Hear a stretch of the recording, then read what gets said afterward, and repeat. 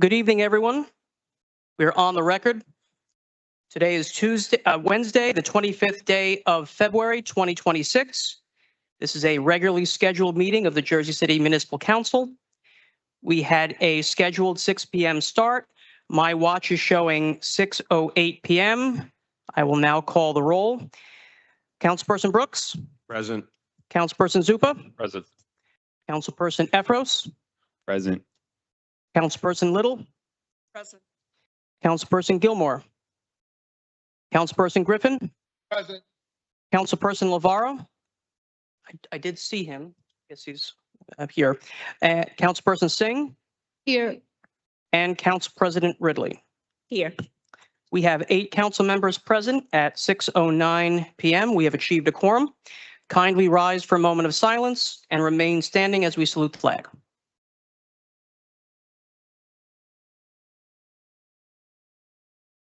Jesse Jackson.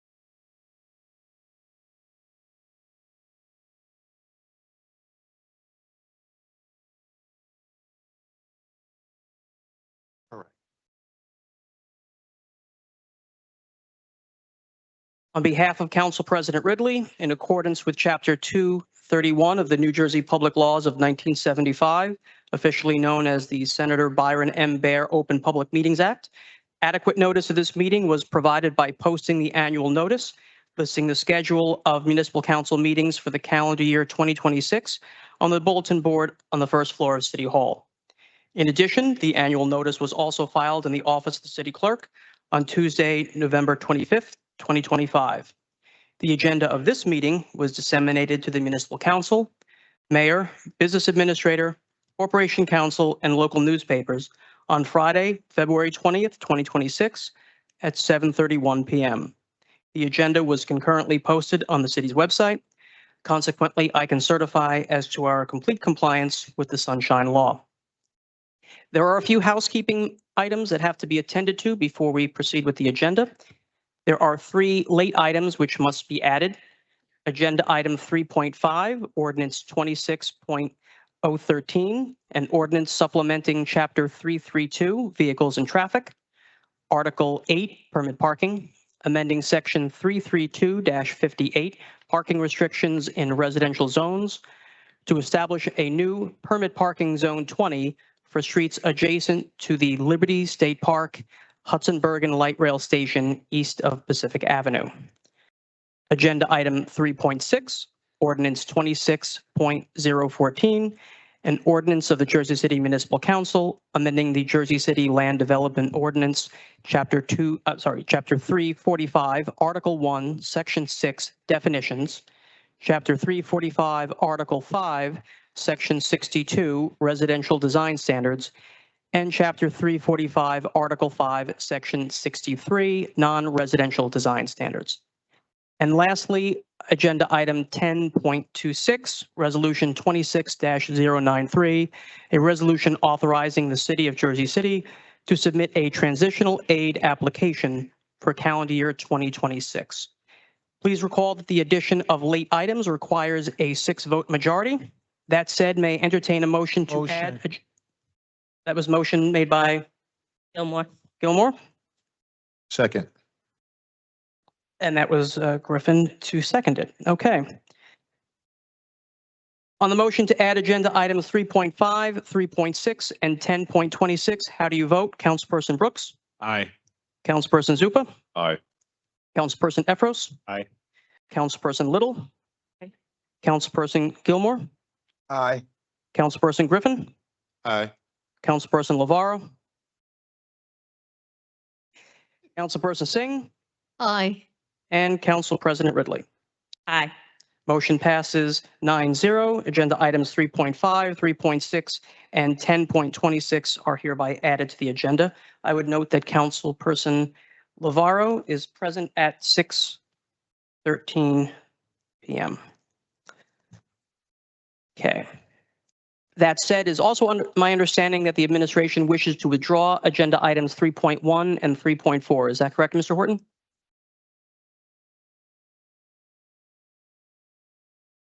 That is correct. Thank you. Thank you. Very well. Moving on to the first items of business, which is the consideration of the remaining first reading ordinances, whose titles I will now read into the record. Time. Yes, 1 second. I just want to note that Councilman Efros has some members of the community that are here. So he would like to defer to one of the resolutions. okay. Which resolution number is that? 10.3. 10.3. Okay, so there is a motion to defer to agenda item 10.3 made by Efros. Is there a second? Second.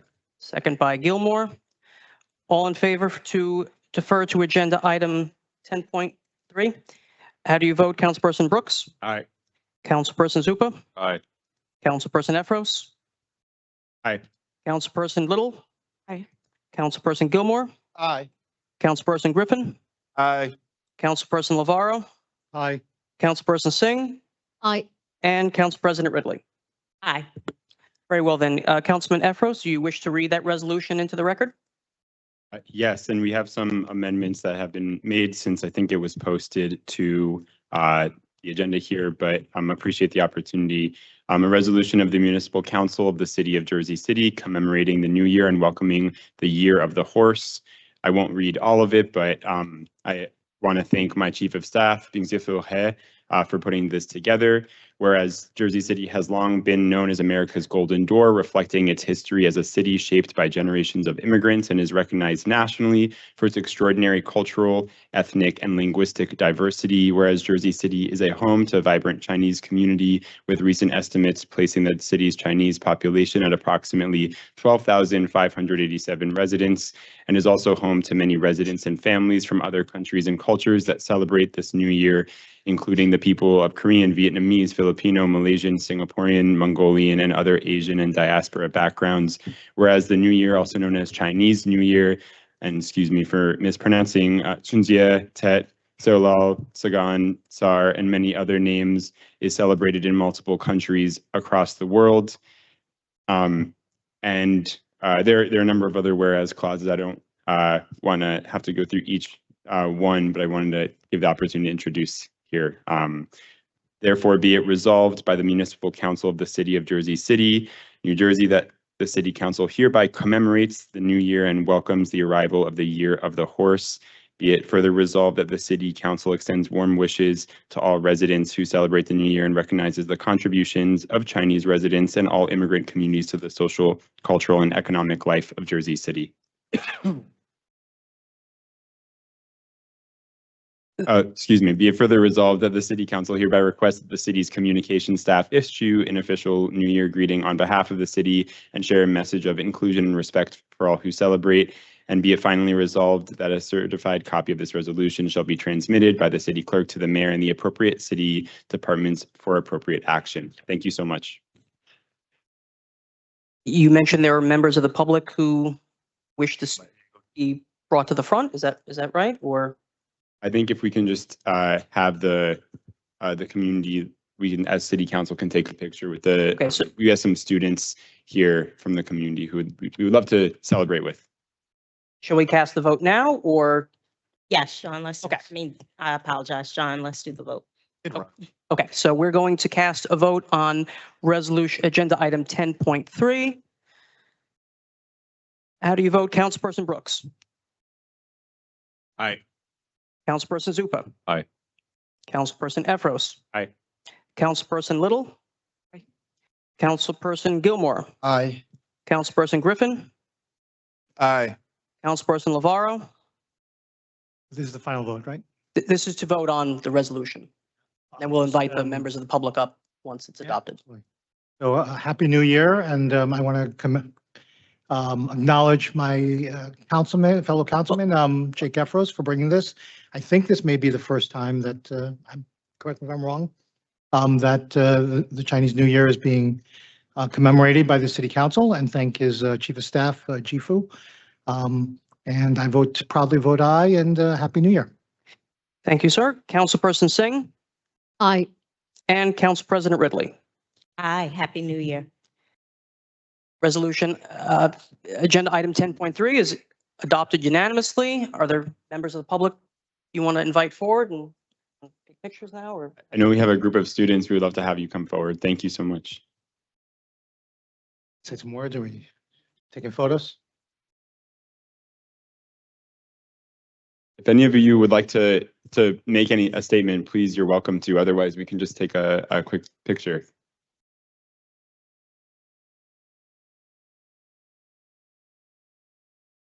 Esteemed council members, I've been chosen to make a statement. Thank you very much for commemorating this very important holiday, not only to Chinese people, but people all over Southeast Asia. This holiday has many names: Tet in Vietnamese, other names in Korean that I cannot pronounce, sorry. And, in Mongolia and, in Thailand, everyone in Southeast Asia celebrates this holiday. So thank you, City Council. I'm glad and honored to be living in Jersey City, in such a diverse immigrant city where we can celebrate everyone's heritage equally and together. So Happy New Year. 新年快乐。万事大吉。 Sir, I don't think the court reporter caught your name. 姐夫，姐夫 Jiefu. Jiefu, yeah. Thank you so much. And thank you to Kristen Droga Hart for making sure to coordinate the students' presence here tonight.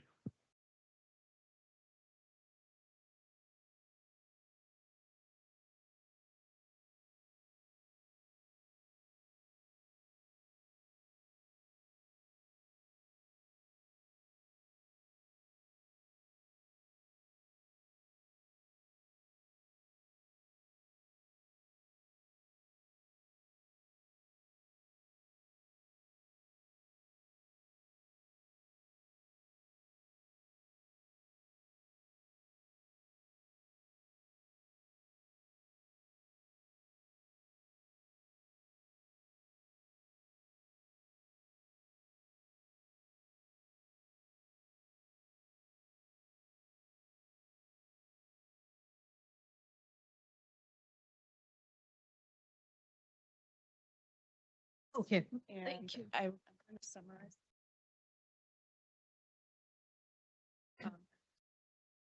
Okay, thank you.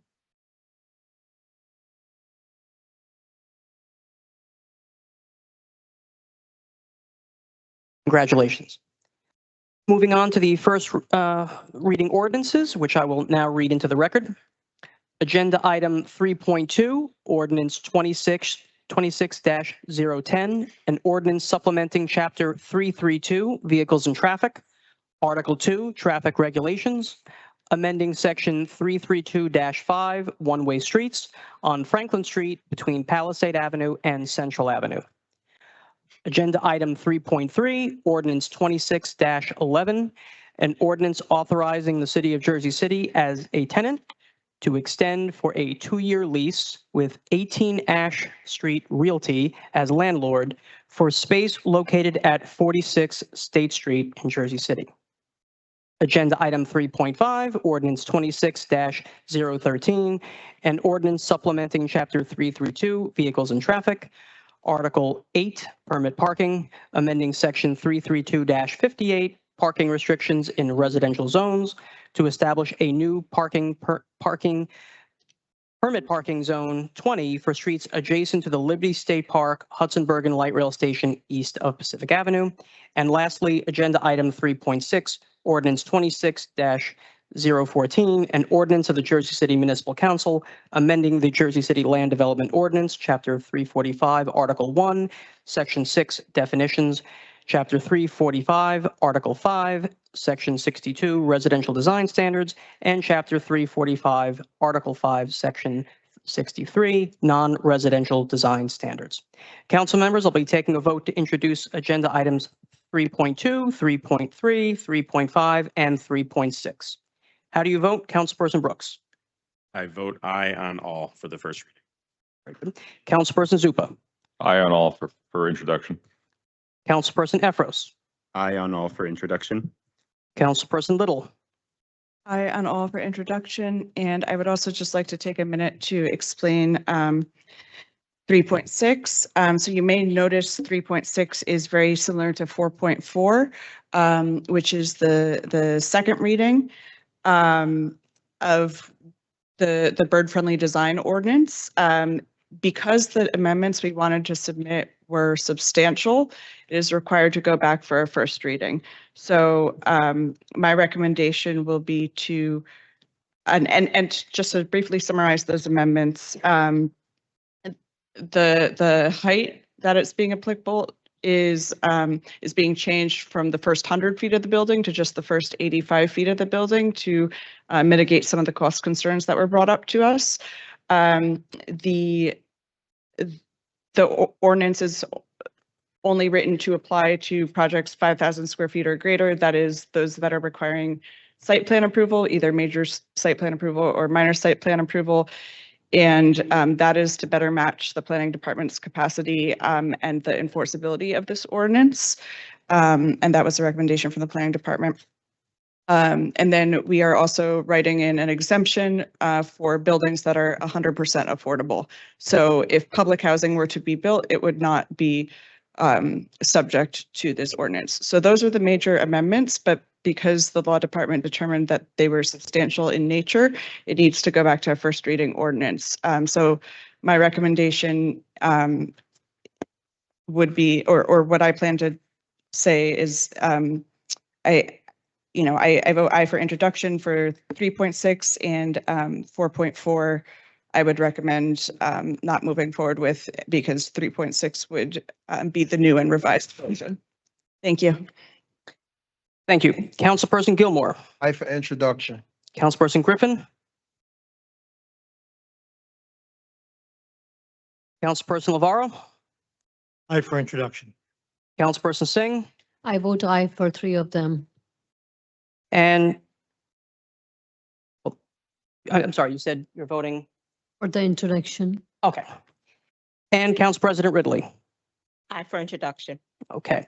Items 3.2, 3.3, 3.5, and 3.6 have all been introduced 9-0.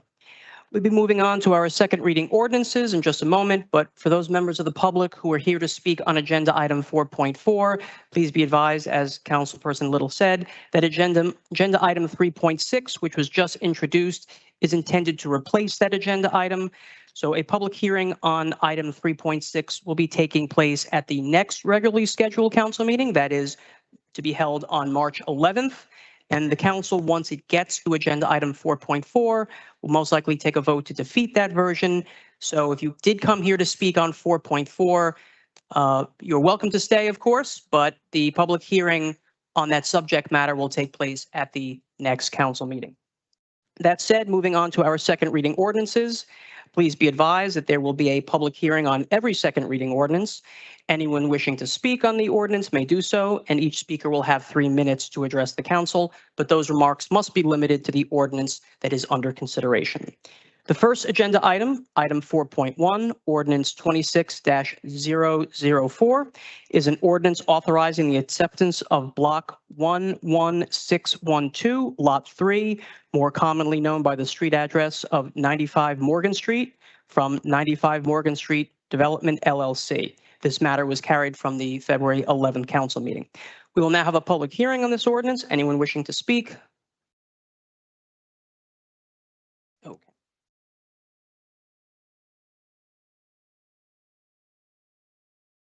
Kindly state your name for the record.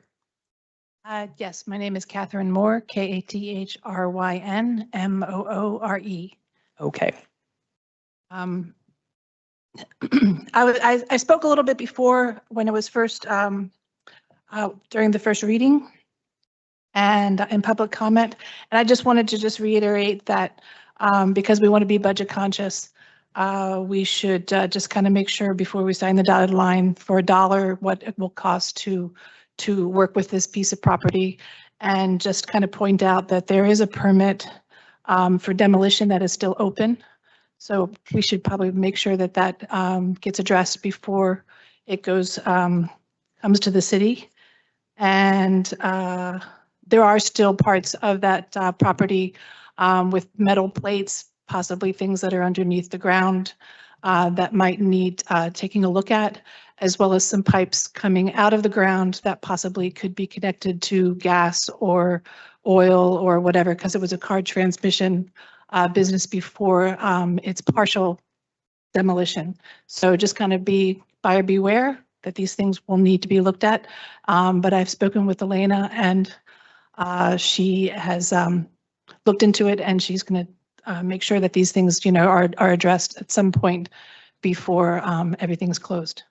Anyway, that's it. I think it's a great plan to have that come to the community.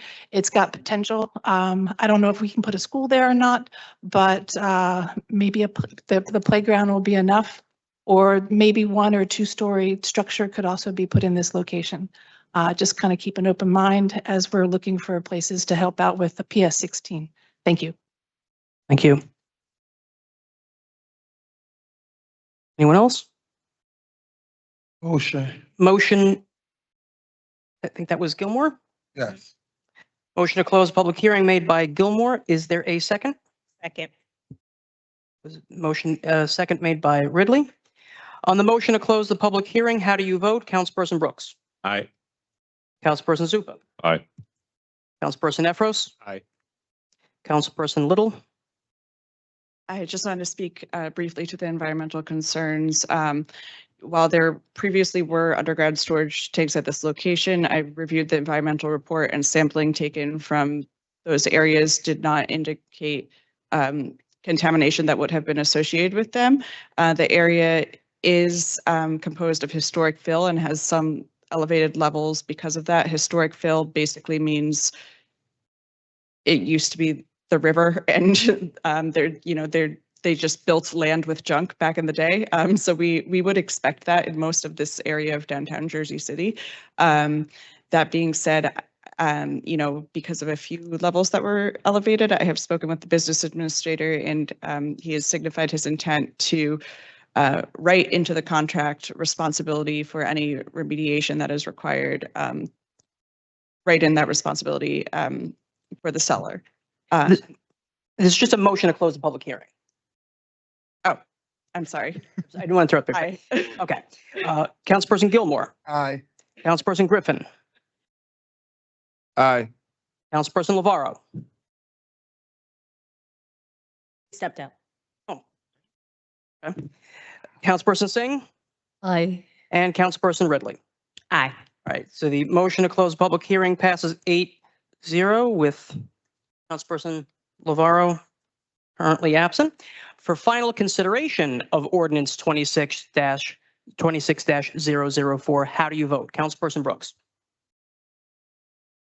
Before you take the roll call, thank you, Councilwoman Little, for providing your explanation there.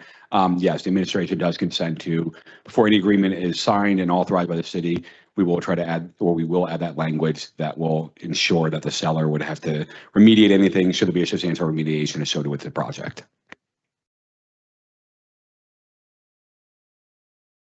All right. Again, for final consideration of Ordinance 26-004, how do you vote? Councilperson Brooks. Aye. Pardon me while I change the camera orientation. Councilperson Brooks, you voted aye. Councilperson Zupa. Aye. Councilperson Efros. Councilperson Little. I already said my piece. Aye. Councilperson Gilmore. Aye. Councilperson Griffin. Aye. Councilperson Lavaro. Aye. Councilperson Singh.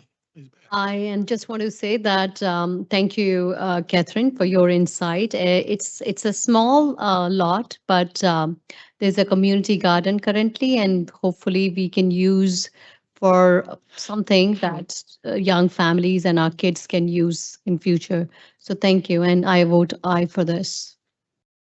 And Council President Ridley. Aye. Ordinance 26-004 is adopted unanimously 9-0. The next agenda item, item 4.2, ordinance 26-006, an ordinance authorizing the use of up to 3% of payroll taxes collected to be used on administrative expenses and a waiver for entities subject to an out-of-state payroll tax in accordance with recent changes to New Jersey law. We will be having a public hearing on this ordinance. Anyone wishing to speak, please come up to the podium. You will have 3 minutes.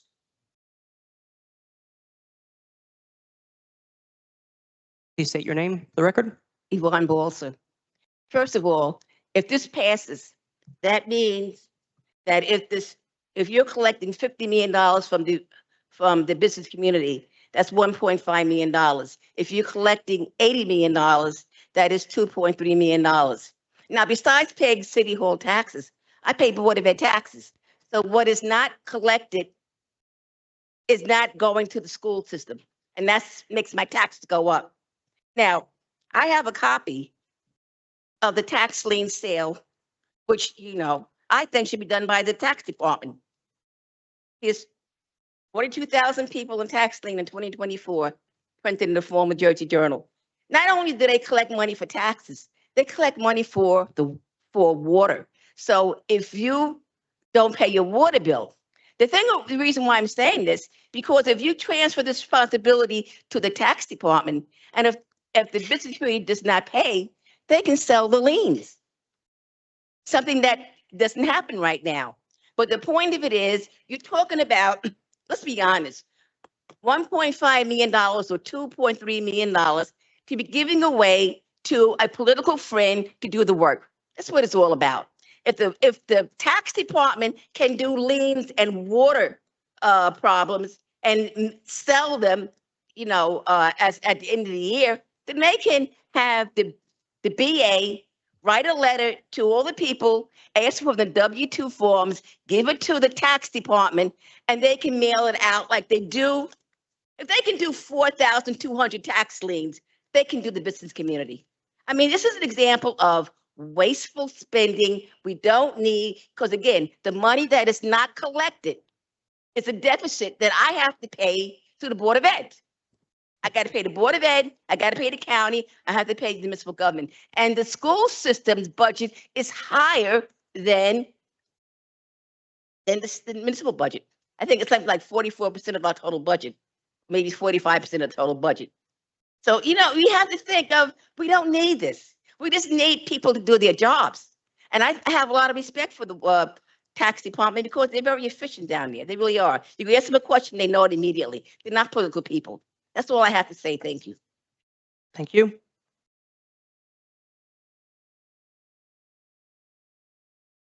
Thank you and good evening.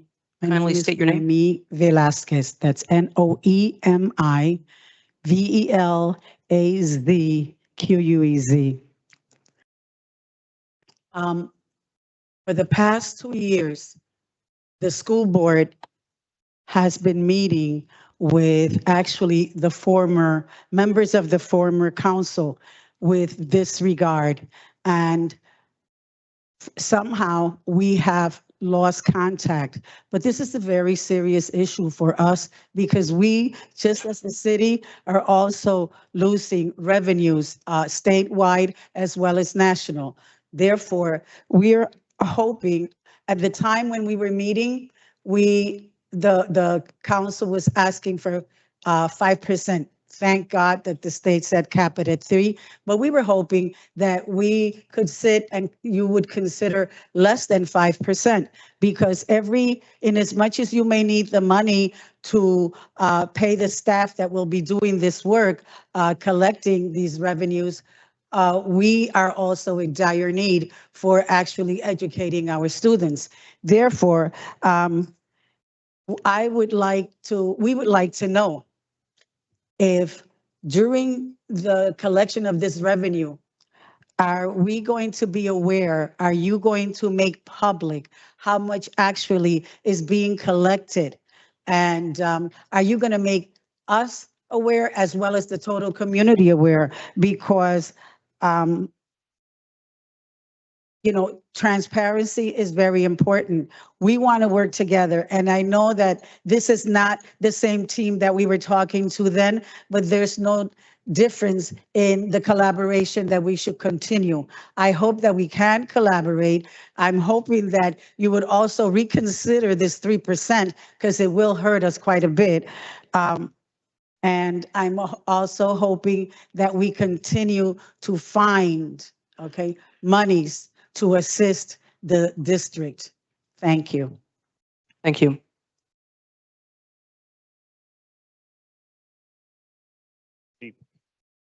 Good evening, Matt Schneider.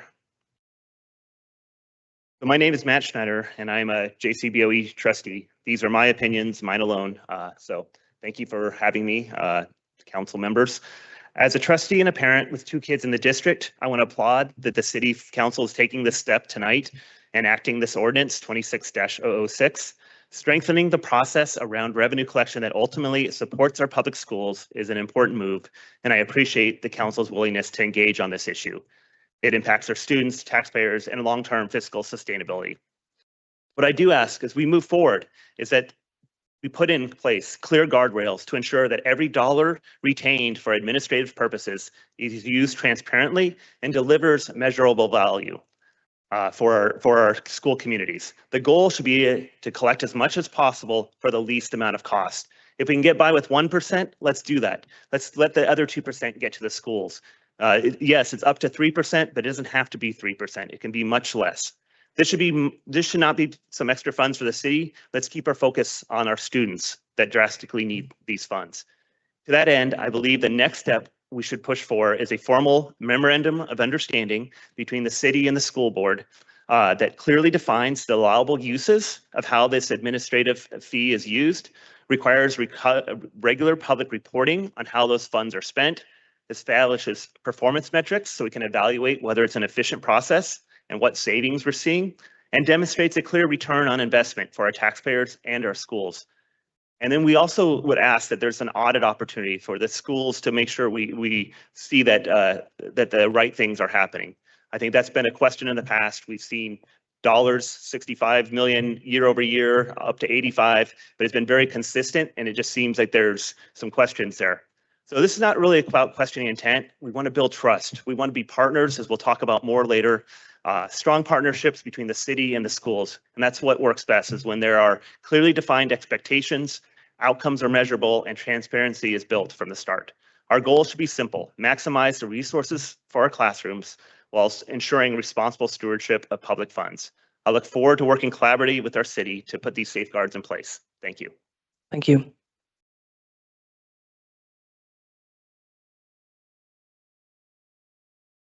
Are you coming to speak, sir? Good evening, Jim Nelson of Hutton Street and with Jersey City Together Education Team. Thank you for favorably considering agenda item that Dr. Schneider just referenced for the second reading to amend the Municipal Code, Chapter 304, Article 4, concerning the employer payroll tax. The added language is taken directly from the state Senate legislation and Assembly legislation that passed in January and was signed into law, and permits the city to use up to 3% of the amount collected to administer the employer payroll tax. And there will likely be other administrative steps and procedures to be covered by future memorandum of agreements, as just referenced, and also internal housekeeping to build the capacity. So Jersey Together wants to extend its appreciation for the 3 years of effort that went into creating the state statute, and now your efforts to upgrade the ordinance to be in sync with that. Furthermore, to appreciate what the city is doing under to build the capacity to enforce compliance with employer payroll tax and to certify the appropriate amount so that the school board can proceed with a real figure moving forward to plan for fiscal year 2027. So thank you very much. Thank you.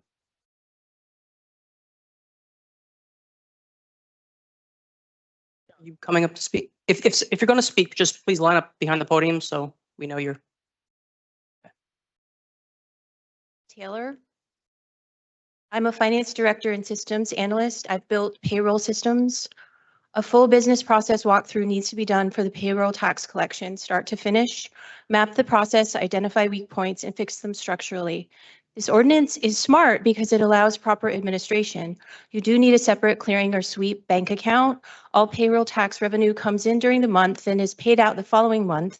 The account then resets to zero. That eliminates heavy reconciliation issues, but you have to start upstream. Try to eliminate relying on manual paperwork. I always work directly with a payroll processor such as ADP Paycheck or Paychecks on setup and integration. Tax rules are configured at the employee level inside each company's payroll system. When payroll runs, the processor automatically impounds and distributes the payroll taxes, which should then automatically pay out to your bank account. Spend the administrative fee once on automation, not forever on paper chasing. Just some thoughts for me. Automation is fiscal discipline. Thank you. Thank you.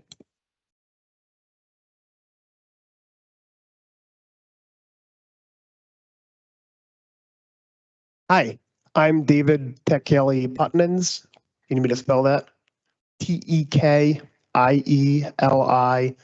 dash Putnins.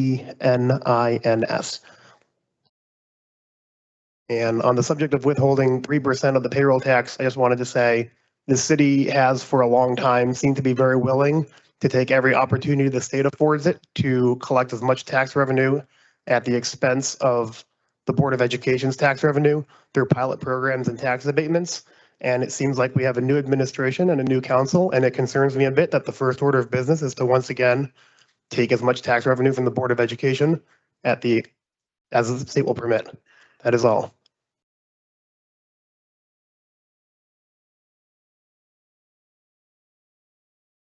Is there a motion? Motion. Second. I think I. Yeah. Motion by Gilmore. Close the public hearing. Second by Super. Zupa. Sorry about that. On the motion to close the public hearing, how do you vote? Councilperson Brooks. Before I vote on this, and then I have a point of information. Is that permissible? We're just closing the Just close the public public. Okay, to close the public hearing, aye. Councilperson Zupa. Aye. Councilperson Efros. Aye. Councilperson Little. Aye. Councilperson Gilmore. Aye. Councilperson Griffin. Aye. Councilperson Lavaro. Aye. Councilperson Singh. Aye. And Council President Ridley. Aye. Motion to close the public hearing adopted 9-0 for final consideration of ordinance 26-006. How do you vote? I understand you had someone had a question though? Yes, Madam President. To Corporation Counsel or the BA, the state law with regard to the 3% of the payroll tax, that's a permission. It's not a requirement. Is that accurate? It's authorizes up to 3%. So yes. Okay, thank you. And has the administration had dialogue with the Board of Ed, either through the Deputy Mayor for Education or other channels? Officially, we've had dialogue as far as how we're going to spend that 3%. If it is 3%, we are waiting to see, obviously, we get permission from the council. And if we adopt it, then we'd have those conversations. Thank you. Okay. Okay. For final consideration of ordinance 26. Questions. So up to 3%. So how is that, that number ultimately determined? What's the action that determines whether it's 3%, 2%, 1.25? What action is taken? We'd have to determine exactly what our strategy would be to increase the compliance with the collection, whether that be through an outside vendor, whether that be through in-house, whether it be a combination of both. And once we did the cost analysis to determine how much that would cost the city to do that compliance, then we'd have to, make sure that percentage, covers that cost essentially. That's not what I'm asking per se, but that's helpful to know. But what I'm asking is it the administration that sets the number, or does that come back to the council to set the number, and anyone from the administration or corporation council chime in on that? I believe it'd be the administration. Be administration. Correct. To the Corporation Council, could we set that number ourselves as a city council? Is that, does this ordinance give us that purview? This ordinance says that the city may retain up to 3%. And so this ordinance authorizes the city through the administration to decide up to 3% what that percent will be. Through amendments to this ordinance, which may or may not send it back to a first reading, or through subsequent ordinances, the city council could work with the law department to determine whether it would prefer a different percentage level. That may be possible. We would have to look into it. And then my second question here is, does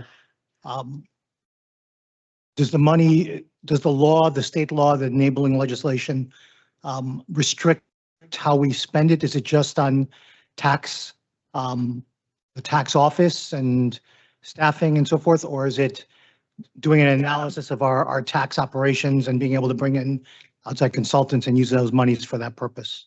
As a plain reading, it'd be restricted to the administration of Chapter 305. What's that? As a plain reading, it'd be restricted to the administration of Chapter 305.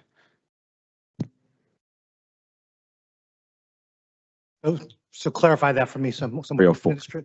Chapter 305, what are we talking about? Go for, sorry. Chapter 304. I apologize, I misspoke. Yeah, well, what does that outline? Chapter 304. It outlines how we would potentially administer the payroll tax and the code. I can get you the specifics if you want and send that to you in an email. I don't have it memorized right now, Councilman. Would a motion to carry be out of order? BA, is there any time restraints on this from the state, or is it okay to entertain this at the next meeting? There's no time restraints, but obviously the longer we delay, the less time we have to, collect the fees and get the, application and process. We do have an RFP out right now where we were trying to find a service, a software that would help us support us in these services of collecting the payroll tax. Obviously, as you councilmen know, every day that goes by is less money we could get if we do not have all those different companies and people that should be paying the tax compliant with us. So, there's no hard line, rush to do it, but obviously the quicker we get it in place, the quicker we get the money that we should be getting through compliance measures. How much is budgeted for that consultant or contractor to administer that? Is that out of the 1.3% we're talking about? I believe it's around $30,000. I'd have to get the exact number for you, but I believe that's what was initially encumbered for that. So I guess, Sarah, would it be substantial if we were to amend it to say, it's up to 3% upon council final review? So basically what we're trying to do is keep the ball in the council court. We'll say, I will vote to up to 3%, but whenever we get to the juncture where we have to entertain whatever, whether it's going to be in-house or outsourced, we will still have the ultimate authority to set the number per se.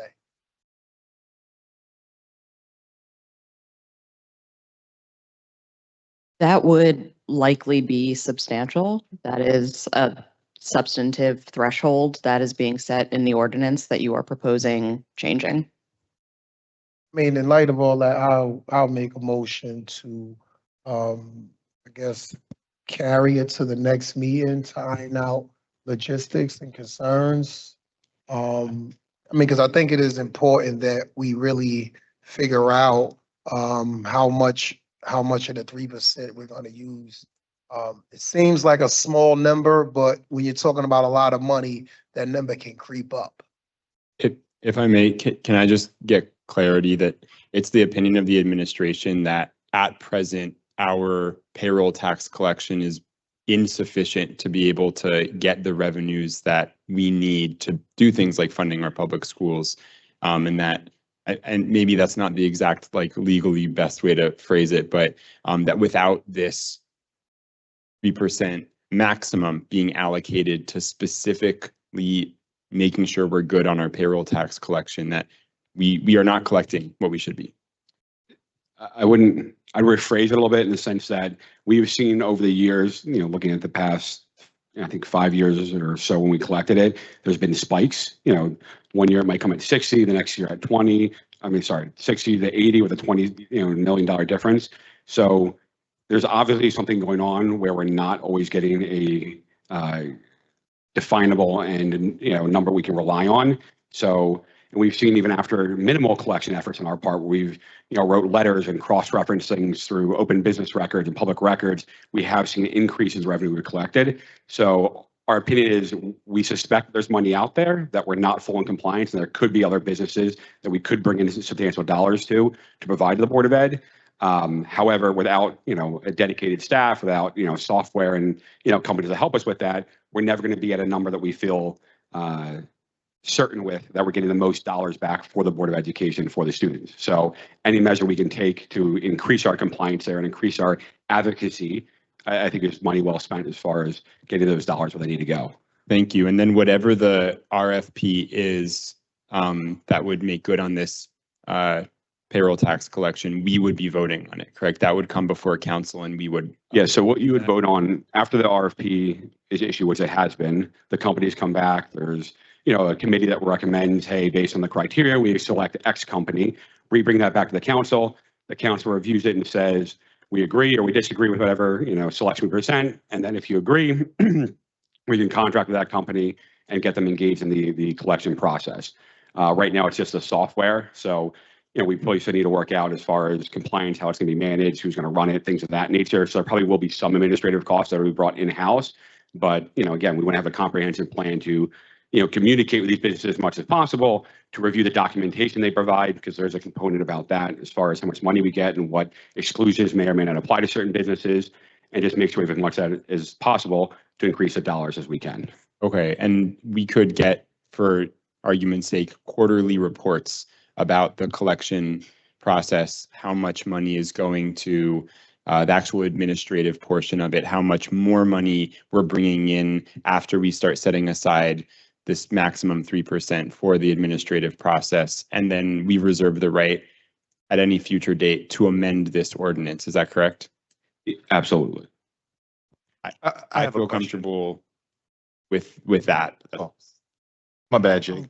And I will put on the record, the intent here is not to make profit for the city. The intent here is just to sustain enough revenue that can support these collection efforts. We've had, long conversations with the Board of Ed dating back years where, it has been felt globally that we were not getting as much money as we could from this tax, and we have to find ways to increase it. Obviously, there's always a back and forth. Well, who's going to pay for that? If we're going to get software, get, contractors, vendors, who's going to cover those costs? This was really a mechanism to ensure there was a ability to cover that, and then we can be, as compliant as possible.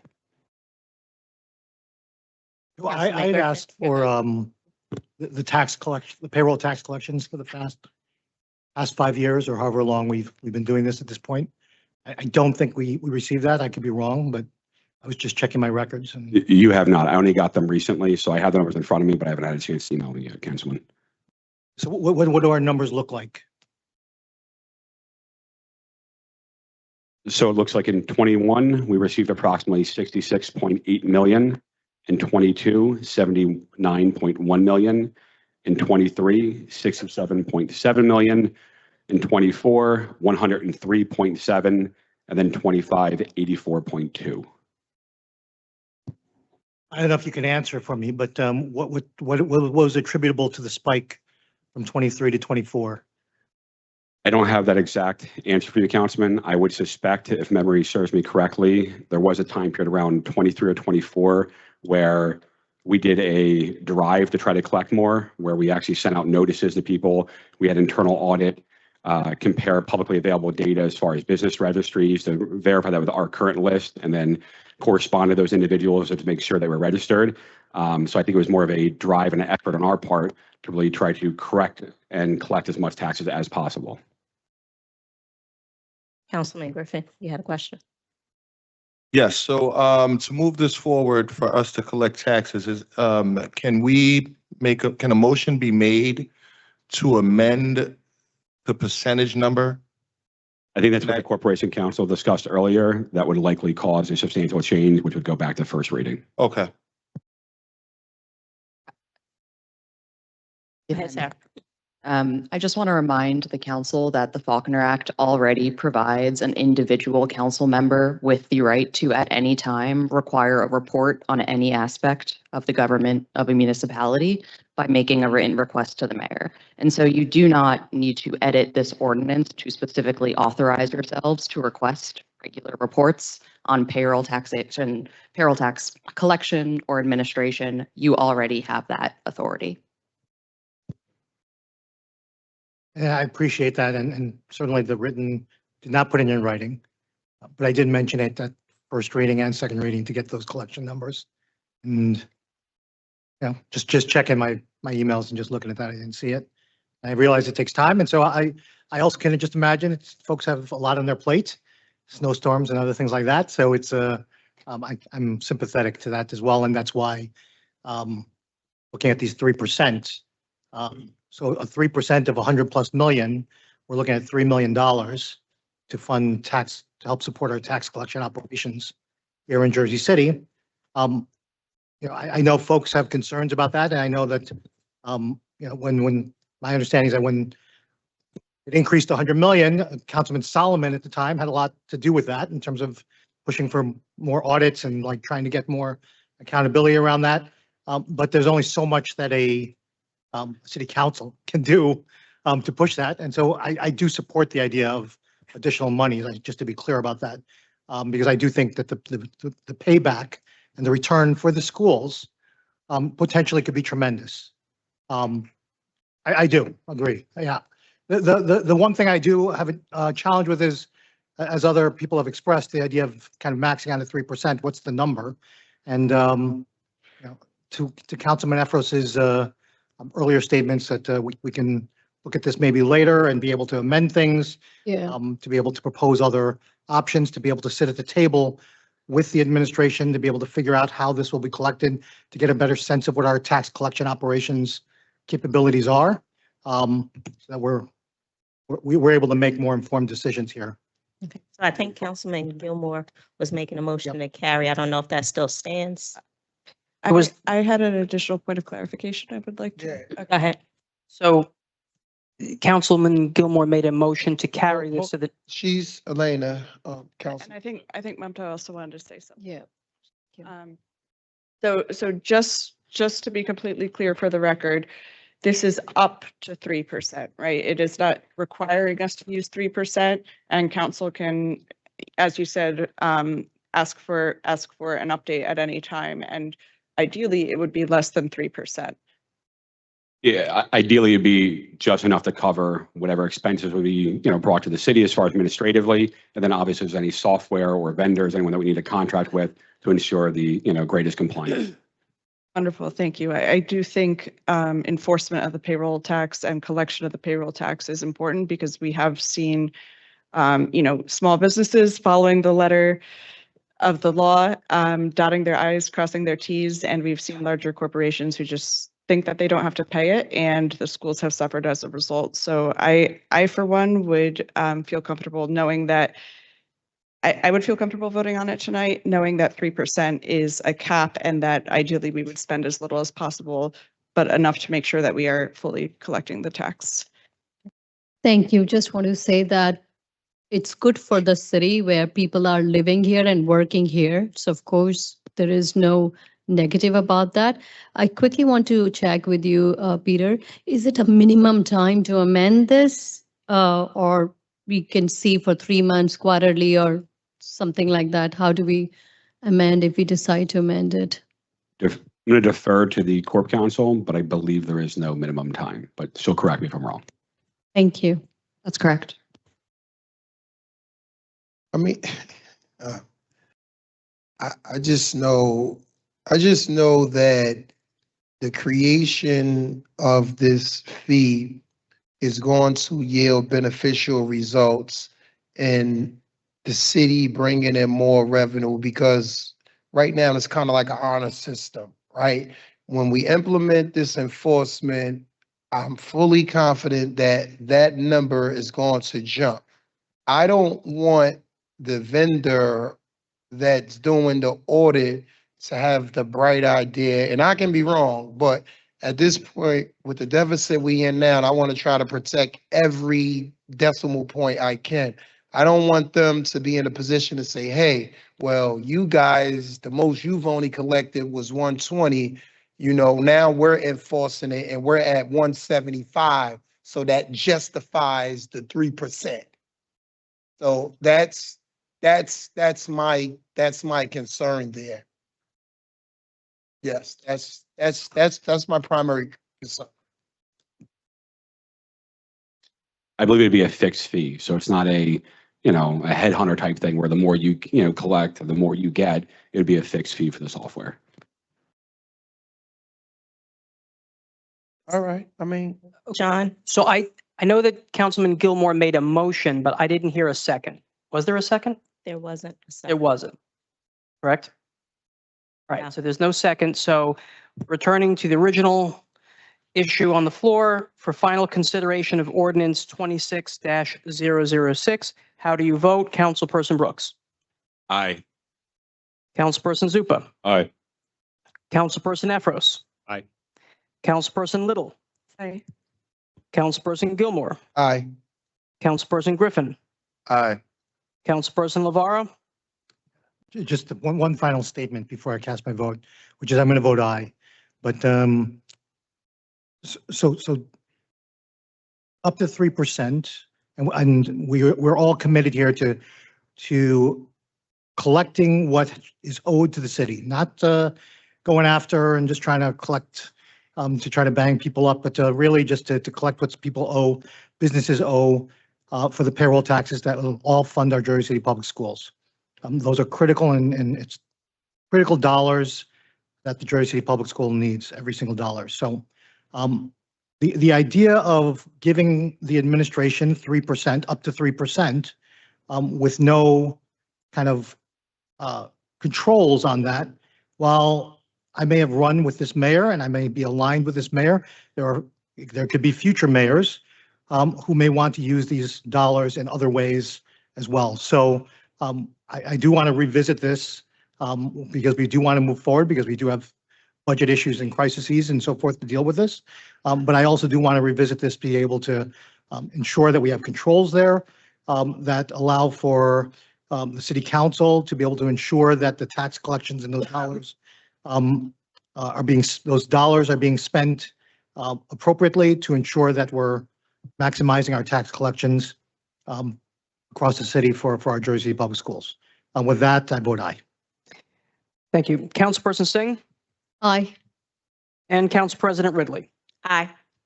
Ordinance 26-006 is adopted unanimously, 9-0.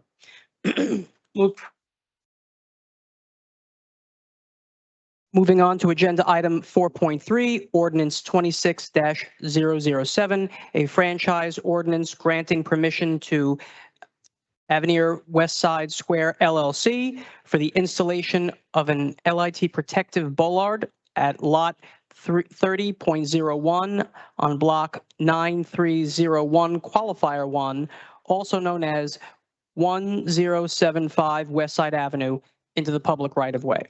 We will now have a public hearing on this ordinance. Anyone wishing to speak, please line up at the podium. Move to close.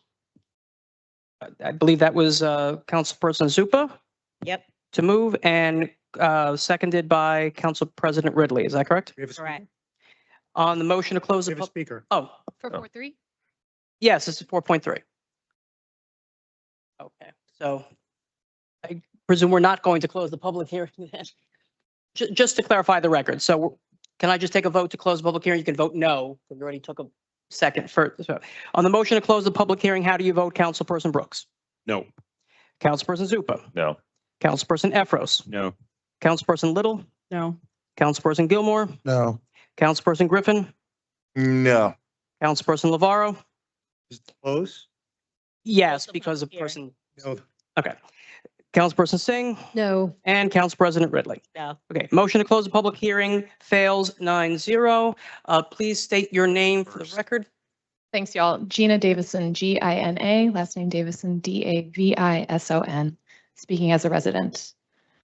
I have some concerns about item 4.3, ordinance 26-007. This seems like another situation where we're getting into it with a developer who wants a little exception. We're making it sound like it's about safety, but it seems like if you look at the plans, this is a developer using city electricity to fund and drive something that to me looks like something that's mostly aesthetic. If there is an issue, because if we look at the map at the end of that street where the developer is building that building, it does look like there are issues with lighting.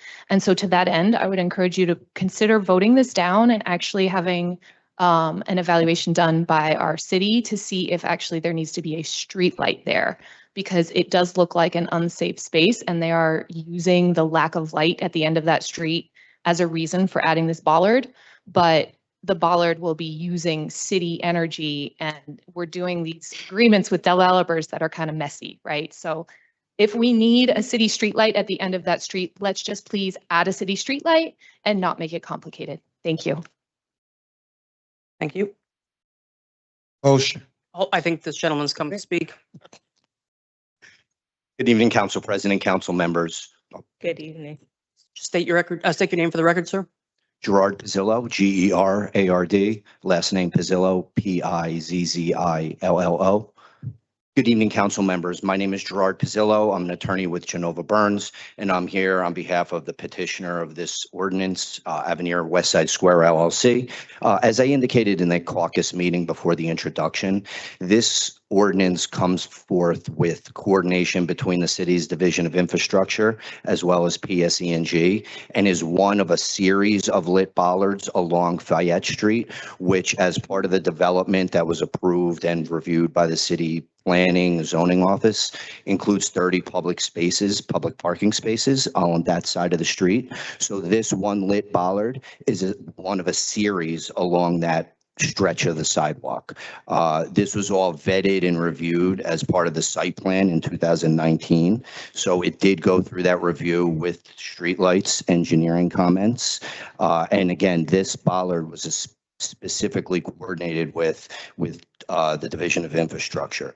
The electricity for it will be paid by my clients. It's not the city. So we're just asking for this one bollard in a portion of this corner, and it's literally less than 100 square feet. And it continues to maintain 15 feet of sidewalk clearance on both sides. Like I said, it's just one of a series. So I would hope and respectfully request adoption of this ordinance as presented. Thank you. Thank you, sir. Is there anyone else looking to speak? Don't be shy. Come up to the podium. Okay. Motion. Is there a motion? Second. I think Councilperson Ridley, did you make that motion? Griffin. Correct. Griffin, sorry. And the second was made by? Ridley. Ridley, okay. That is a motion to close the public hearing. On the motion to close the public hearing, how do you vote, Councilperson Brooks? Aye. Councilperson Zupa? Aye. Councilperson Efros? Aye. Councilperson Little? Aye. Councilperson Gilmore? Aye. Councilperson Griffin? Aye. Councilperson Lavaro? Aye. Councilperson Singh? Aye. And Council President Ridley? Aye. Motion to close the public hearing passes 9-0. For final consideration and adoption of ordinance 26-007, how do you vote? Councilperson Brooks? Aye. Councilperson Zupa? Gina, thank you for your comments and concerns. Given that this was in consideration with the Infrastructure Department and Planning, and Mr. Pizzillo confirmed that the developer is paying for the electricity, and the fact that this will make what's hopefully a new area for pedestrian access and safety safer, I vote aye. Councilperson Efros? Aye for the same reasons. Thank you, Gina. Councilperson Little? Aye. Councilperson Gilmore? Aye. Councilperson Griffin? Just want to thank Gina for her due diligence. I'm going to vote aye. Councilperson Lavaro? Aye. Councilperson Singh? Aye. And Council President Ridley? Aye. Ordinance 26-007 is adopted unanimously, 9-0. And lastly, agenda item 4.4, ordinance 26-008. As noted earlier, ordinance 26-014, which was introduced earlier, replaces this version. So that said, may I entertain a motion to defeat ordinance 26-008 without a public hearing. Motion. Motion made by Efros, Second. second made by Griffin. Gilmore. Stop it. On the motion to defeat ordinance 26-008, how do you vote? Councilperson Brooks? Aye. Councilperson Zupa? Aye. Councilperson Efros? Aye. Councilperson Little? Aye. Councilperson Gilmore? Aye. Councilperson Griffin? Aye. Councilperson Lavaro? Aye. Councilperson Singh? Aye. And Council President Ridley. Aye. Ordinance 26-008 is defeated 9-0. We're now moving on to the public speaking portion of the meeting. I will call the names in the order that they appear on the agenda. Each speaker will have 3 minutes to speak. You may address the council on any issue that you wish. Please be mindful of the countdown timer to my left, your right. The first speaker listed is Laverne Washington. Let me just get the camera set up for you. Hold on 1 second, Laverne.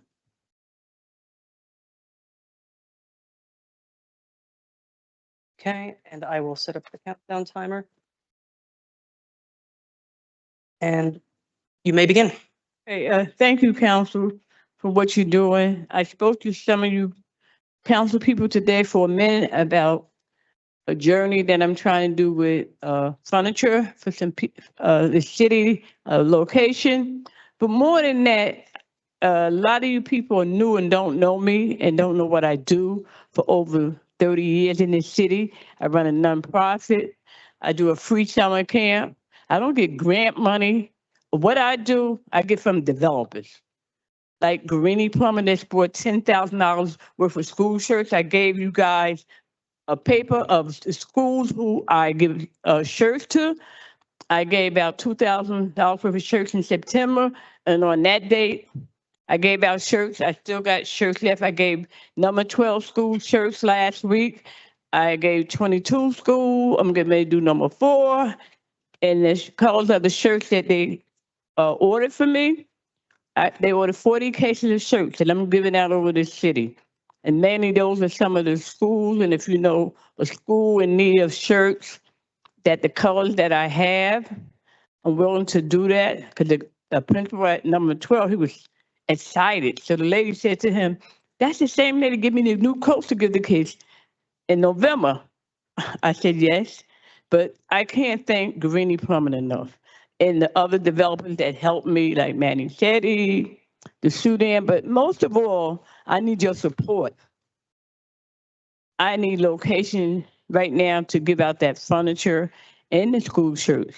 So there's something that I see a few spots that it's empty and been empty that you can kind of help me out to acquire. Because next week I'll be getting 16 more rooms of furniture. And down on Pacific, if you ride down there at 150, you will see 6 dumps of nice furniture that came from the Manhattan Marriott. This furniture is like this here, solid wood desks, king size bed. Lady, people are crying and calling me that they seen some of this stuff, lamps that they needed. And it's not no garbage. You go to Manhattan and take one of them rooms at $700, $800 a night. So they renovating the place so they have nowhere to put the furniture. So my friend that works with the guy that does the doing the hotel over, he said, I know a young lady in Jersey City that does this kind of stuff, and she probably can use it. And it was well needed. So please help me. I need your help. I never come up here asking for anything, but I'm asking now. I need some space to get furniture out over this city. And I thank you. May God bless you. Thank you. Thank you. Eric Connor.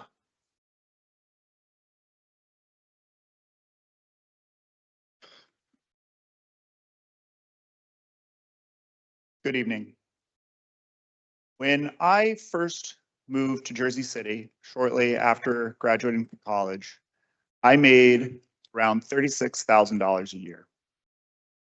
Like many people who live here in Jersey City, I moved here for a variety of reasons. One was to be closer to my parents after my father's stroke. Another reason was because Jersey City was comparatively more affordable than anywhere near my job in New York. In all my years living in Jersey City, I rented for a good number of them. I've had roommates, I subletted, but I've always relied upon market rate housing. I never won an affordable housing lottery. And although I lived in Portside Towers for a year, I never had a rent stabilized apartment. Now, I've had great fortune in my time, got married, had kids, bought a home, but I recognize from firsthand experience what it is like to spend more than a third of your income on rent. When people put forward proposals that add pennies on the dollar to any cost of housing, I know that when you multiply those pennies by thousands or tens of thousands of dollars, they quickly add up, and it makes it harder for people to make ends meet. All I ask of this council is whether you're considering any number of ordinances, whether no matter how well-intentioned, whether it's something like bird-safe glass, to consider the costs, do all of your due diligence. I heard you up here just a short while ago debating over percentages of the payroll tax. You took very intense interest as to what 3% means. Now, when you're considering added costs to housing, especially because so much affordable housing is already on the margin, consider what 0.38% means, what 0.5% means, what 1% in additional cost means, what 2.5% of additional cost means. All of these are plausible ranges when it comes to costs. Now, that's only one side of the equation. The other side is housing supply. I also encourage you guys to consider introducing resolutions upzoning large parts of downtown. There is a parking lot at 150, 156 Bay Street that could hold 1,000 new apartments on it. We should be looking at all of the redevelopment areas in downtown Jersey City and seeing what is available for upzoning and amendment. Now, finally, with my remaining 5 seconds, I want to give a very brief shout out to my friends. The Heights needs protected bike lanes. Thank you. Thank you. Jonathan Schwedel.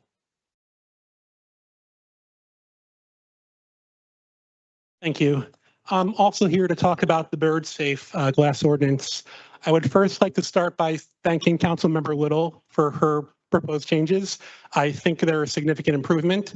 I think there are still probably a few tweaks we can make to further balance affordability and protecting these birds. What I have here are some printouts. I can hand them out to the public afterwards. This is meant to be a single family home outside of downtown.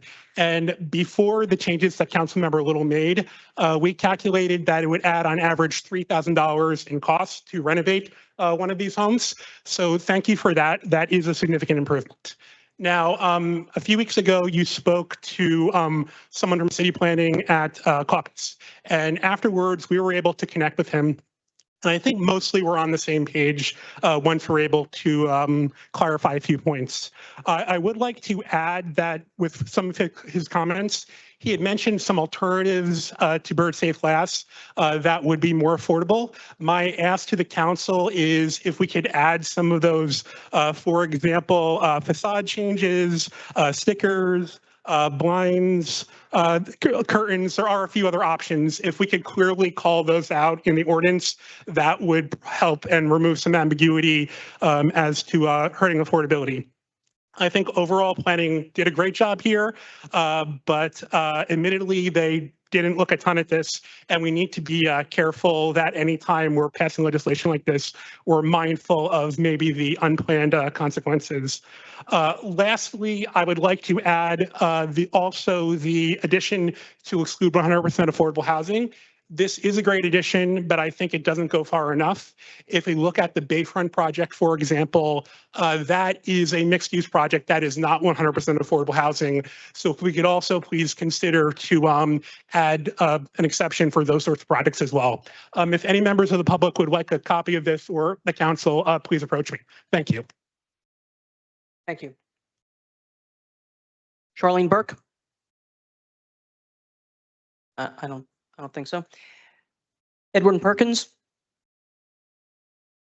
Not here. Gina Davison?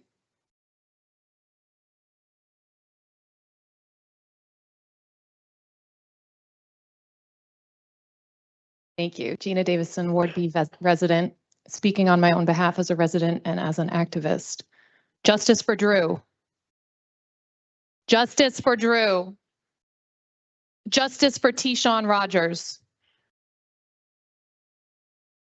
In the face of the illegal raids attempted here by ICE, I want to thank you all for continuing to work on keeping Jersey City a sanctuary city and keeping us safe. I'll encourage you all to continue to stay on the right side of history. We don't want kidnappers coming into our city, abducting our neighbors, and terrorizing our children. ICE out.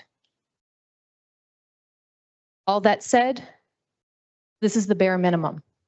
The people of Jersey City are suffering. We are asking you to help us stop overdeveloping this city. We're in a housing crisis. And if more development meant more affordable housing, that would be different. But market rate madness has taken over. Jersey City has been an incredible place filled with rich culture and diversity. But we have fallen into a neo-colonialist struggle that is killing our communities. And just because we make the best of what we have does not mean that it's right that we should constantly be struggling, or that people like Tina Knowles, my friend, should have to continue to make up for gaps in services the way that we do. I take serious issue with the executive order from Mayor Trump that was passed 2 weeks ago, the one that prohibits this city from boycotting real estate developers based in Israel.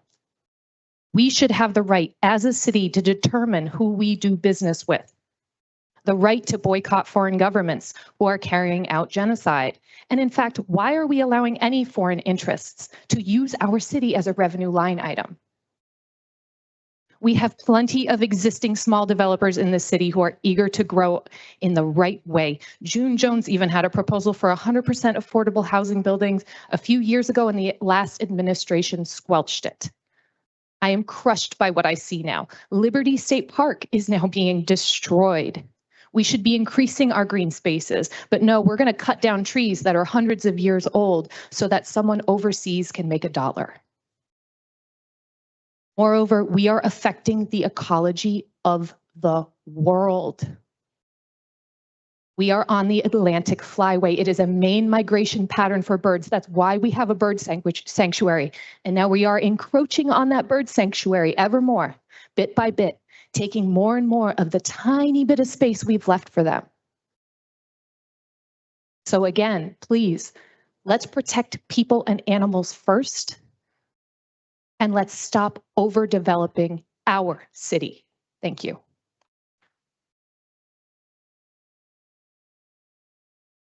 Tina Knowles?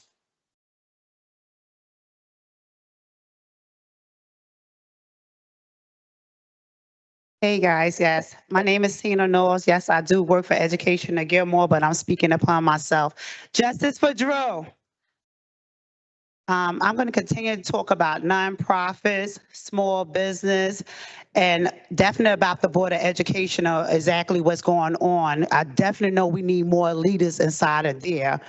I also want to talk about nonprofits. I realize that nonprofits are the ones who have their feet on the ground. I had been doing my nonprofit over 20 years ago, and I see that people skip over the stuff that I do, but they make sure the ones who not out there in the community get what they need.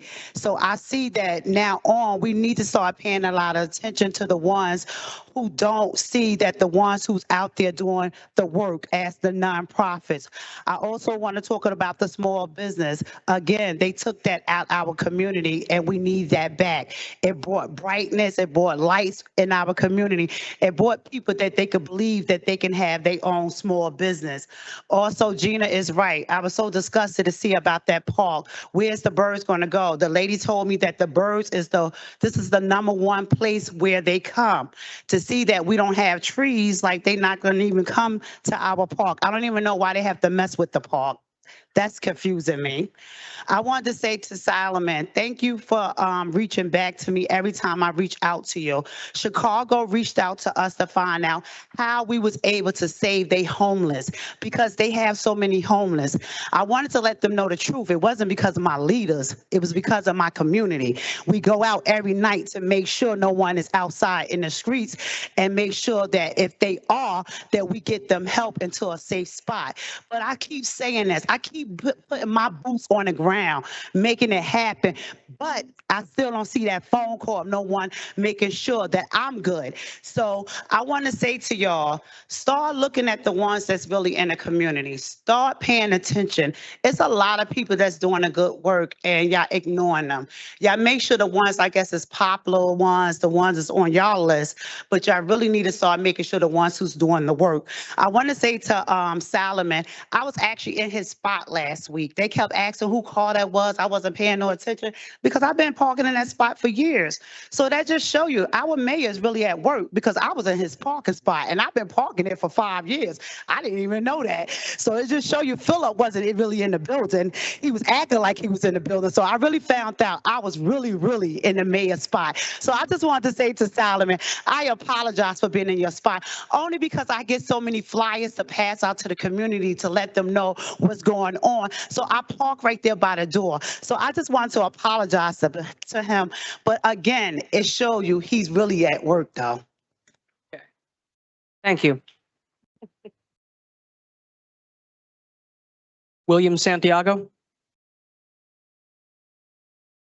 No? Okay. Cheryl Armstrong Davenport? No? Eve Taylor?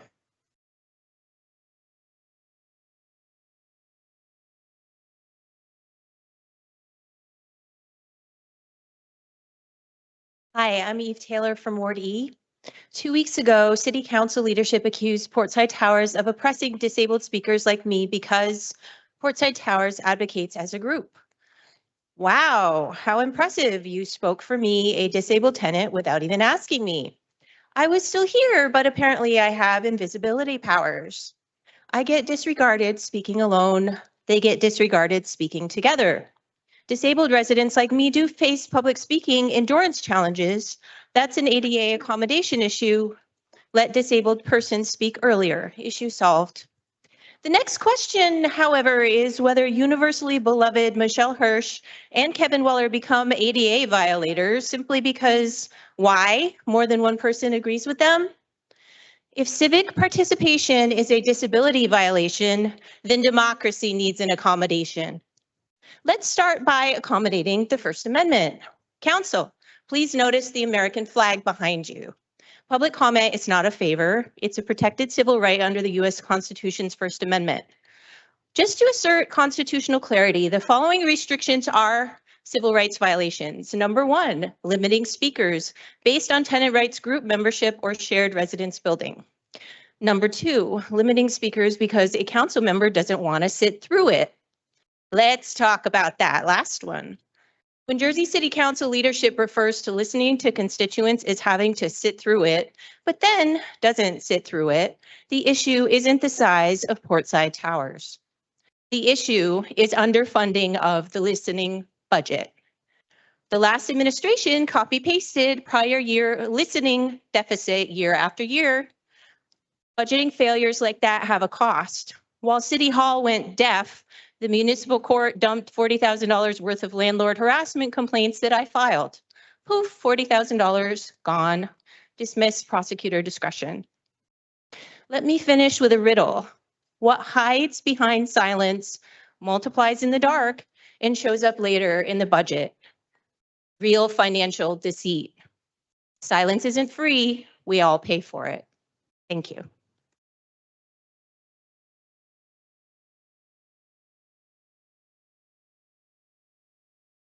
Nick Zororsky.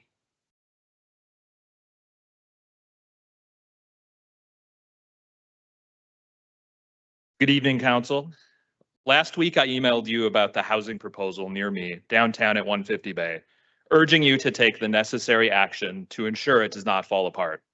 I'm here to ask you again, in person this time, to please introduce a resolution asking the Planning Board to study and prepare an amendment to the Powerhouse Arts District redevelopment plan. Now, as far as I can tell, there seem to be two main reasons that some people oppose this. Either they don't think there are enough community givebacks, or they just don't want more tall buildings. Now, set aside for the minute the fact that this proposal already includes very significant givebacks, including hundreds of affordable units. Please consider that any additional community giveback you might extract is ultimately really just a tax on renters in disguise. The developers won't pay for them any more than other countries pay for Trump's tariffs. In both cases, the story is the same. Even if you don't outright kill the project, the costs will be passed on to renters like me. Now, you might say, Nick, market rate renters, especially those who are going to rent in these newer buildings, can afford us pushing their rents up to pay for things the city needs. But why should this burden fall on renters alone? And while it's tempting to think that we can target just the very high-end rentals, housing market research suggests that the effort to raise costs on the high end of the market eventually raises everyone's costs through harming a vital process known as filtering. Now, I understand that asking for more and more givebacks is a tempting short-run strategy, but even if you don't wind up killing the project, it harms renters by keeping the price of housing artificially high, as we are the ones paying for the givebacks. The second kind of opposition comes from million and multi-million-dollar condo owners nearby who don't want another tall building by them. Set aside that this is a somewhat strange demand to make while living in the downtown of a city, restricting the size of this building has a direct impact on property taxes. The annual difference in property taxes that would be paid by this proposal versus the 32 units allowed by right is probably about $10 million per year. Everyone knows property tax hikes are coming. But if you turn down an additional $10 million in annual tax revenue, you'll have to raise property taxes even higher to dig out of this deficit. Is that a fair trade-off?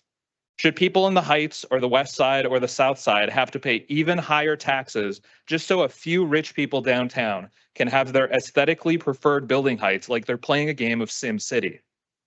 This council did not create the $250 million deficit, but choices like these are the difference between making it better and making it worse.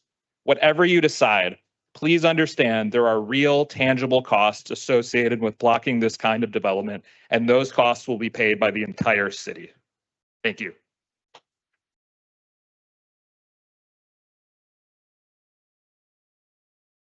Gus Peñaranda. Yvonne Balser.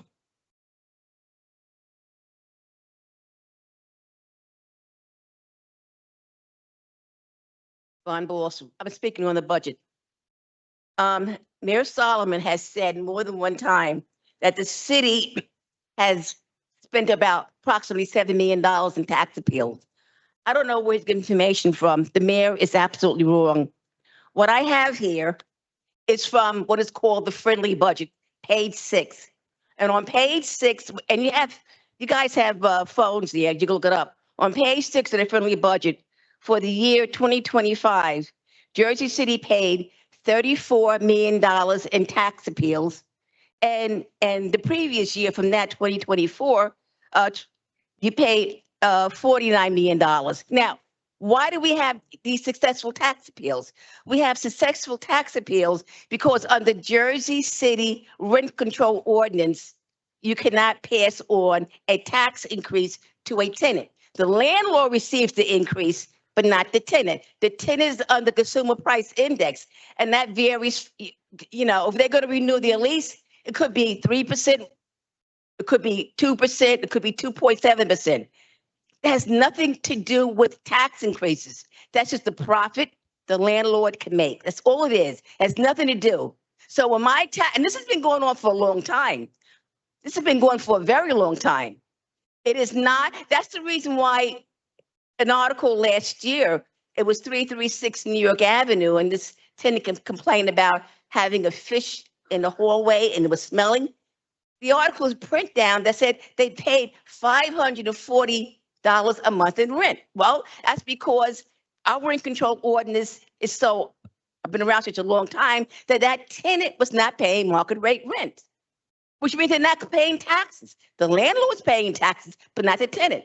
So if this is a continual appeal, now, I have these papers here. This isn't a continual. Every year, the landlord goes to tax court. He wins automatically. I've been to tax court and I watched this happen. And then Jersey City floats bonds that's put on my taxes as a single family home unit. And I, along with other people, pay this. So if you want fairness in taxes, and if you vote, then everyone should be paying the taxes as they go up. We should not have these bonds every year. So my suggestion to you is please read page 6 of the friendly budget, which has in the middle item right here, what we pay every year in tax appeals that the landlord has to pay. And if the landlord doesn't pay these tax appeals, you know what he does? He goes and he converts the property into condos because he can't make the funds. So that's what really is happening. So all this I'm going to protect the tenant really means the tenant end up converting his building into condos. Fix that and you'll be able to balance more of your budget. Your 3 minutes is up. Sorry.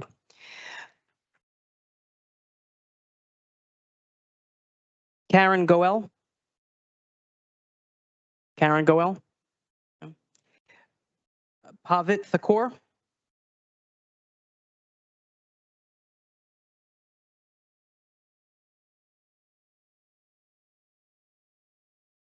Good evening, Council President and members of the City Council. I recently came across a City Council webpage that invited the Jersey City residents to submit their ideas. Thank you for giving me this opportunity to speak today. My name is Pavit Thakur. I'm 12 years old, an 8th grader at the Learning Community Charter School and a resident of Ward A. Today, I want to share how my experience with a kid-led initiative led me to the proposal I'm presenting to you. 4 years ago, I joined Recycle My Battery, a kid-led 501c3 nonprofit organization where kids learn climate action by actually doing it. I started small by placing battery recycling collection bins in my Taekwondo class, my dental office, and more. Over time, I expanded into my school, libraries, and even Stevens Institute of Technology. My school won a prize in the state Panasonic Eco-Citizenship competition. And recently we completed an initiative in the Hoboken Public School District, collecting over 6,000 batteries from all of the schools. I wanted to bring the Recycle My Battery Challenge to all the Jersey City public schools. It's hands-on, educational, and almost zero cost. Over the past 2 years, I presented my idea to the Board of Education, the Mayor's Office, and the Recycling Department. Every meeting went well and everyone was supportive, but the project is still under consideration. I believe that the challenge was not the idea, but navigating the system. Who to reach out to, how to make it a reality. This makes me think that there may be many kids in Jersey City with great ideas about the environment, education, public safety, and more. That's why I'm presenting and proposing the creation of a youth liaison position to assist the City Council, which is similar to what New York City, Hoboken, Elizabeth, and Patterson have in place. The youth liaison could act as a bridge between the youth and the City Council. For instance, the liaison council could connect with green teams and ESG type clubs across schools. Throughout the year, students can implement their own ideas and their own projects. And at the end of the year, we'll combine everything into a Jersey City Youth Report presented to the City Council annually. As Dr. Martin Luther King Jr. said, faith is taking the first step even when you can't see the whole staircase. Today, I'm taking that first step, and I hope the City Council will take the next step. Thank you.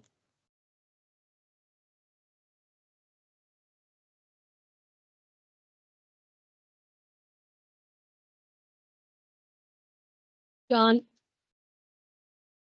Oh, 1 second. John, can I say, sorry. I just want to tell Papa that was awesome. We also had him speak at the MUA meeting because he has ideas around water and saving water also. So, you know, I'm very proud of you. And if we start that youth council, you're already spoken for. You have to come to the Ward A office. But I just wanted to tell you how proud I am of you and thank you for getting up here and speaking.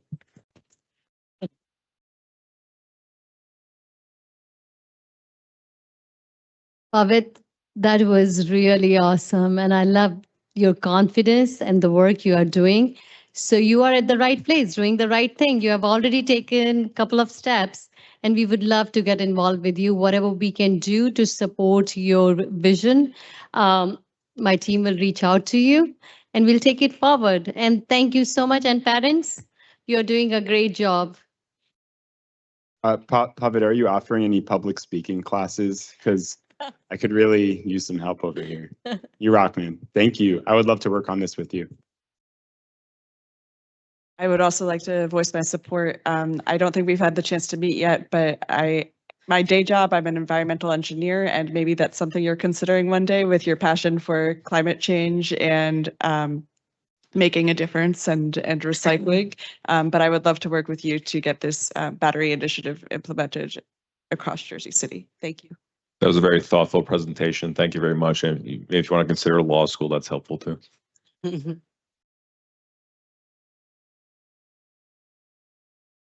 Shall we move on to the next speaker? Okay, the next speaker is Makai Okaro. No? Okay, Anne Marie Nazaro.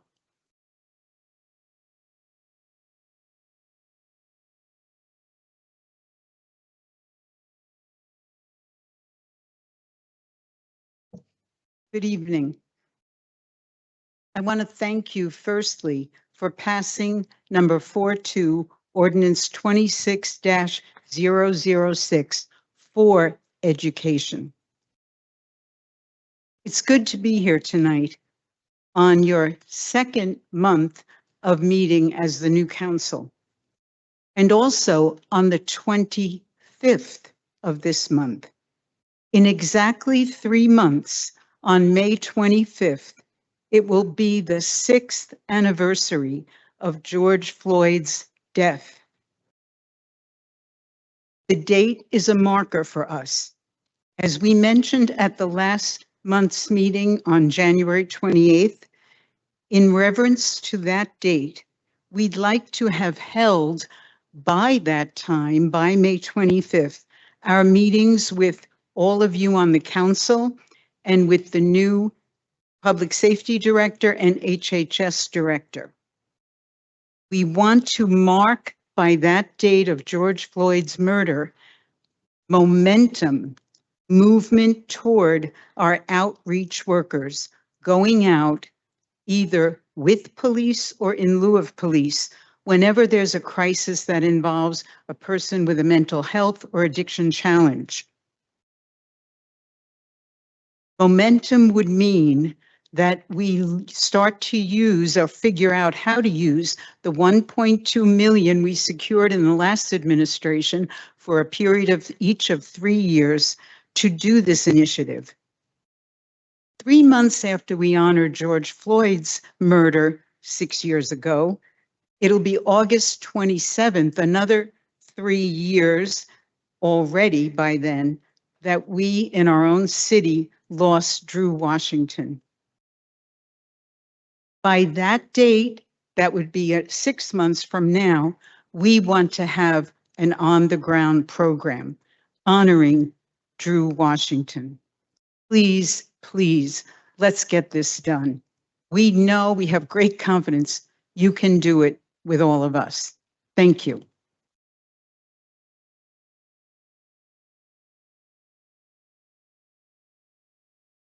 Tony Irvin? No. Ryan Spain? Okay. Beatrice Bofel?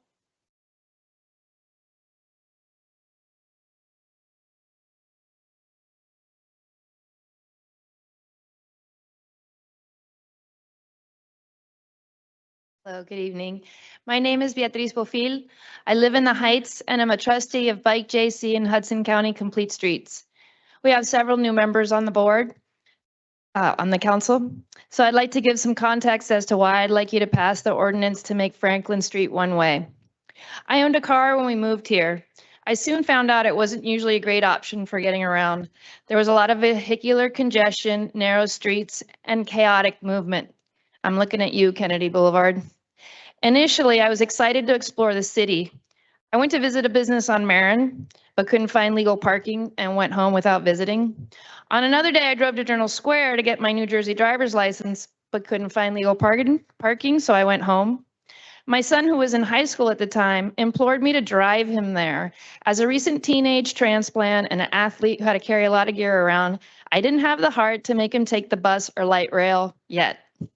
The 4-mile trip there took about 30 minutes, 1 hour round trip.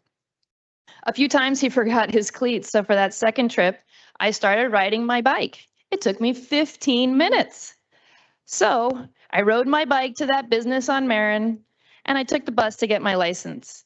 I began to ride almost exclusively because I wasn't stuck in traffic, I was getting exercise, I was moving efficiently and affordably. However, returning home from my commute from work in Manhattan was exhausting at the end of the day as I rode up into the Heights. As the car had become unnecessary and was more of a liability, I traded it for an e-bike to make that climb more easily. Now I run errands, get to work, go to the market, carry a heavy load, and have enough energy to do that daily. What is lacking is safety, but it is getting better. The protected bike lanes have been a game changer. As our network becomes more connected, perhaps more people will make the change like I did. I've already met some neighbors who have made the switch to biking since the advocacy work for the Franklin Street project started in 2023. The project garners overwhelming support as evidenced by the 700 petitioners who sent city leaders asking for this project to become permanent. I personally spoke with residents up and down the original project corridor, the majority which also support the project and found the street to feel much safer. If we added up what city staff and volunteers have spent in grant writing, demonstration installation and removal, community meetings, meetings with city council members, speaking at city council meetings, and the money produced for the final designs, we would surely exceed the $680K grant that the city was awarded to install this compromise plan that is perhaps 40% in scope of the original plan. In addition, the final design includes changes to address concerns of public safety. To not move forward at this point would be such an utter tragedy and waste of invested money and effort. Thank you. Thank you.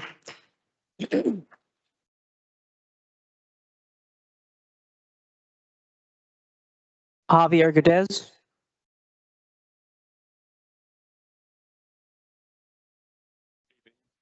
Ms. Javier Guedes, congratulations.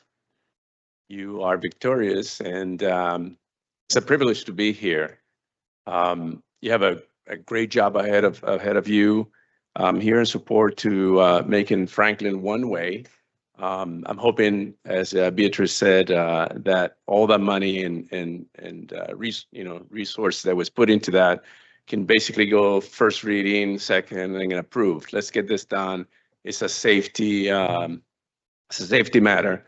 And also, as you're new and some of you have been reelected, things like this should be easy. These are easy, low-hanging fruits, safety stuff. Focus on how you're going to generate revenue to the city, enforcement, and actually, we had recently we had a meeting about the Franklin project. And the fire chief and these folks were worried about the time that it will take them to get to to a fire or to an emergency. So there was some compromise to make that possible for them. But there's just this, endless, fight against safety, against making Jersey City a safer city, really adopting the master plan. I encourage you to read it. It's really a really great plan. A lot of work went into that, which is you have a network of bike lanes. You get people biking, you get people walking, and it's good for the city. So think about Grove Street and some of these businesses. When you're driving, you want to get something done, you want to buy something quickly because you're late, it's hard to park. But if you're walking, it's easy. So you increase your revenues if you promote that. So be smart about how we're going to do the next, cycle here. Think about from buckets. How are you going to make things that are important, saved, revenue, anything? Just come up with a plan or have your master plan. So when we come and talk to you, you're like, oh, that makes sense. That will improve that district or that street or that school safety zone or, those businesses. Think about it that way. Don't think about it just a bike lane or just bikers want to get, their way.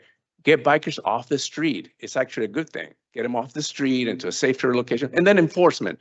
If you don't enforce, you're still going to have people, on e-bikes going fast. I have an e-bike, I try to respect the law, but there's just a lot going on. Control it. You have the power to it. So congratulations again. And this should be an easy, low-hanging fruit. Hope you pass it. Thank you.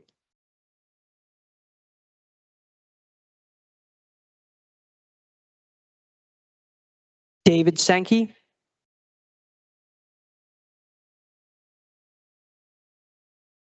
Hi, folks. I'm David. I live on Franklin Street with my family in Jersey City Heights, and I'm now a member of the board at Bike JC. Working on this very project has turned me into an advocate. I support the Franklin Street protected bike lane, and I hope you do too. I ride a bike, I advocate for bike lanes, but what pushed me into working towards safer streets was pushing a stroller around Jersey City. My daughter is a lot bigger now. I see some of my neighbors here, and they have probably seen her on her bike zipping around Franklin Street. She's a student at PS8 on Franklin Street.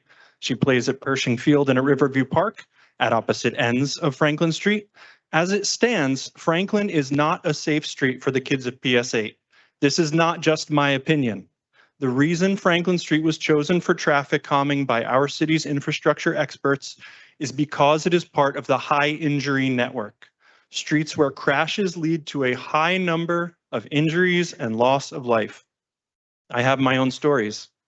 This winter, 2 minutes after I dropped my daughter off at school one morning, a car turned onto Franklin Street while I was in the crosswalk and didn't stop until I placed my hands on the hood and yelled loudly at the driver. I'm sure many of you have had similar circumstances. But my daughter wasn't with me, and I'm glad. She's not taller than the hood of most vehicles. We have had close calls when my daughter was with me. Just over a year ago, the driver of a pickup truck turned into the crosswalk where I jogged alongside her on her bike. He couldn't have been more than 2 feet from her when he stopped. His response was not to apologize, but to yell before I could get a word out that I needed to watch the kid. Other parents came to my defense. Just 2 blocks north, a friend of mine turned footage from his Ring camera over to the police when they came to inquire about a pedestrian that had been killed in a hit and run in front of his home. I avoided walking on that street for a week with my daughter because I knew there were still blood stains. Changing Franklin into a one-way street can save lives by reducing dangerous car traffic and reducing the distance children will need to cross the street to get to school. I don't know of any other elementary schools around here that aren't on a one-way street. Concerns about response times for firefighters have been raised. I'm glad to hear that those are being addressed by the city and the infrastructure department. Any reasonable city government will do everything in its power to prevent emergencies and not just respond to them. As a member of our infrastructure team stated a week ago at the public information meeting hosted by members of this council, more people died on Jersey City streets from car crashes last year, that includes pedestrians and cyclists, of course, than did in fires. We don't have a single protected bike lane in Jersey City Heights. We do not have one. That's right. This project is long overdue. It is fully funded. It has been thoughtfully engineered. It has been litigated by the public time and time again. It will protect our children. It must happen. Thank you.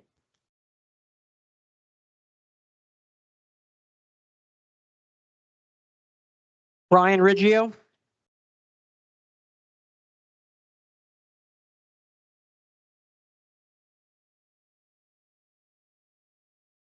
Good evening. My name is Brian, and I am a Ward C resident living in Journal Square and a trustee of Bike JC. Tonight is actually my birthday as well, so it gives you an idea of how important this is to me that I chose to spend the evening of my birthday here. I am speaking tonight in support of the Franklin Street one-way ordinance and the proposed bike lane. This has been nearly 2 years of demonstrations, meetings, fights, and extensions for a lane that's only half a mile long. This street was initially chosen because it is part of the city's high injury network, and this plan will address that, creating a secure way for residents to get to school and the park, and just a safer area for pedestrians and cyclists. The safer road will even benefit drivers by reducing congestion on Franklin Street, and then even further reducing congestion by encouraging people to get out of their cars and into the new protected lane. After incorporating input from the 2024 demonstration, community feedback, and concerns from fire and emergency personnel, the city's expert infrastructure team has created a great plan that works for everyone. This project will make residents' lives better. Please vote to support this project. Thank you. Happy birthday. Happy birthday, Brian. Karen Nelson. Evening. My name is Karen Nelson. I live up in the Heights. Basically, what I want to talk about is Franklin Street also. One, students need a safe way to get to school, not just to that school, but all of our schools in Jersey City. Two, there need to be safe ways to bike. Protected bike lanes do that. And three, less cars are on the road when we allow people to bike safely. I feel like a lot of times the argument is, oh, well, the bikes are in the way and the bikes are this. Every time I ride to school, which I do every day except walking today because it was a beautiful day out, I bike. I'm one less car in traffic. So everybody else that's driving, whether it's mobility issues or anything like that, I'm one less person off the street in traffic. Unfortunately, I am in the street because I'm biking. Every morning when I go to school, because I teach down in Hoboken, I watch cars run red lights. I see them speed through yellow lights, even though we have a 25-mile-an-hour speed limit in our town. We need to be able to walk our city streets. We should be able to let our kids independently walk to school, especially elementary schools. They're going to schools right next to their house, but it is not true. Every day I look at a crossing guard and hope that she doesn't get hit by a car that's running a red light, turning left, not looking, and all of the little kids, who somebody mentioned earlier, cannot be visible, usually over the hood of a car. Crossing a street should not be a death wish. I have been in a bike accident before, and I do not want anybody else to be like that. Luckily, I was fine, but it was not fun. We need to have a reasonable discussion. We need to educate people about bike safety, about driving safely, and about letting our kids be able to walk to school. Nobody else needs to die because they're being educated or walking to get food or walking to a park. Biking does not increase traffic, it reduces it. Protected bike lanes are what we need in our city. Thank you very much.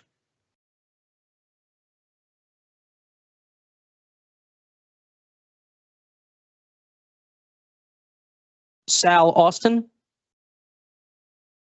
No. Emmanuel Morgan.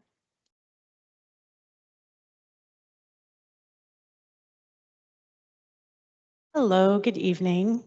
My name is Emmanuel Morgan, and I am a trustee of Bike JC, the executive director of Hudson County Complete Streets, and a Ward B resident.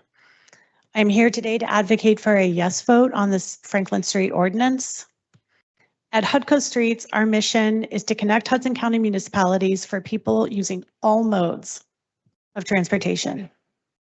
Bike and scooter usage in Jersey City has tripled since 2019, according to the city's Let's Move JC study. The proposed Franklin Street protected bike lane is deeply needed by residents to move safely east-west across the city. And it creates the potential to connect the bike lane to the bike lane networks downtown, in Hoboken, and in Union City. No Jersey City resident should fear for their lives while walking or biking in Jersey City. It is proven that protected bike lanes increase safety for all travelers, including pedestrians and drivers. Protected bike lanes reduce sidewalk riding. They get e-bikes off sidewalks by between 64 and 92%, depending on which study you read. I would also just like to say a word with regard to the fire department study. Last year, 3 Bike JC trustees met in person with Chief Johnson and Chief Hart. We all agreed that all of us are trying to save lives, but we are responding to different emergencies, and therefore we have different priorities. It is understandable that the fire department would prefer to have wide open, congestion-free streets without speed bumps all over the city. But we have speed bumps and we have delineators and we have protected bike lanes for the same reason, traffic safety. For 5 months last year, a coalition of Safe Streets active groups and advocates met with public safety officials, including JCPD and OEM, every month to discuss traffic safety. At the end of the year, we learned numbers that are at the forefront of my mind. There were 45 life-threatening, life-altering, serious injury crashes in Jersey City in 2025, of which 6 were fatalities. That's nearly 4 life-altering crashes in Jersey City every month, or 1 per week. Who will it be this week? Unfortunately, the fire department was missing from all of these meetings and the infrastructure department's Vision Zero meetings. So in addition to advocating for a yes vote to address the critical emergency of traffic safety in our city, I am also asking that JCFD attend the Vision Zero meetings going forward. This should not be too much to ask and will go a long way toward building the bridges we've been trying to build with them for years. Jersey City's Vision Zero goal is 0 deaths or serious injuries by 2026. That's this year. We must stay the course to achieve this honorable and necessary goal. Thank you.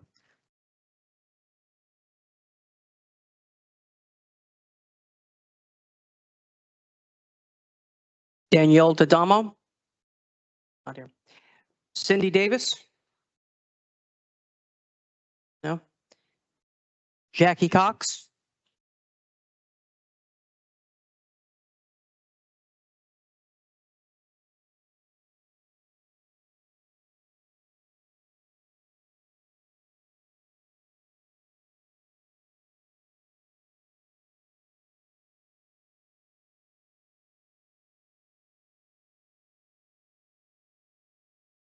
Hello, my name is Henry, and I am a kindergarten and PX16,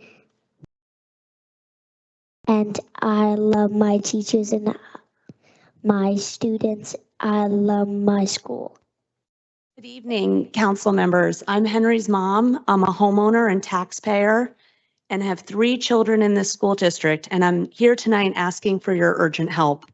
Starting next year, kindergarten will be ripped from our school community because of what the superintendent herself calls a crisis. Let's be honest, this is not a sudden crisis. This is a planning failure. Tower after tower rises along the waterfront. Luxury buildings are approved. New residents move in month after month. This growth was predictable. This growth was encouraged. Over the past decade, more than 9,000 residential units have been added to the downtown, with another 8,000 already approved or planned for. Based on the standard student yield projections, that growth represents an estimated 3,500 additional students. That's 3,500 children, and not one of these developments has a school in the plan. Where are these kids going to school? Families are paying the price. PS16 is bursting at the seams. Closets have become classrooms. Teachers have stretched every inch of the building to try and make it work. Try teaching 31 fourth graders multiplication and division in a classroom built for half the size. The gym is an oversized storage unit and kids are eating lunch in their classrooms. Public schools are the heart of this community. Approving massive development while failing to plan adequate neighborhood school space is unacceptable. We need a solve for this crisis. We need a permanent neighborhood school in the PS16 zone that can accommodate our growing community. And like that woman said back there, where kids can walk to school. We need a transparent plan, we need timelines, and we need to know that you're coordinating with the district to make this happen. How are we moving this forward?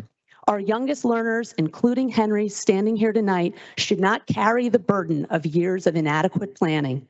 They deserve stable, neighborhood-based schools built for their developmental needs. And let me close by saying thank you so much for giving us the full 3 minutes to speak. Your peers at the BOE left us 60 seconds last week, which clearly were not enough, and I truly appreciate the opportunity to be heard.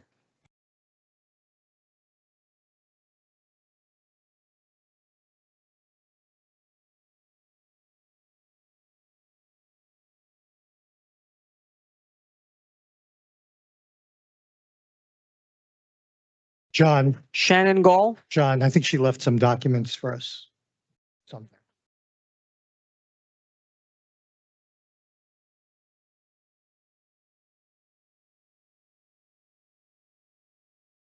My name is Timothy Gall. I am in kindergarten at PS16. I love my school. I love my neighborhood. I love going to school in my neighborhood. I have 2 little brothers. I hope they can go to kindergarten in our neighborhood too. Thank you for listening.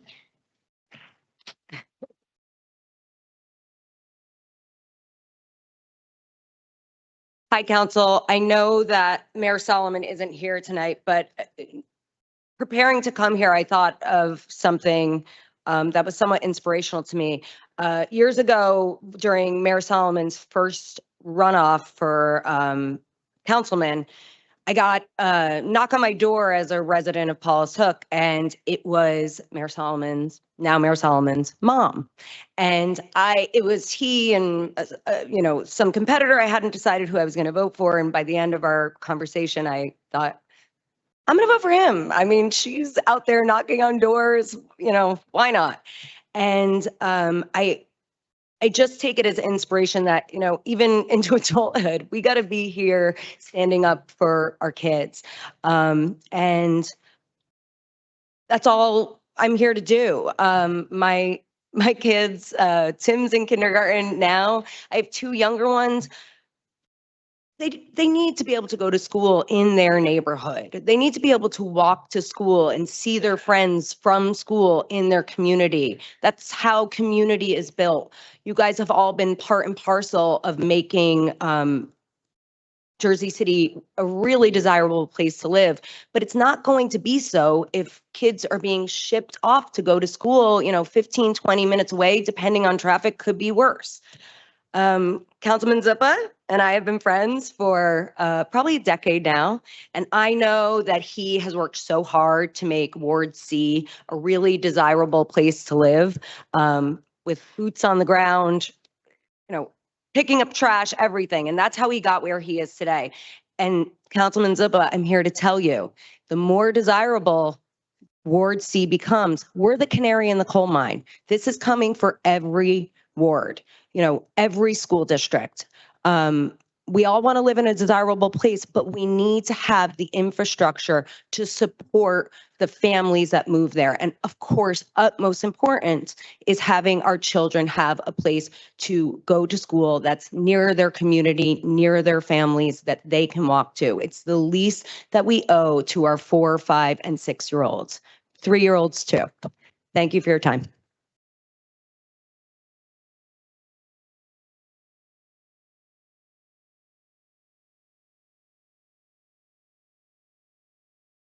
Rosanna Silber.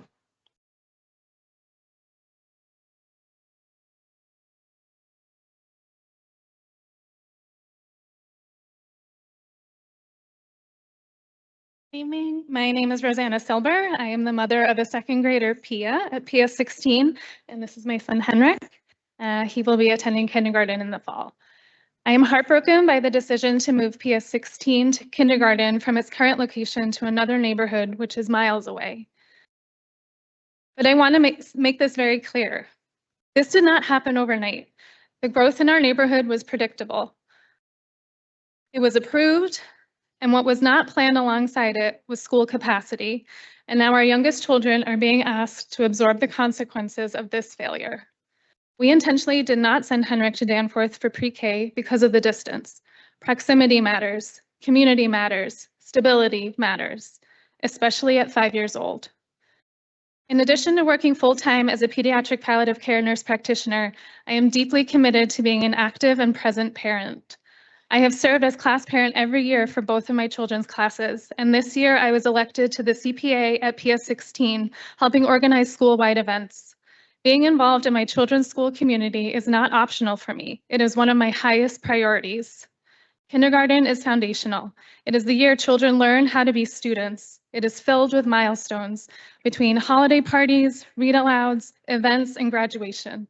These moments build belonging. They build confidence. They shape how a child feels about school for years to come. Moving kindergarten to a building significantly farther away limits meaningful parent involvement. It limits accessibility, it limits spontaneity, it weakens connection. And adding a third location strains the CPA and fractures a community that has been intentionally built across the main building and annex. Instead of strengthening Pia 16, this move divides it. If kindergarten moves this year, what happens next year? Are we back here discussing first grade? Our children deserve stability, not annual uncertainty. We need a permanent neighborhood school in the PS 16 zone. We need coordination between the city and the district. We need timelines, benchmarks, and accountability, not reactive last-minute decisions. Because this decision came so late, I missed the deadline to consider other options. We are pulling Henrik from one loving, stable environment only to place him in something that feels temporary and unsettled. That instability comes at the expense of my child. 5-year-olds should not bear the burden of inadequate planning. I am asking you to help fix the problem this city created. Please keep our kindergarteners close to home, protect the stability they deserve, and deliver a solution that reflects the scale of the growth the city has embraced. Thank you so much.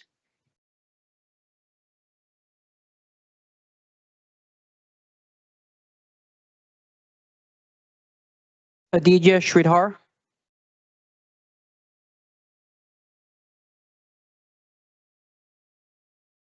Good evening, council members. My name is Aditya, and I'm here speaking to you in favor of the protected bike lanes in Franklin Street and Central Avenue. I am a resident of the Heights, and you can find me regularly in Sherman Laundry, Salsa Fever on 2, or getting groceries at Stop and Shop.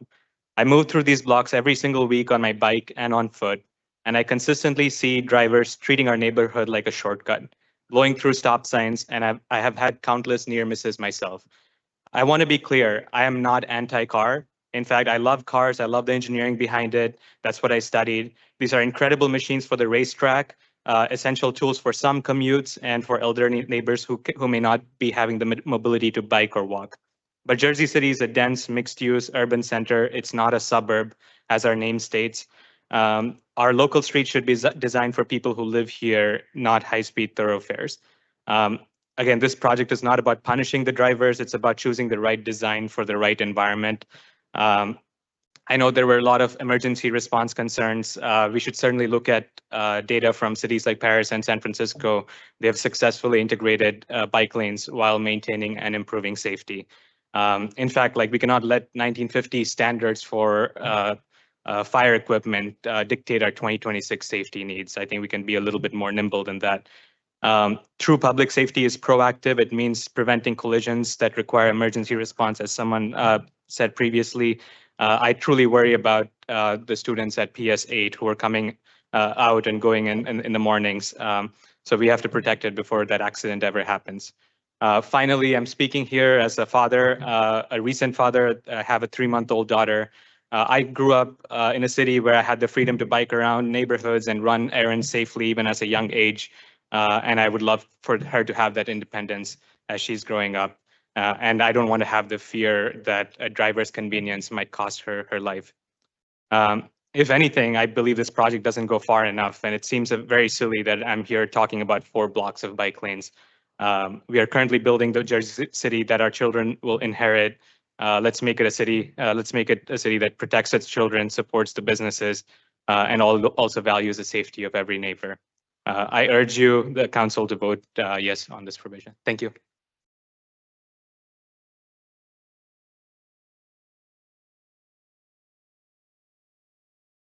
Catherine Moore.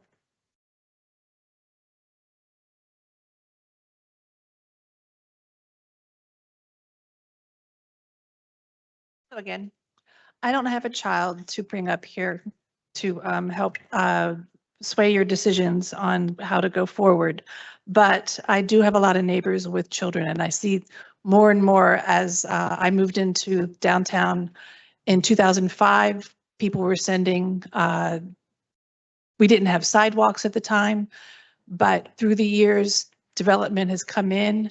Many parents in the early days moved to Montclair, moved to Maplewood, kept their apartments as investments, but they didn't have a place to keep their children safe. PS 16 has always been our school, and since 2005, it has increased. I think that we were saying over 9,000 units have been built. Just this past week, PS 16 sent out a letter saying that the district has increased 258% increase in enrollment. We still have another 8,000, 9,000 units that are going to be built in the next 10 years. 5, 6 of them are currently under construction. What we're having now is what was going to be commercial zones. Commercial buildings are be turning into residential, so it's not necessarily something that master plan really truly had in mind. Just last week, a commercial building in Newport has added 9 stories of residential on the top of a commercial building that never intended to have residential there. So what we really need for downtown in general is a summit to look at where the school locations could be. We need to publish the data of the enrollment of each district and classroom size so you can see what Northern Downtown, Journal Square, and PS 16, what our chances are and how we can monitor what is going to be happening in the future. So if we can just stick to, I don't, well, even now, you know, you say you have like 1,000 units, you know, could go at the corner of Bay and Marin. That's another 1,000 units that's not on our list. So, you know, what else is going to be coming down the road? And there's no reason, like once the kindergartners go to another place, the next step is going to be the first graders, then it's going to be the second graders, and these people could just be put into a new school. So we need to find that place, and we need the community to be a part of that conversation, and we can look forward to seeing if we can solve this problem together. Thank you.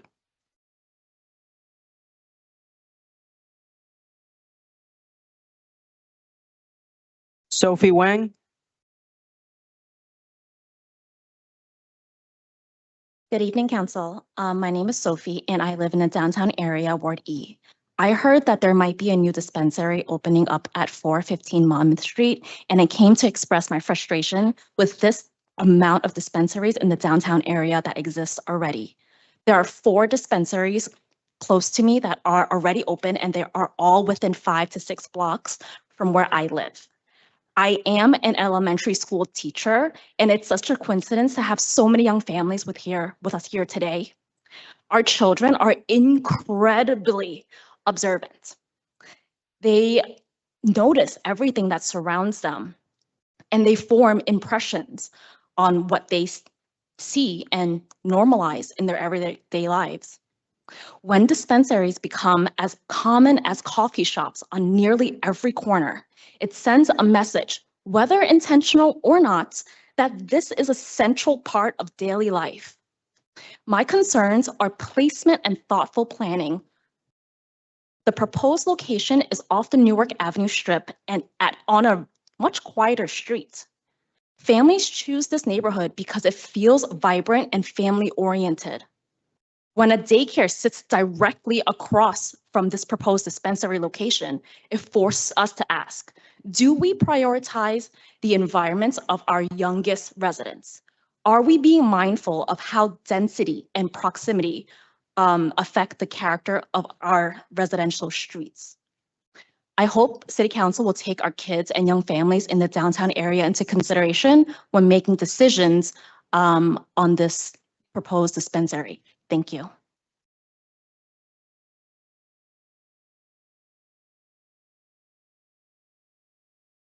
Nirmal Shah.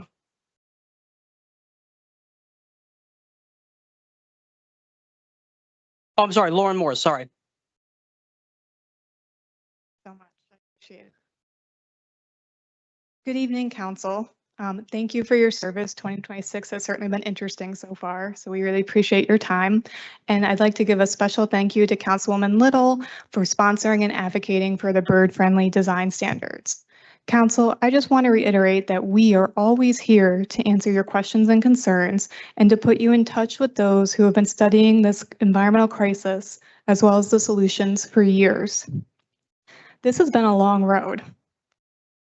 But our commitment to this ordinance and to doing our part to contribute to a better Jersey City for people and wildlife alike is stronger than ever.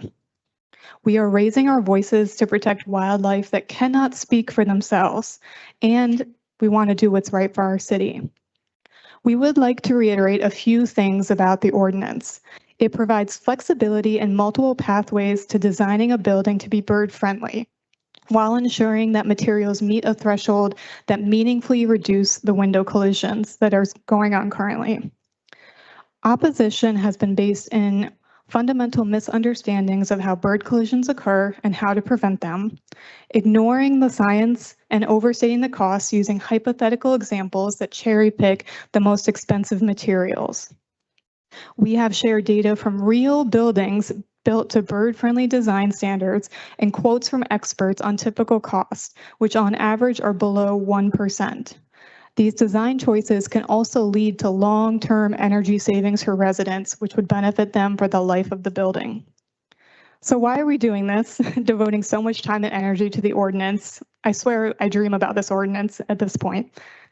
Because people need to do something, because we need to do something, because birds are dying needlessly and horrifically in our streets, and we can do something to prevent that. It's really that simple. Soon, migration will be ramping up again, and our amazing volunteers will be back out there at 6 a.m. when dawn is breaking to pick up dead and dying birds from our streets. Birds like the ones we've shown you, like 30 dead songbirds collected by just one volunteer on one morning. We hate taking these photos, and we know you hate seeing them. But this is what happens, and it will keep happening without action. This is the first step, and we are looking forward to taking it. Ultimately, we want a better Jersey City for people and wildlife, and this ordinance is needed to make that happen. It's urgently needed. Let's act now to make a greener, more beautiful city for all of us for generations to come. Please support the bird-friendly design standards. Thank you so much.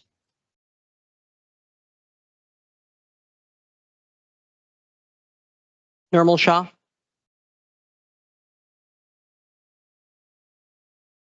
Hi. Dear council members, my name is Nirmal Shah. Thank you for your time and opportunity to speak today. My concern is simple and urgent and echoes the grave concerns raised by previous parent speakers. The lack of long-term capacity planning for PS16 and impact to downtown Jersey City families. I'm a parent of a pre-K4 student at PS16. My daughter is seated right there and she's watching this very closely. This September, she was supposed to go into a neighborhood kindergarten school, but instead, the Board of Education has decided, without any parent input or consultation, to continue to bus all the 5-year-olds to the Danforth Center, which is about a 20-minute ride with no traffic. 20 minutes for a 5-year-old is a long distance from community and from belonging. This is not planning, this is reaction. In last week's meeting with the BOE, there was a motion to review audit results of expenses, which was rejected. If there is nothing to hide, then why block the transparency for the parents? In the same meeting, we were told to ask the governor for funding. Respectfully, if there is a problem at my house, I'm not going to call the president. I'm going to fix it myself. In the same meeting, motion to find long-term solution for PS16 space issues was agreed. But isn't that their responsibility anyways? You don't need a motion for that. For over a decade, we know downtown Jersey City has grown at an astronomical pace. Thousands of units, high rises, growth was predictable. But what about the school capacity plan? Vacant retail spaces sit throughout the downtown today. We must evaluate them for classrooms. And the numbers speak for themselves. The capital spending on facilities is roughly around $20 million, so about 2% of the budget, compared to the transportation cost, which is about $33 million. So we are spending more to move children away than to create space for them here. We also hear that the third floor renovations at Danforth centers are taking place, where my daughter currently goes for pre-K 4. If so, parents must see those classrooms now, not on the first day of the school in September. Full transparency, full safety, no exceptions. Right now, responsibility is being passed between the BOE and other city departments like a ping pong match, and our children are not to be passed around. Kindergarten belongs in the community it serves, so I ask and urge for three things: transparency, ownership, and immediate action. Work with the developers, explore the modular classrooms, lease space, rezone intelligently, but do the hard work now and not after another generation is displaced, or when we are here again next year talking about the same issues with the first grade, second grade, and so on. Empathy, leadership, and urgency matters, because failing to plan for classrooms is failing our children and failing our community. Thank you.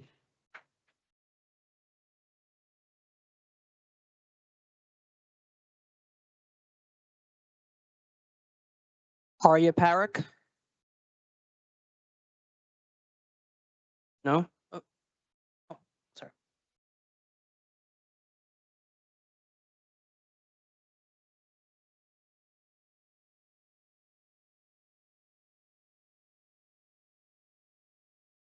Good evening, everyone. My name is Arya Parikh, and I'm a fourth grader at BS16. My sister is starting kindergarten next year, and I've been counting down the days until she joins me at my school. But now finding out that she has to go to a completely different school 20 minutes away. That's not the annex. That's just far away. I want to create a lifelong memory and share my school with her. The after-school programs I love, the celebrations we have together, even just wearing dress down on the same day. I remember when I was in kindergarten and got to go to the main building for the holiday sing-along. Being in the auditorium felt, with all the older kids, felt like I was part of something bigger, like I belonged. My sister deserves that feeling too. This might sound like small things, but to a little kid starting school, they're everything. They're what makes a school feel like home. I still remember my kindergarten teacher and our teacher's assistant. They are some of my favorite memories from PS16. Even with a full class, they made sure to see every single one of us. I want my sister to have the same experience. Why is moving kindergarten out of our neighborhood the only resolution? I know our school is crowded. My class has 32 kids, but I've seen how the teachers work hard to make it better. For example, some students go to enrichment. The class gets a little smaller, and everyone gets attention. Why isn't adding teachers' assistants part of the solution instead of moving my sister 20 minutes away? And here's what I don't understand. PS16 has grown 278% in 16 years. That means the adults in charge have known about this for a really long time. This isn't a surprise. There are thousands of new and upcoming apartments in downtown New Jersey. Now, why are we, the parents and kids, one being surprised now? Why wasn't this a plan made years ago? And why is this happening so fast? Kindergarten is scary, but my sister isn't scared because she knows I'm there. Being in the same school as me made her feel safe and excited to come. Taking her away from that, for me, is just overcrowding a problem. It takes away the one thing that's making her feel ready. Please keep kindergarten connected to PS16. Thank you.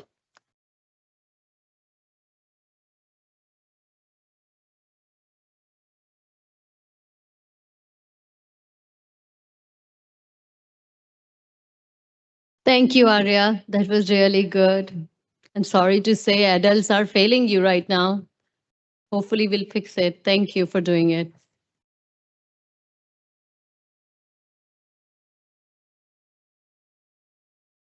Neha Sobnis.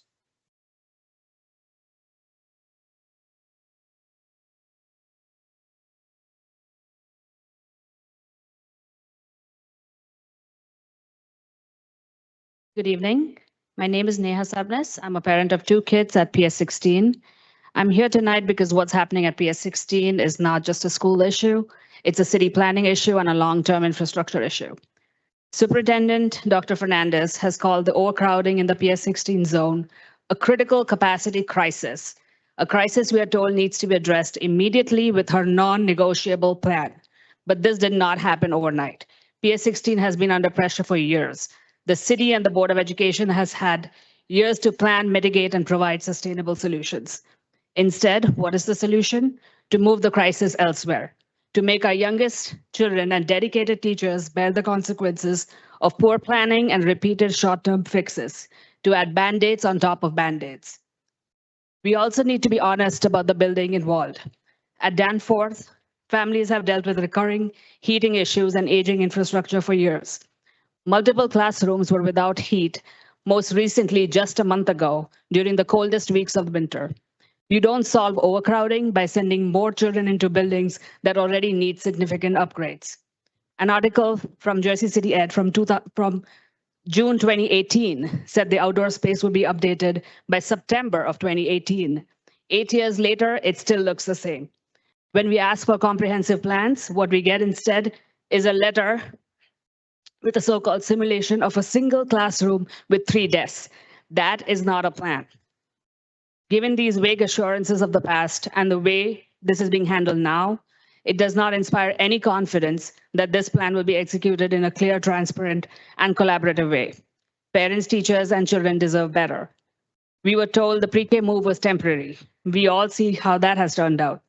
We cannot accept another temporary solution that becomes permanent by default. We need a real plan and a long-term solution, including for pre-K. Until then, kindergarten has to stay in the annex. And we parents are here to help support and collaborate with you every step of the way. Thank you.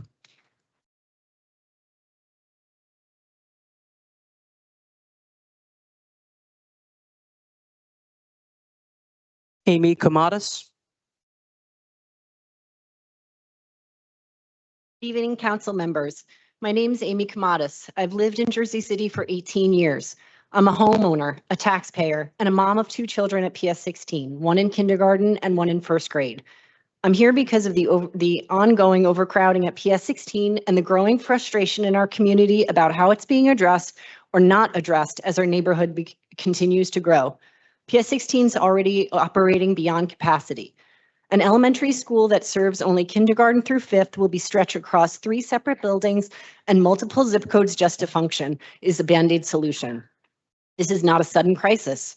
For more than a decade, large-scale residential development has accelerated in this neighborhood. PS 16's strong reputation is highlighted in marketing materials to attract families into new buildings, but nothing is given back to our community. Growth was incentivized, infrastructure was not. Major residential projects are still under construction and being approved, meaning overcrowding will continue until there is a structural solution. What families are experiencing right now feels like a runaround, with responsibility split between city and district and no clear ownership of the long-term solution. This has to change. Growth decisions are made here. The consequences are being played out in our schools. So tonight, I'm asking for clarity and commitment. What is the city's concrete plan to align development with school capacity? What is the timeline that this community can expect? And how long will you ensure that this does not continue to repeat itself? Our kids are not temporary. Our community is not temporary, and the solution cannot be temporary either. Thank you.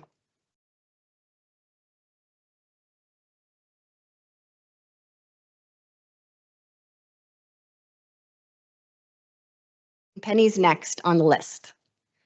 Okay. Hi, my name is Penny Neski. I'm 5 years old. I go to PS 16. I am in kindergarten.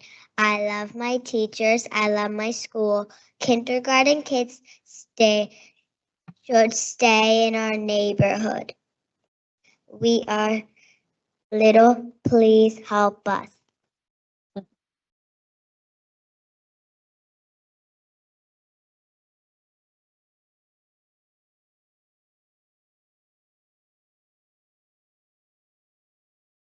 Kevin Davis.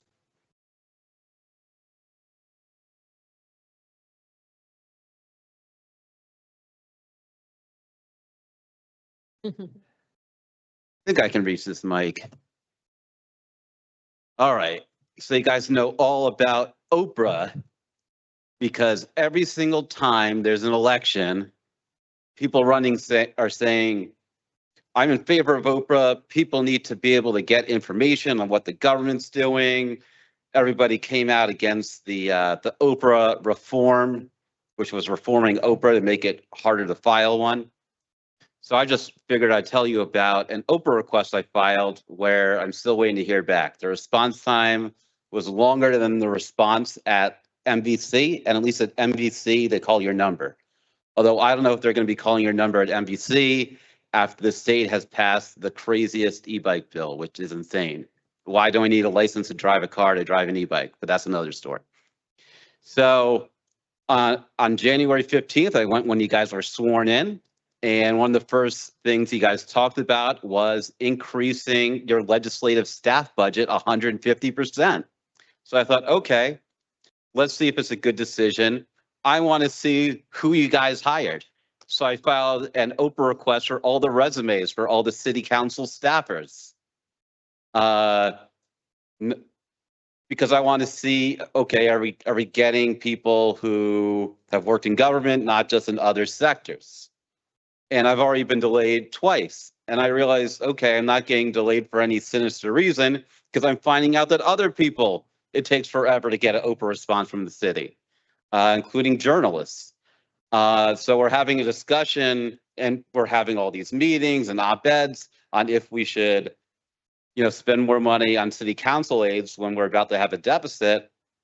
Well, we do have a deficit in the present tense, but we can't even know the quality of what we're getting.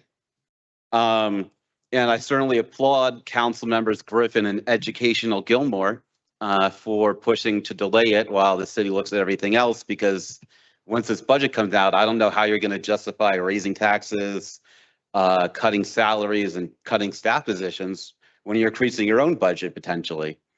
So it should have been an educational moment from Educational Gilmore.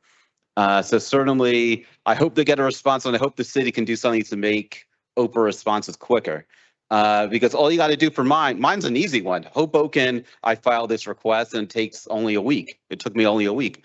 You just take a black marker and you cross out everybody's address and all the personal information. The only person's address I want to know is Tina Knowles, because I bet she throws great parties, but I don't really care about that. So please fix it so we can get our Oprah request filed quicker.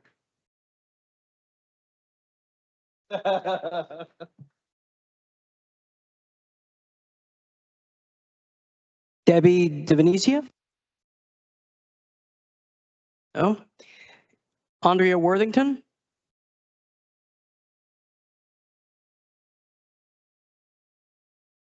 Evening. My name is Andrea Worthington. I have a major fear of public speaking, but I have a bigger fear for what's happening to our children. I'm here to speak of two major problems facing our kids in Jersey City. The first is the very last minute announcement of moving kindergarten to Danforth, as I'm sure you've seen and heard a lot of kids speak of, and their parents. My family moved to this neighborhood only for the reason of PX16, because of its reputation from both of my children. When my youngest son turned 3, I was heartbroken to learn he had to be bused 20 to 25 minutes away. But we had a light at the end of the tunnel that he would be close by in kindergarten. He's now in kindergarten, but I sympathize with all the other parents who are suffering through long distance pre-K and now have to do it as well in kindergarten. Kindergarten is when they really start to learn, when they start to be students. When my son was at Danforth, I didn't have a car. It was a 25-minute cab ride each way, whenever he was sick, whenever there was an event. This ended up costing a lot of money. Then there's the bus chaos. I highly suggest that you come and check it out because it is heartbreaking. Children become misplaced. They're in constant harm's way. Cars constantly want to go around the buses, cutting them off, parking where the buses are supposed to park. And finally, There's the traffic time that eats into the learning time.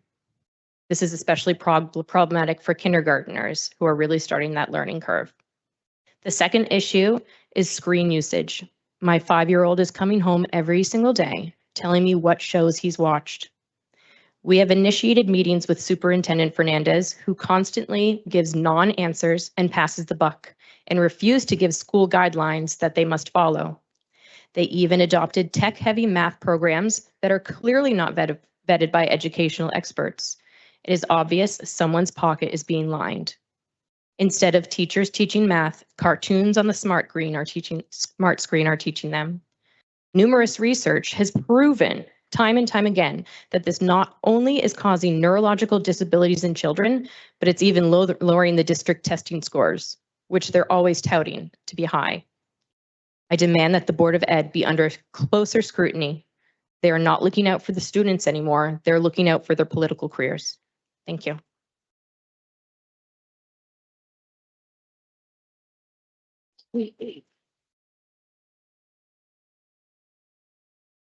I see Eric Connor listed here, but I believe he's already spoken. That's just a duplication. The next speaker is Ivan Ovali.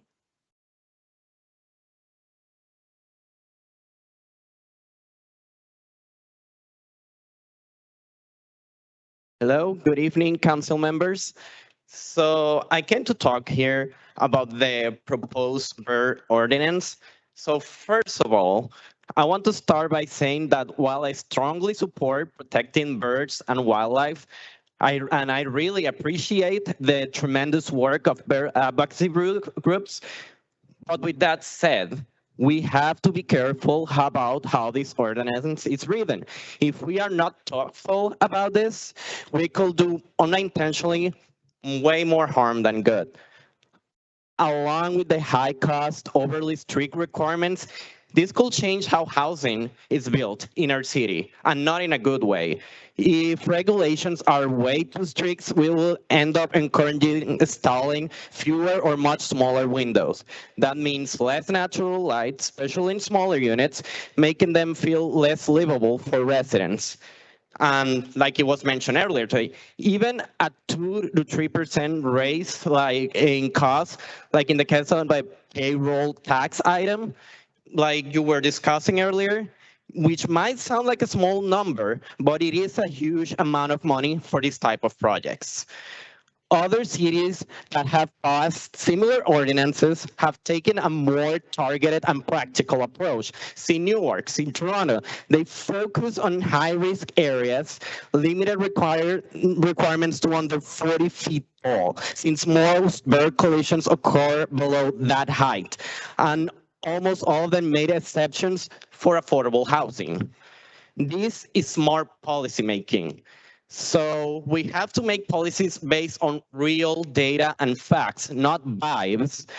Let's take, for example, speed limits. We don't have a citywide blanket speed limit for all streets. It all depends on the context. We apply different limits based on the road itself, like, for example, near school, parks, where risk is the highest. That, along with proper enforcement, of course, increases street safety without sacrificing mobility. Affordability has also been a big priority for the mayor, and without thoughtful amendments, this ordinance goes completely against that. So if you want a more affordable Jersey City, please make the necessary amendments, because the way it is right now, it could hurt many residents like me. Thank you. Council President, if I can just, and to the clerk, if I can make a quick statement, because I see people are, have young children, they'll be leaving. So I just wanted to thank everyone who's come out to speak, whether it was on PS 16, on Franklin Street bike lanes, one-way street rather, Franklin Avenue, and on Bay Street development and any other issues. I've gotten a lot of communications from a lot of people on different issues, but I honestly have not gotten anything from anyone on PS 16. I did get the privilege of talking to Councilwoman Singh, brought this to my attention, and more recently the mayor's office did as well. But I haven't spoken to folks, so I'd love to communicate with you. I know you got young kids, you might be leaving. My council aides are out here, and I'm going to ask them to stand up and raise their hands. And if you can just, if you would like to connect with my office, I'd love to hear more about what your, the ongoing concerns there and what the issues are with regard to PS16 beyond kind of what's been discussed here publicly. Okay? Feel free to reach out to them if you want to talk to them. If not, then that's fine too. Thanks.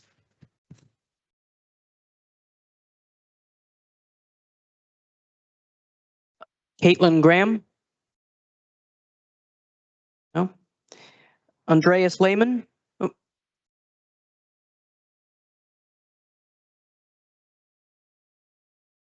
Andreas? Yep, Andreas Lehman. Good evening, council members. My name is Andreas Lehman. I'm a parent in the PS16 public school zone. I'm here because downtown Jersey City has a school capacity crisis that has come to a head. A crisis that was entirely predictable, that has been neglected for years, and that this body, together with the school district, has the power to address. For years, pre-K3 and pre-K4 students have been bussed out of our neighborhood to Danford and Greenville. Parents were told this was temporary, but it has turned into a permanent status quo. Now kindergarten is being moved as well because long-standing planning failures have led to chronic capacity problems for the school district, and the school district and the city have failed to address again and again.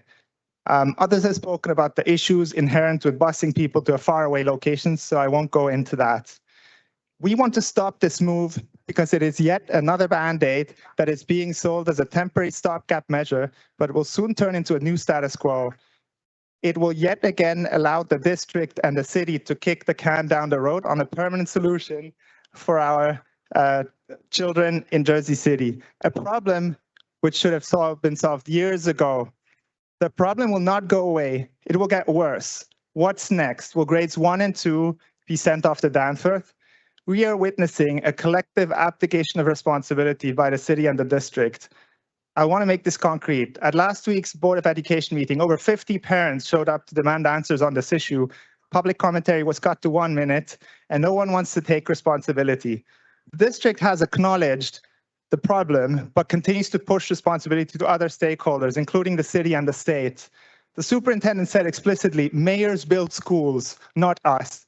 At a recent planning board meeting where parents spoke up, the response was, and I quote, schools aren't our purviews. Talk with your councilman, talk with the mayor, talk with the Board of Education. You cannot just stop 2 buildings coming up for schools and everything.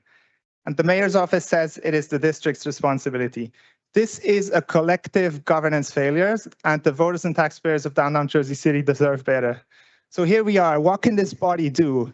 It's the city's job to manage enrollment growth, development planning, and infrastructure alignment to ensure residents have access to quality education within their neighborhood. There's tens of thousands of units coming up, and we need to make sure that we address this issue now. So the question is, which current upcoming developments is the city engaging with regarding school capacity? What redevelopment agreements are being used to secure school space? The city has leverage to address this problem, and we demand that this leverage is being used. And make no mistake, right? PS16 is a canary in the coal mine, as others have told. The same issue is going to come to other areas in the city, and we're asking the council to take responsibility today and work with the district to solve this issue once and for all. Thank you.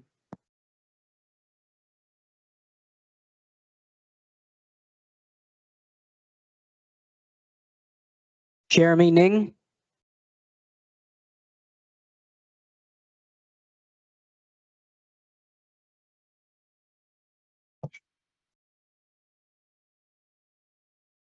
Good evening, everyone. My name is Jeremy, and my daughter Maymay here as a student at PS16.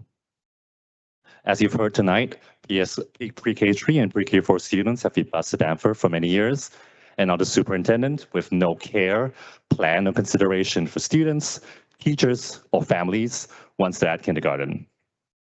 Now, I'm not an expert on city planning. That's all of you seated at the table today. But I have played SimCity, and today I want to share 3 lessons I've learned from SimCity that I can't believe I'm still seeing in Jersey City today. Number 1, when you build more homes, you also need to build more public services. That includes hospitals, parks, police stations, fire stations, and of course, schools. If you don't do that, your Sims get unhappy. They move to the suburbs and you lose the game. Lesson number 2, when you have an old abandoned building, you tear it down and build a new one. You don't start moving 3, 4, and 5-year-olds inside. And even more so, you don't start doing construction on the 3rd floor that risks disturbing asbestos-related materials. Lesson number 3, someone needs to be in charge. It's absurd to me how we're playing this game of pass the parcel between the mayor's office, the BOE, the SDA, the HEDC, and other acronyms that I can't even begin to understand. We're calling on you, our elected officials, to step up, even if it's not within your so-called job scope. Anyone who does that will have the support of hundreds of parents for many years to come. My last observation about SimCity is that it's great, because you can very easily tell when your Sims are happy or unhappy because they show a green face or red face. And if you couldn't already tell, there are a lot of red faces in the crowd here tonight.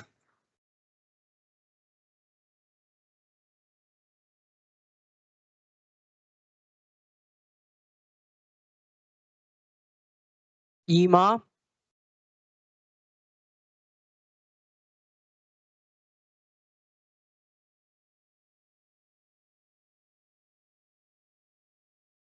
Hi, good evening, council members. Thank you for giving me this opportunity. I am a PS16 parent. The superintendent released a letter on February 19, stating kindergarten student of PS16 will be relocated to Old Denver building.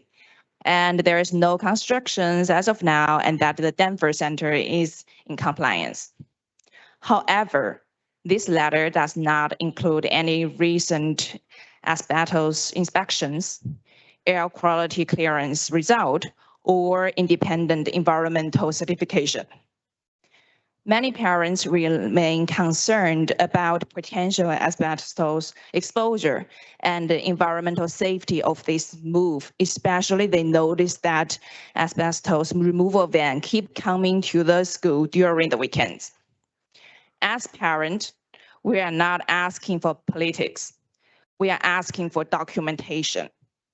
Before children are relocated, can the city request that asbestos survey, environmental report, and compliance certifications be publicly released? Transparency is the simplest way to restore trust. We all agree overwhelming and overcrowding is a problem, but safety verification must be clear and documented before any official announcement. I love Jersey City from the bottom of my heart. However, I know many pre-K4 families are seriously considering leaving because the uncertainty surrounding this situation. I also know that there are many parents here tonight, even they do not sign up to speak, and many more could not attend are watching online. We all live in Jersey City.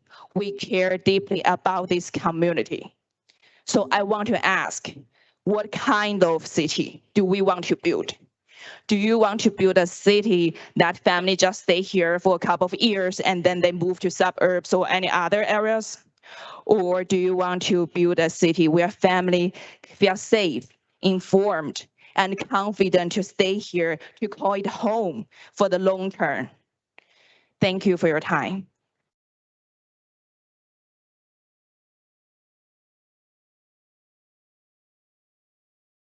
Tom Keene,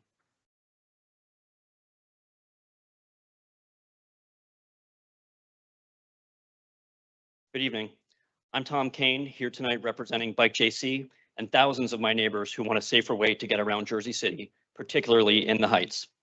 I urge each council member to vote in favor of Ordinance 26-010. This ordinance would reconfigure Franklin Street into a one-way between Palisade Avenue and Central Avenue, allowing space for urgently needed safety improvements. These safety improvements include a two-way protected bike lane and pedestrian infrastructure, such as concrete curb extensions, high visibility crosswalks, and school zone markings for PS 16. This location was chosen because of its location on Jersey City's high entry network. As if that's not enough, this project is already paid for. To recap the history of this project, the city worked with Bike JC to apply for and to win a grant from the state in 2023. The Department of Infrastructure created initial designs, and volunteers built a demonstration on Manhattan Avenue and Franklin Street as a proof of concept in 2024. Professionals were able to watch how all users of the street interacted with the proposed design. Their feedback was then incorporated into the designs, including shifting the focus to Franklin Street. The design of these improvements has been informed by a robust and thorough public engagement campaign, which included community meetings and surveys. Over 800 of our neighbors signed a petition supporting the project and sent letters to the council. That's 800 of your constituents asking you to approve this ordinance. Residents, business owners, school administrators, and city departments have had more than 2 years to share their input. The design was recently updated to include feedback from the fire department. Franklin Street is the perfect location for this project. It's adjacent to the business quarter on Central Avenue. It connects Pershing Field to Riverview Park and will help alleviate dangerous street crossing conditions for the families of PS8. We are long overdue for these safety improvements in the Heights. This particular project is fully funded via the state grant. If the moral imperative of safer streets is not enough to win your support of this ordinance, consider how unconscionable it would be to reject free money in the city's current financial climate. With a moment of time remaining, I'd also like to state how disappointed I've been this year at the city's efforts to remove snow from the protected bike lanes. Protected bike lanes are critical infrastructure. Jersey City has a responsibility to keep them clear for the thousands who use them year-round. A full month after the last storm, the 18th Street protected bike lane was still impassable. That is truly pathetic, and we expect better.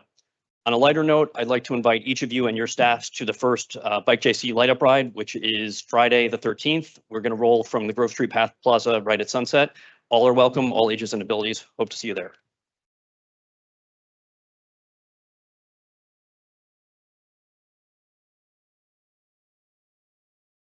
The next speaker is Nirmal Shah, but I believe you spoke earlier. Is this? Yeah.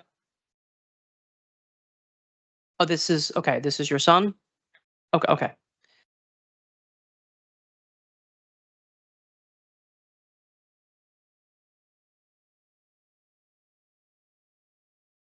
Good evening. My name is Shivansh and I am 8 years old. I'm here because I care about my sister and other kindergarten kids. Moving kindergarten to Danford means a 25-minute bus ride, and on bad weather days, almost 35 minutes. That is a very long time for 5-year-olds. I watched my sister go on the bus last 2 years already, and it is very uncomfortable. My family are immigrants. We have been here since I was 4. It took us years to build our community. Our school is not just a building. It is our second home. Our teachers and friends feel like family. Now families are talking about moving away because of school issues, including mine. We finally settled here. Please don't make us start all over again. Schools should make children feel safe and supported, not stressed. You have the power to make the right choice. These small kids and their families deserve better. Thank you. I just wanted to, we just get the young man's name because we have it listed twice as his father, but what had it? Ansh Mehta. Can you spell that? Hindansh. Thank you. Thank you. The next speaker is Tony Borelli. Hi, Tony Borelli, Vice President of Bike JC.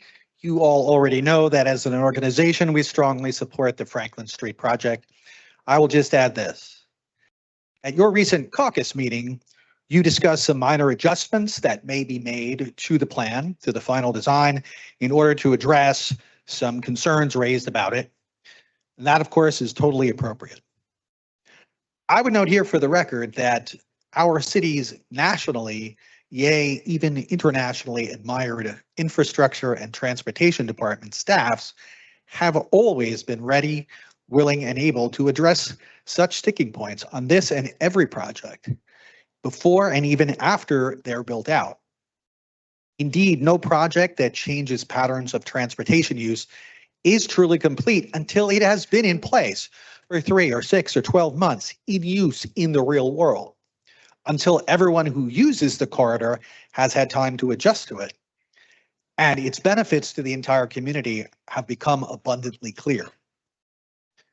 With that in mind, we ask that anyone raising further concerns about this eminently worthy project, or anyone hearing them, as you inevitably will, treat them as opportunities to make it that much better, rather than a reason to support nothing but the failed status quo.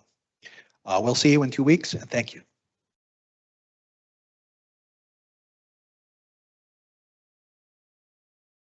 Carol McNichol? No? Carol? Renee Perna?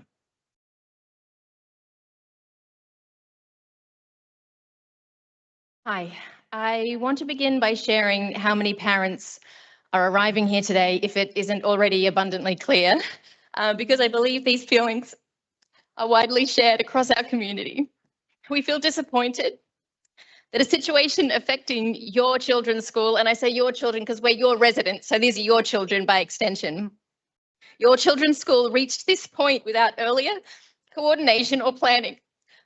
Sorry. We feel confused because many of us have taken a crash course in Jersey City development, historic building regulations, and even the ins and outs of asbestos abatement, just to understand what is happening to your children's school.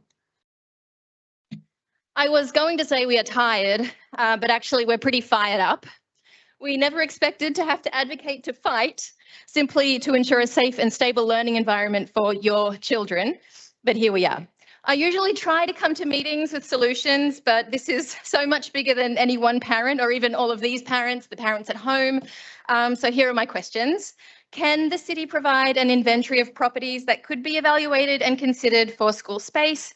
We could probably help you with that at this point. How does the city currently account for school overcrowding when approving residential development? Will council formally advocate alongside parents and teachers to prioritise a school solution? Given over a decade without a long-term plan, will council commit to convening a joint planning process with the Board of Ed and relevant state agencies? I understand the city does not operate the school district, but the city plays a critical role in planning land use and coordination that directly affects school capacity. To the superintendent and the Board of Ed, poor communication cannot be blamed on a lack of funding. Poor communication reflects a lack of respect for families, educators, and this community. We deserve transparency, support, and a clear path forward. We will continue to advocate. We will continue to show up.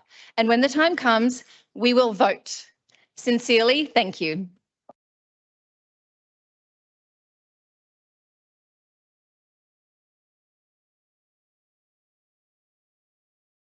Dana Heyman?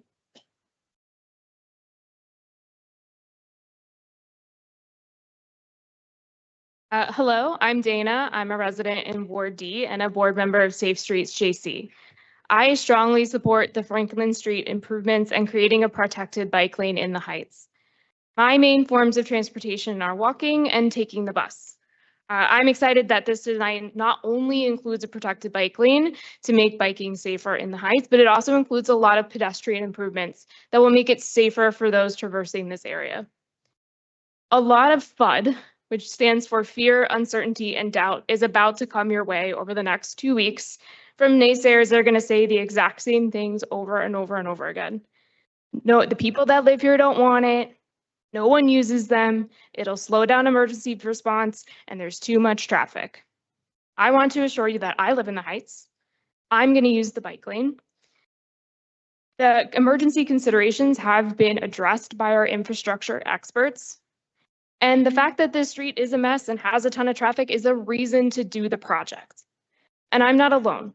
The 700-800 people that wrote letters to your predecessors asking to have this bike lane put in place agree with me. I urge you all to vote yes on this ordinance in a couple of weeks.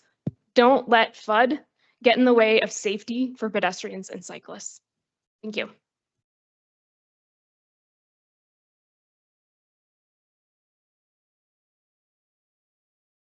Kendra DeShulgan?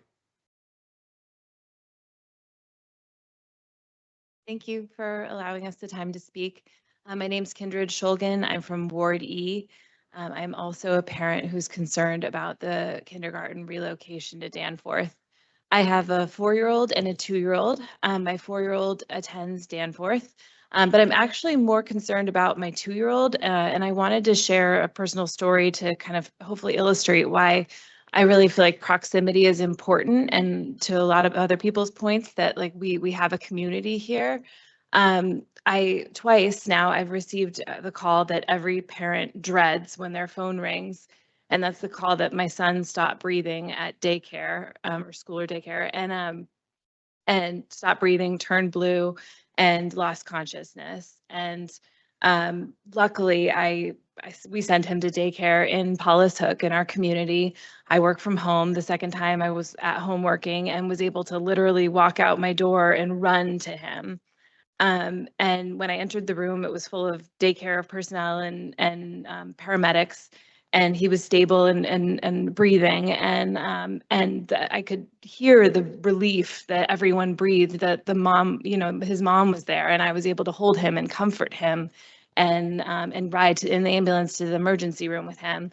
And I think that, luckily emergencies are not frequent, but I think that that sort of scenario should be given consideration, that proximity is really important. Our children don't deserve to go through an emergency without the parent able to get there and be their advocate.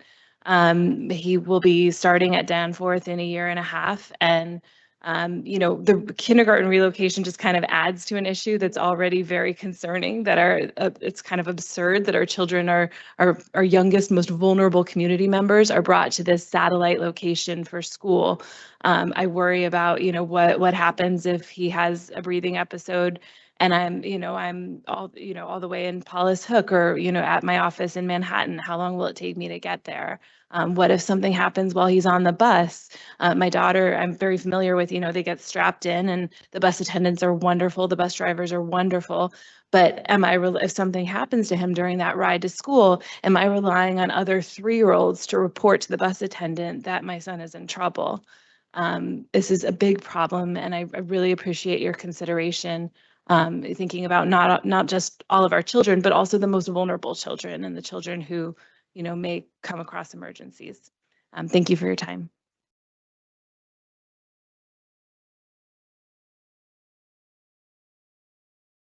Bill Lillis. Bill? If I may just say a word to the PS16 parents. I know some of them have left already, but for the ones who are still here, I know some of you live in Ward E, some of you live in Ward F, but it doesn't matter. I am committed to working, exhausting all avenues to try and find a way to get another school built downtown.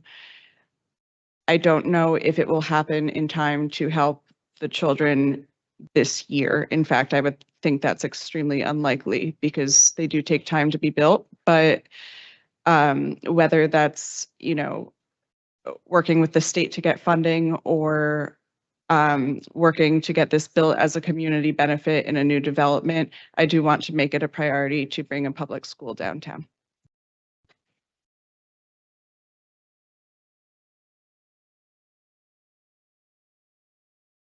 David Putnams.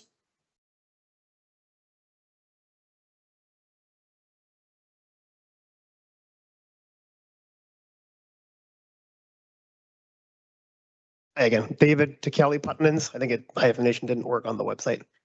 And I'm here with my son. Can you say your name real quick? Hi, my name is Molly. So I'm here to talk about the kindergarten move to Danforth, like many parents here today. In case you're wondering how much these parents really care about this, his bedtime is 7:45, so I am screwed tonight, but I'm still here to talk about it.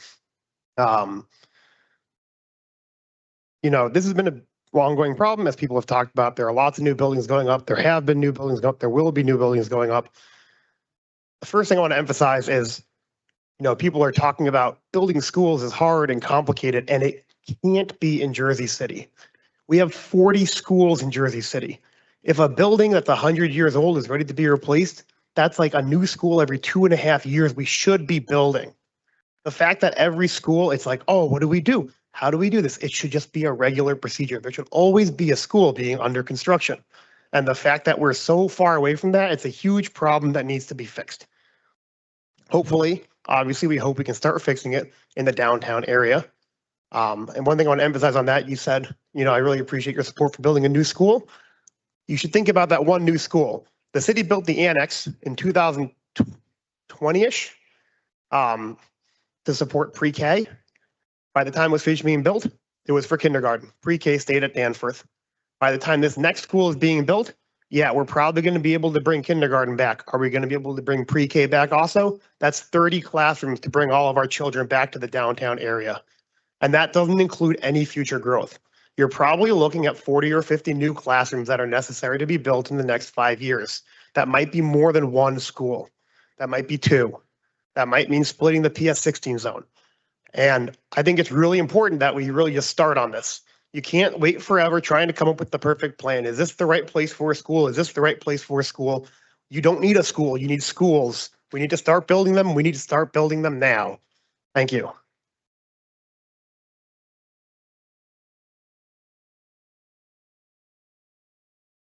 Monica Del Rio.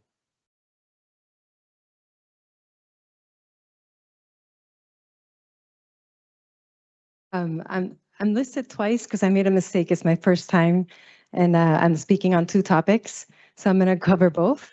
So I'm going to start with relocation to Danforth. My name is Monica. I've been a resident of Jersey City for the past 4.5 years. I am the mother of 2 children, my daughter Liliana, who's 9, who is speaking after me, and she attends PS16, and my son, who's in pre-K 4 at Danforth. My son will be part of this first class that will be impacted by the proposal to relocate to Danforth.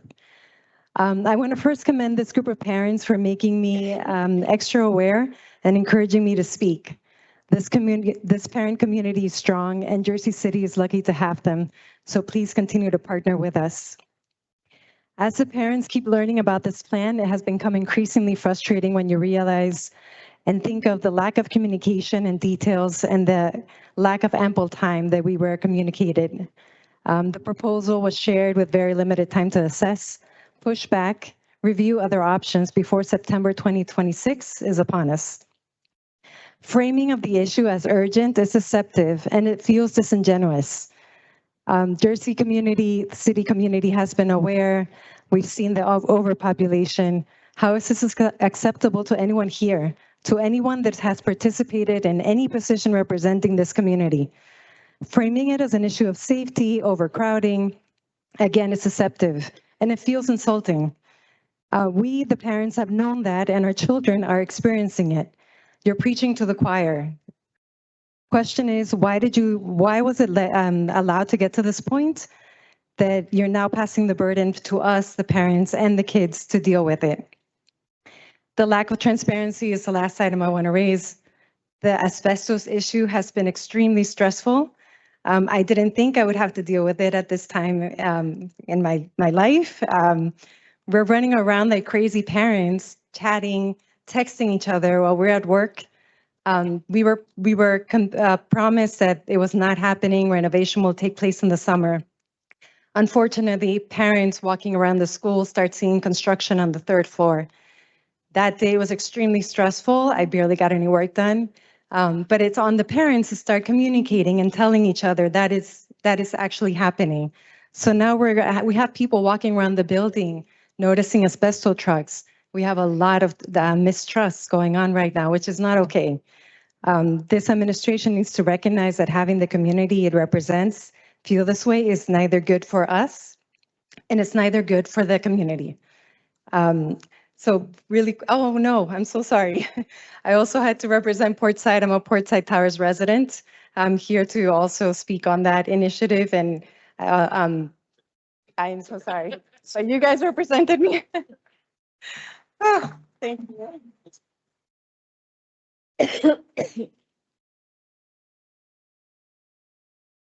Hi, I'm Liliana, a 4th grader in PS16.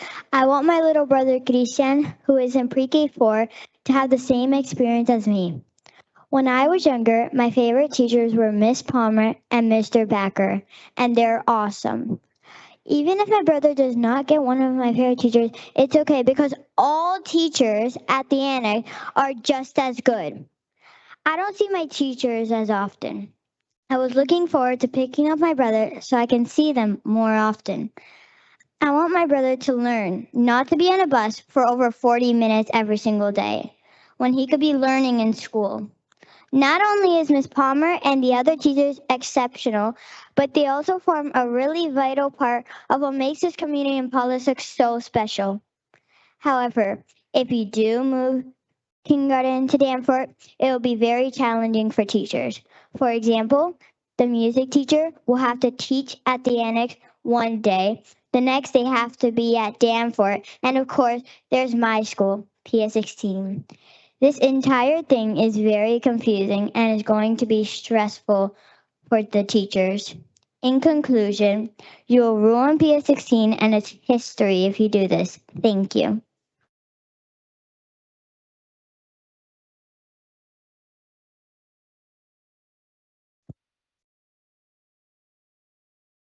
Dina Estrakan.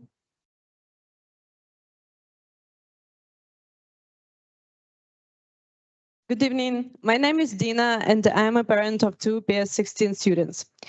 First of all, it's deeply upsetting that we have reached a point where we have to fight for basic fair conditions for our children. We love PS16, we love our neighborhood and this community. That's why we bought a home here, to stay, to invest, and to be involved. We pay extremely high taxes to live here, and we do so willingly because we believe in this school and in this town. And yet, instead of sending our youngest children to the new beautiful annex, a building our tax dollars helped fund, they will be bused for the third year in a row across the city to an old building next door to a gun shop. That doesn't feel fair. It's not fair that young children experience lockdowns because of shootings in the surrounding area. This overcrowding in downtown didn't happen overnight. It's a result of years of insufficient planning and coordination between the city and developers. And now our children are the ones paying the price. There are so many reasons why relocating kindergarten is the wrong decision. Let me mention just a few.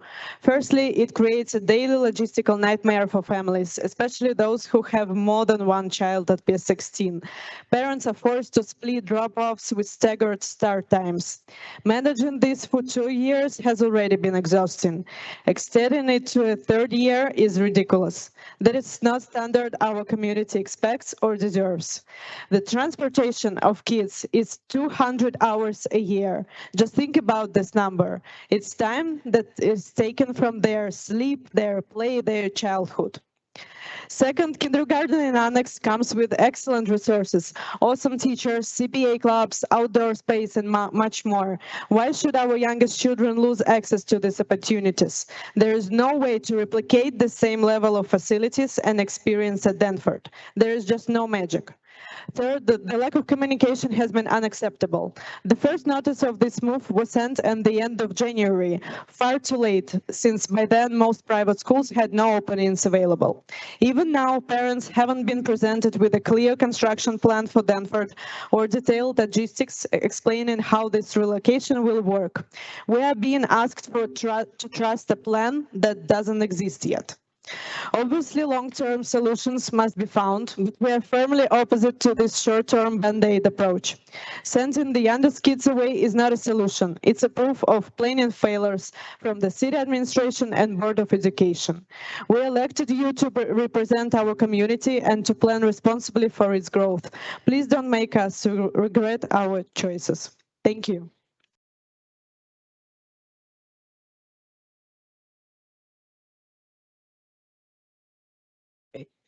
Renee Perna is a repeat, so the next speaker is Ricky Kamaya.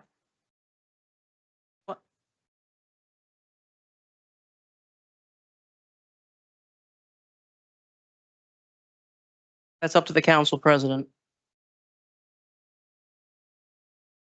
We normally don't replace people. Are there any other parents who are here with little ones that are on the speakers list?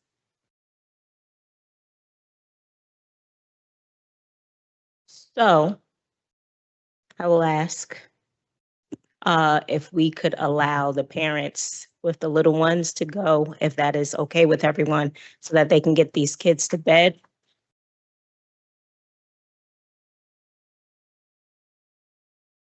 If you are signed up on the list to speak, and you have your little one, if you could make a line in the aisle so we can allow you to go.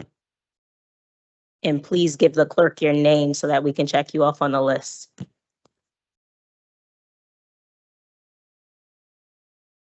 Thank you for your understanding.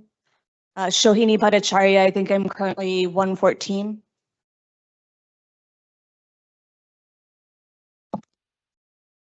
Good evening. My name is Arhan Golden, and I am a third grader at PS 16. I have a little brother in the annex, and it's nice to have him in the same school. Other kids should have the same chance to go to kindergarten in our neighborhood as well.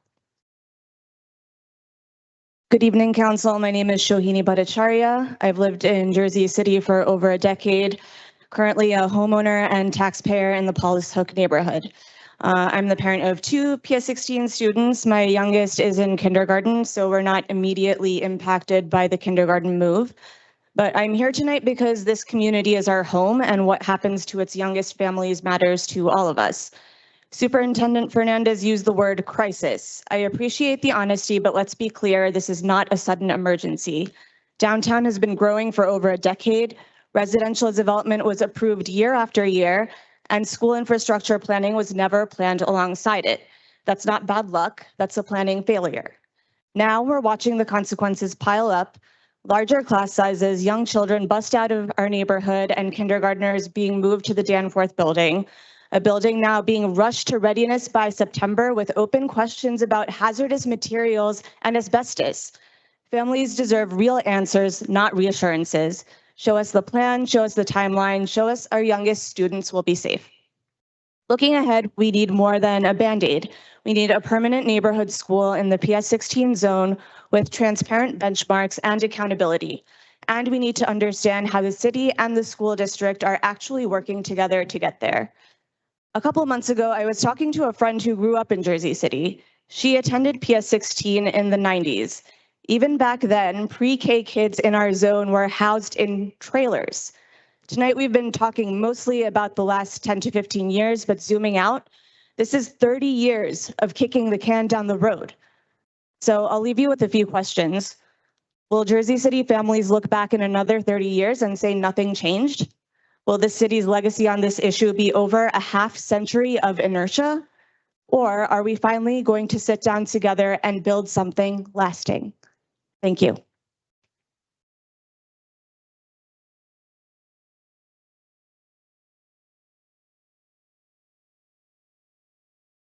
Hi, how are you?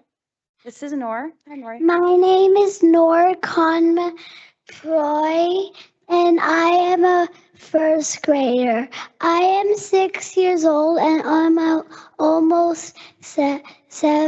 I have a younger sister named Nyla, and I would like to talk about in the past, like when I was 4 years old in Danforth, how riding the bus was difficult. It was hot, and me and my sister has the bus now, and my sister had motion sickness, so we don't really like the bus. My name is Rachel Kalmacroy. I'm a therapist, and also, as I said, I have a child in PS 16 and PS3, and we got in PS3 because it was a lottery, because there's not enough space for all the kids, and they made some allotment for us at PS3. I put my younger one in Danforth because everyone said I had to do it to get a spot at the elusive PS 16. So we did it, even though she had really bad motion sickness and I had a newborn.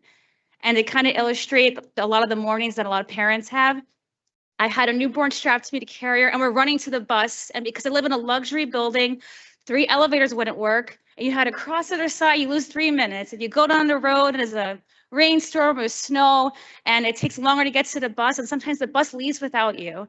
And it is very stressful, especially when I went back from maternity leave to get to kids on time. And if you miss the bus, you would lose an hour of your day to bring your kids to Danforth. And I think Danforth is a great school. The teachers are amazing. No one's complaining about the quality of education at Danforth. We're complaining about the quality of life issues for the 3, 4, and 5-year-olds for our community. And I know space comes up a lot. There's a whole building available in Harborside. There is space in Jersey City. We don't have access to it. There is a Whole Foods and a Trader Joe's, and that's great. I'd prefer a school for my kids. And I think the idea that having a school in your neighborhood is luxury, it's not. It's a children's right. And I think our children's rights are being absconded and the rights of developers. And we have to be braver to say, you know what? You can't just build wherever you want. The path system is overloaded. And I think that these issues continue to get greater, and the whole community, it's not just our schools. Why are people fighting to stay in our neighborhood? Because PS60 has good grades and scores, and because other schools in Jersey City don't get enough support. I went to interview at a job in Greenville. I thought I was in a developing country. It is disgusting how the schools do not get enough resources. And that's why people are all pulling together in a small allotment of land to go to school, and it's not okay. Thank you for your time. Ma'am, hold on, I just want to make sure I have it correct here. Are you Rachel Ann McCann? Rachel and Kamakroy, yes. Okay, so you're number 56. Okay, so I'll not mark you down as having. Thank you. She's number 56, 65, I'm sorry.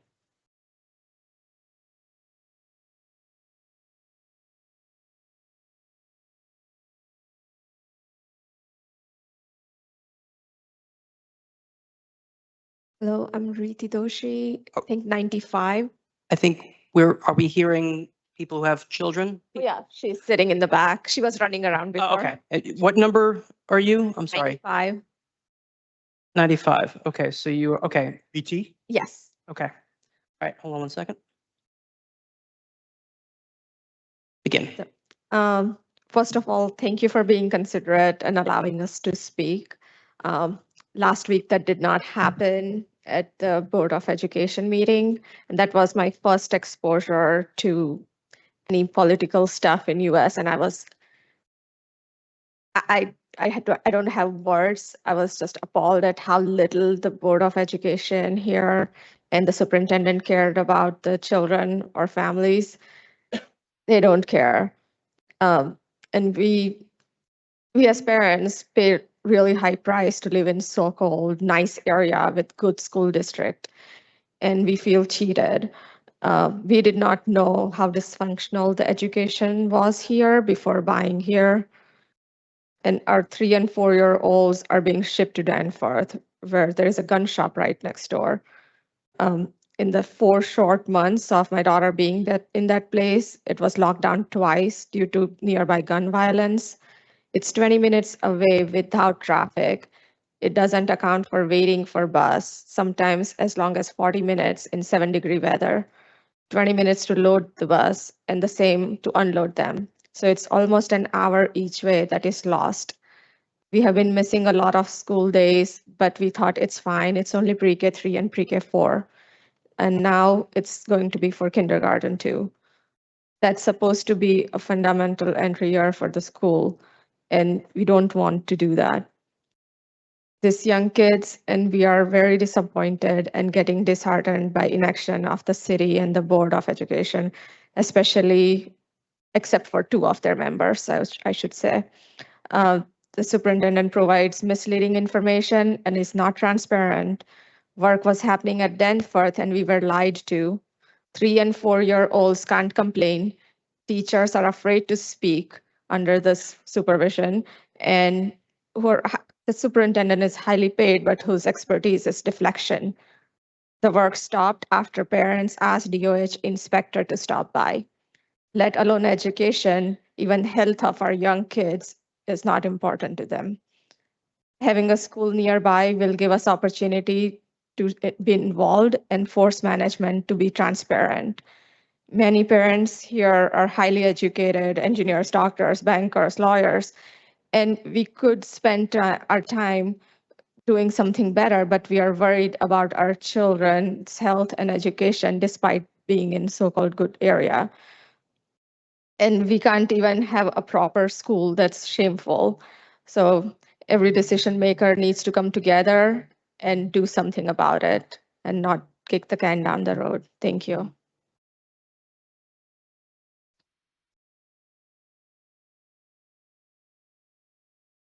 Ma'am, do you have a child?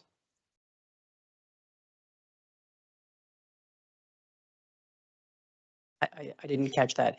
Are you planning on speaking? Are you on the list? Okay, so are you Ricky? Okay, all right, sorry. All right. Good evening. I'm a parent of a toddler zoned for PS16. I'm here to echo my fellow parents here. I'm very disappointed by the Superintendent, Dr. Fernandez, and BOE, including Ms. Velazquez, non-transparency on the decisions of moving the PS16 kindergarten and busing the toddlers out. The busing crisis chokes our streets with traffic, but worse, it robs our toddlers of a community-based education. So the parents in this community have been working tirelessly, researching and putting together viable options of where a school could have been built. We have done the homework, but it is not really our job to be the urban planners. I urge the council to formally work with the Board of Education. Stop putting toddlers on buses, building the schools where our children live, and it needs to start now. In October 2025 BOE meeting, Trustee Dejan Morris, now the VP of BOE, made a public speech stating that no mayor or candidate running is going to run the BOE. And Ms. Velazquez did not correct that, rather made a statement to further divide. I hope now, under the new leadership of this council, there is new sentiment and path forward for Jersey City to be connected rather than divided. Thank you.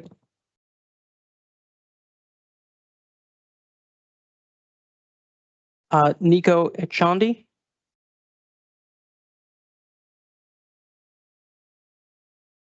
Oh, okay. We already heard from Rachel. Kevin Weller. While Kevin's on his way up, I just want to say I'm a parent of a young child, and I appreciate the parents coming out and making time. And you were heard tonight. Thank you.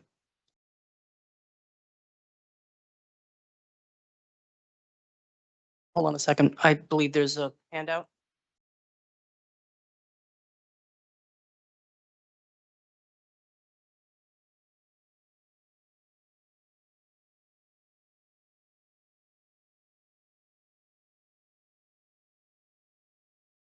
Good evening, Council President Ridley and City Council.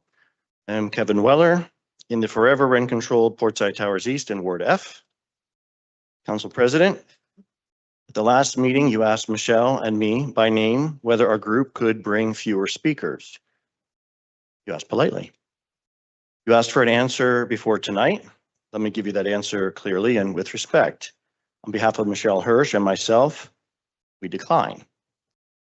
Other speakers tonight are individual residents of this city. Some may give you their own answer.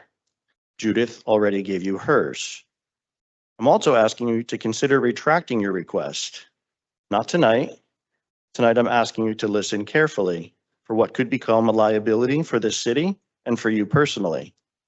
Consult with Corporation Counsel and any attorney you trust, then decide how to proceed. This is the third time you've made this request. Each time, the reason has changed. On March 26th of last year, the ask came through attorneys. Paraphrasing your words, didn't our lawyers ask your lawyers to ask you to speak less? January 28th of this year, privately to Michelle, giving as your reason that the new council members are feeling overwhelmed. February 11th, publicly from the dais, citing elderly residents having to wait. 3 requests, 3 different justifications over the course of 11 months. For the record, over 3 years and more than 1,000 speeches, Council President Waterman never once made this request. Yours began in a hallway conversation during your first session as acting president shortly after Waterman left early. They've escalated from private to public every time you acted in your role as president of this council. That pattern matters. In December 2024, the Third Circuit decided Reading versus North Hanover Township, binding law in our federal district. That court held that when government officials coordinate to pressure citizens to reduce their protected speech, even politely, even through lawyers, even through city attorneys, it's a First Amendment violation. That campaign lasted 3 weeks. Ours is at 11 months. The court also held qualified immunity does not apply when the violation is this clearly established. I share this not as a threat, Council President, you and Council Gilmore know who we are and that we had come here in good faith. We don't want anyone in this room in any legal position that could be avoided. I respectfully ask that tonight you allow each speaker their remarks without revisiting this request. You're welcome to respond whenever you see fit, but for the sake of this city and its people, I hope you choose to respond by the next council meeting. If you do choose to respond tonight, I ask that you allow each of us to speak first during this time set aside for the public. We will not reduce our voices until the violations that brought us here are resolved. Thank you. So, John, I just want to say a few things now, and thank you, Kevin, for presenting that in a thoughtful and respectful way. I appreciate that. But some of those things were untrue. When I served as Council President Pro Tem and I oversaw the meeting, yes, I did ask you and Michelle if you would consider not or reducing some of the speakers, which at the time you were happy with some of the things that we were doing, similar to the request I just made. Told you that I would never ask you not to speak, and I will never do that. Told you to make your own decision. You decided not to that night, and that was fine. Privately, at the meeting before last, I made the request stating that there were some seniors in the audience and there were some members who asked, is it possible to reduce the number of speakers so that everyone can have a chance to address the new council? Asked you privately. So then, yes, I asked publicly if you would consider that. Now, I don't know if you listen when the other speakers come up here, but there was an older lady, let me not say older, more seasoned woman that did come up after you all spoke and stated that she was tired of waiting. She got lightheaded.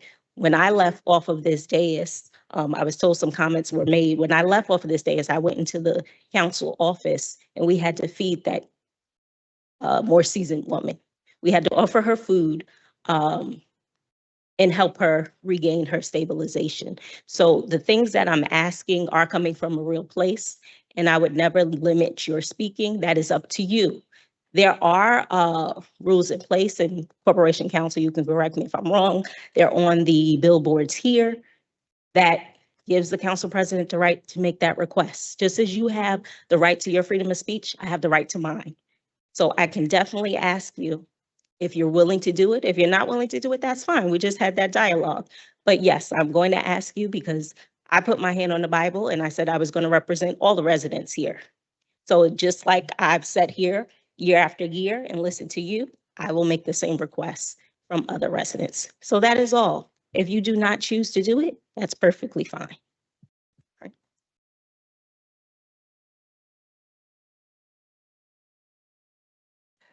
The next speaker is Erica Blanco.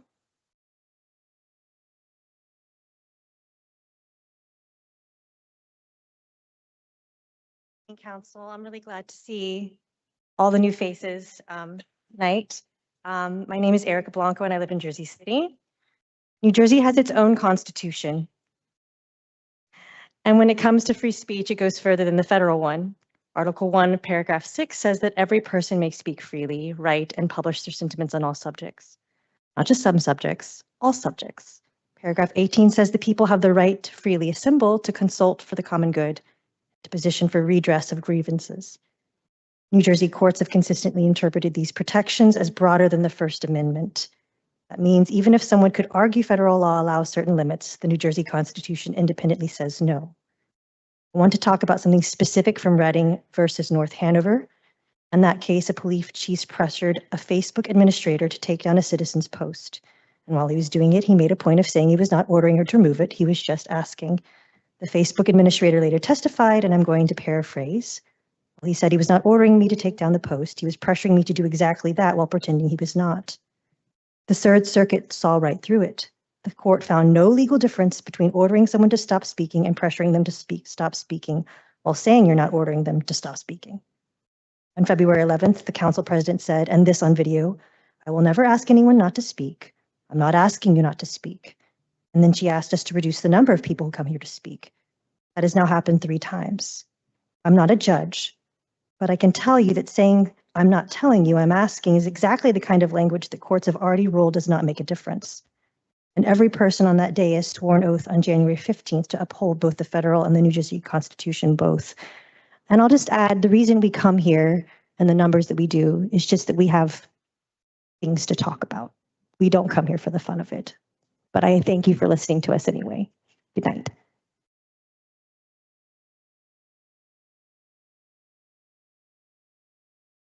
The next speaker listed is Monica Del Rio, but that is a duplication. So the next speaker after that is Daniel Feldman. At the last City Council meeting, I discussed Ordinance 07-153, which restricts vehicle access to the vacated portion of Washington Street adjacent to the Morris Canal Big Basin between 8 p.m. and 8 a.m. So towards that end, I'd like to read a letter from David Pickett, the National President of the Korean War Veterans Association. Dear Mayor and Council members, my name is David Pickett, and I write to you today in several capacities. As the National President of the Korean War Veterans Association, as a two-time combat veteran of the United States Army, and as a currently serving City Council member in Port St. Lucie, Florida, I respectfully request that this correspondence be entered into the official record of the City of Jersey City. I'm writing to request your assistance in enforcing Ordinance 07-153, which prohibits vehicular traffic between the hours of 8 p.m. and 8 a.m. in the area surrounding the Korean War Memorial located on Washington Street near Portside Towers. War memorials are sacred spaces. They stand not only as monuments of stone and steel, but as solemn reminders of sacrifice, service, and the cost of freedom. The Korean War Memorial in Jersey City honors those who served and those who never returned. It is a place for reflection, education, and remembrance. Allowing unrestricted vehicular access during restricted hours undermines the dignity of the site and increases the risk of damage to the memorial grounds. As an elected official myself, I understand the challenges municipalities face in balancing enforcement priorities. However, ordinances exist for a reason. Ordinance 07-153 cannot be consistently enforced during the restricted evening hours. I respectfully request that the city consider installing appropriate security bollards or similar protective measures to restrict vehicular access at all times. Such measures would preserve the integrity of the memorial and ensure it remains a respectful and protected site for future generations. This request is made not in criticism, but in partnership and shared responsibility. Communities across our nation have taken meaningful steps to safeguard veterans' memorials as tangible links to our history and as educational resources for future generations. Jersey City has the opportunity to reaffirm its commitment to honoring those who served by ensuring this memorial is appropriately protected. Thank you for your time, consideration, and continued service to the residents of Jersey City. I would welcome the opportunity to discuss this matter further. Respectfully, David Pickett, National President of the Korean War Veterans Association, City Council member, Port St. Lucie, Florida, two-time combat veteran. With your permission, I've got many copies of his speech, which I'd like to distribute to the council, if that's okay, or I can pass it to you. Thank you.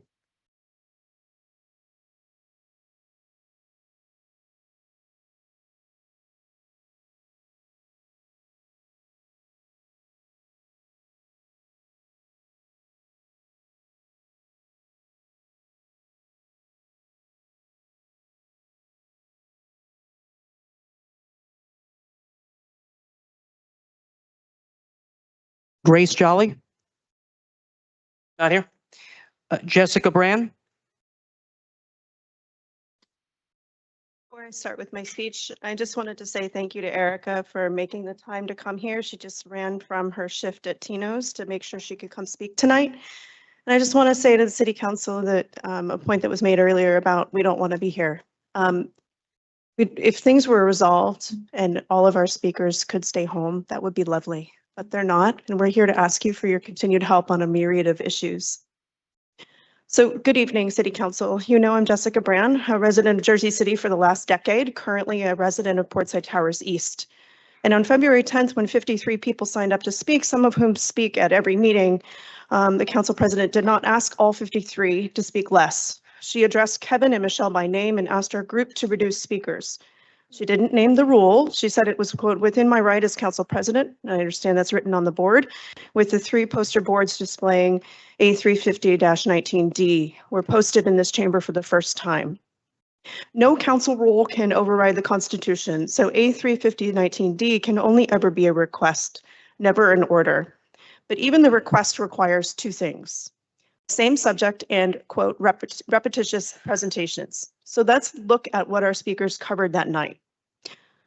Judith discussed structural engineering and collapse zones. Renata talked about the fact that we have no superintendent, but we do have an emergency hotline that routes to the Philippines. Barbara described how RUBS billing hides costs from tenants. Mark reviewed 5 years of RUBS data, proving 60% overbilling. Joel highlighted that a false court statement let our landlord avoid over $140,000 in fines. Suvi asked you why $40,000 has been stolen from her disabled son's therapy fund. Michelle talked about a fired CFO, a $475,000 taxpayer settlement, and the Korean War Memorial. Jennifer reminded us all of whistleblower protections. And Kevin discussed the $255 million deficit. And there are more I don't have time to discuss again. When the clerk called Judith Rogers, who has never lived at Portside, you stepped ahead of her to turn to deliver that message, Council President. Judith then had to speak after you told this room that people like her were a burden on the elderly. You didn't remember that she's never been at Portside. She has been here many times asking for help that never came for 100 Montgomery. It's very frustrating. This particular request is asking victims to exercise their rights less. And you were not identifying a subject, you were identifying a viewpoint. Signaling one group of citizens based on their advocacy position while leaving every other regular speaker untouched is viewpoint discrimination. It violates the First Amendment. It violates Article 1 of the New Jersey Constitution, and it violates the oath you all took on January 15th to uphold both.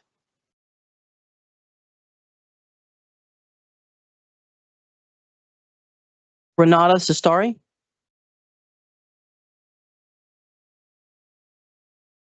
Good evening, Council. My name is Renata, and I'm a resident of Jersey City at Portside Towers East. I want to share something I read this weekend that I think everyone in this room should know about.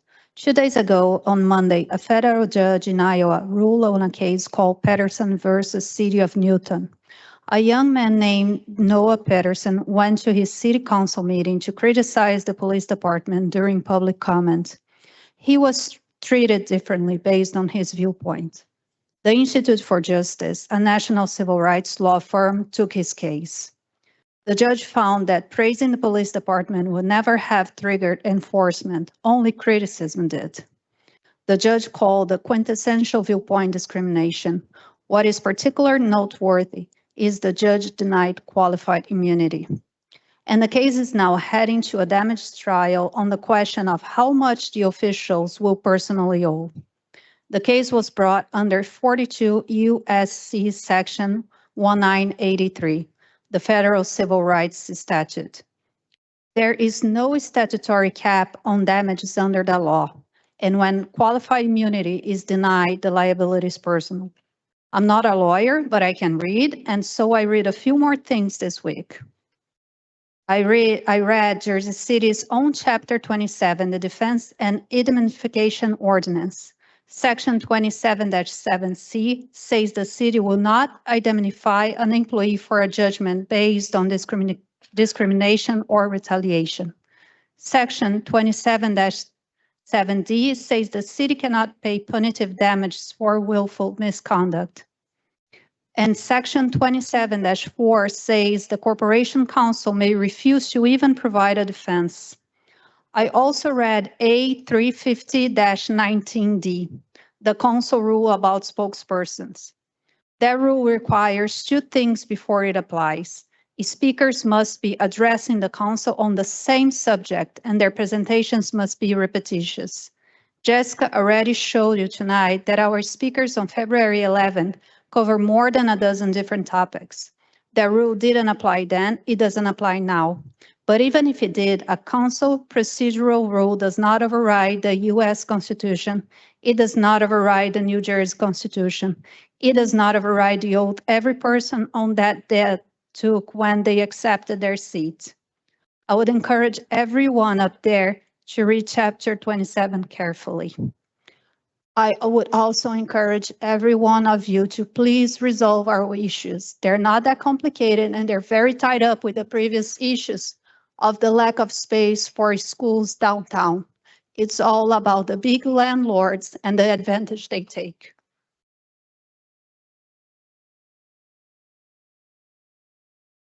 Barbara Goldberg. Just while we're waiting, maybe it's a point of clarification for one of the next speakers can answer for me. If I read it correctly, the Reading case, the petitioner lost that case. She lost the preliminary injunction. And the Peterson case out of Iowa, the city council arrested that guy twice. I just want to make sure that I read the facts right on that. Obviously, as a lawyer, I take claims of First Amendment violations and civil rights violations very seriously. So I reviewed the cases. I wasn't being rude or not paying attention, but I wanted to read them while you were here. And yeah, it looks like the Iowa case that the petitioner was arrested twice for calling the mayor fascist. It's a little bit different than what we had here. I just want to comment on that.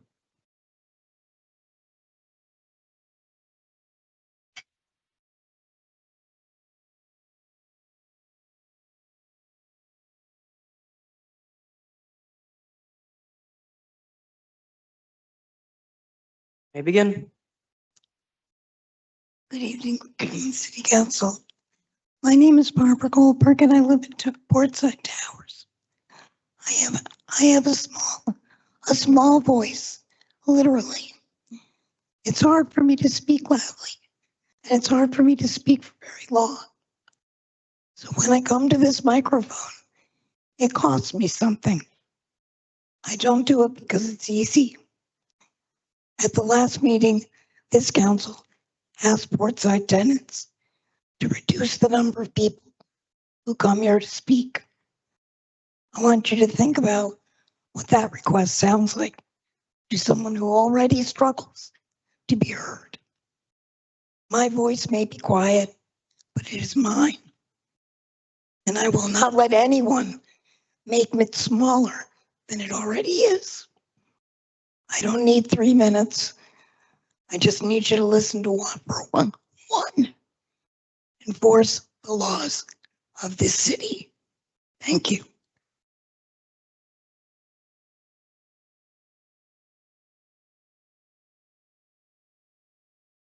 Connor Sears. Not here. Erin Kent. Not here. Tara Smith. Hi.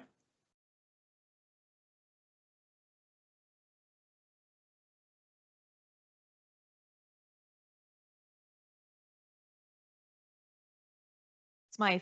Those are opinions or the councilman's alone. Just to be I didn't hear it. Good evening, council. It's good to see everyone. It's been a while since I've been able to speak. It's really refreshing to see the new faces and the new energy for Jersey City Council.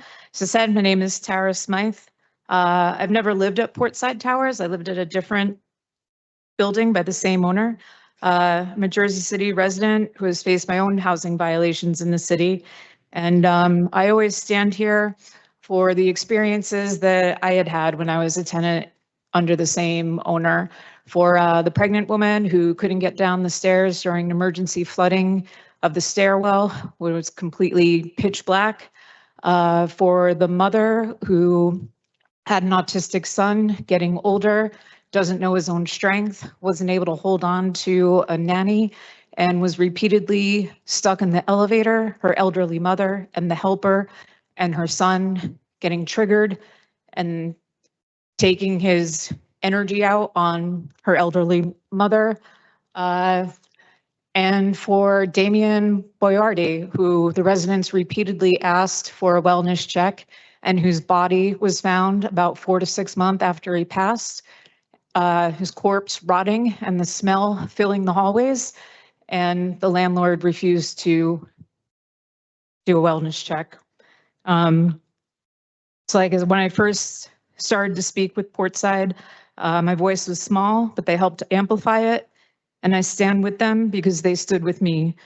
We each bring our own experience and our own perspective and our own right to be here. And I'm not a lawyer either, but today is day 310 of daily reporting for Portside of 7 distinct violations at 2 buildings. That is 4,340 individual reports. Not one has been corrected. In 11 months, the council president's voice was not used to address a single one. It was used 3 times to ask the people reporting to speak less. As pointed out before, the Third Circuit said 3 weeks was beyond the pale. It's been 11 months. Thank you.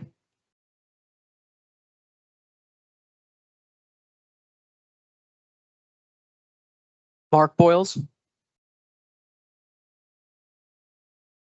Good evening, City Council. 2 weeks ago, I spoke about rubs.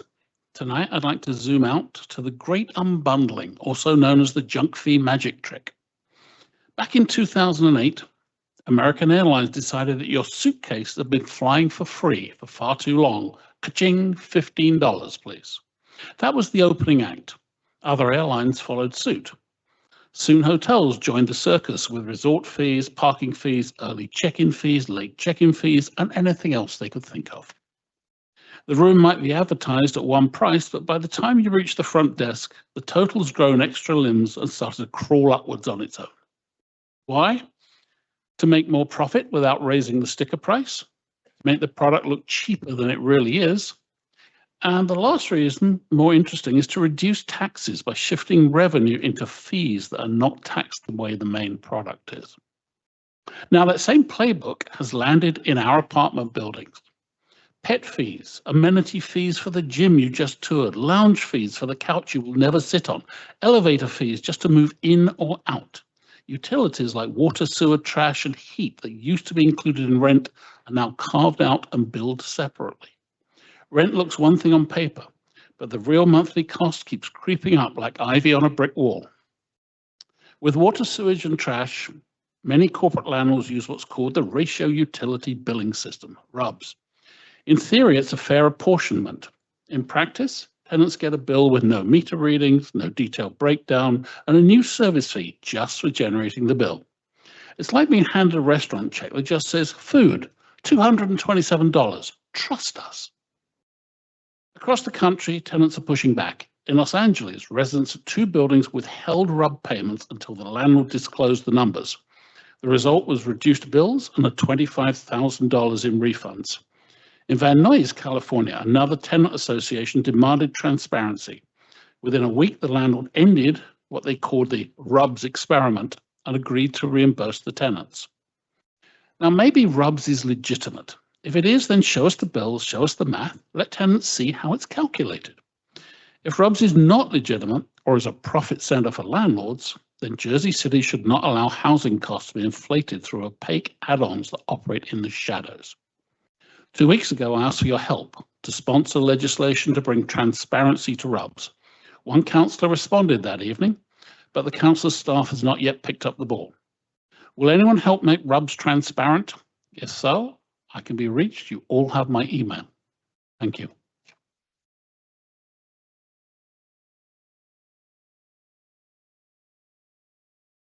Susanna Taviano. Okay. David Wilson.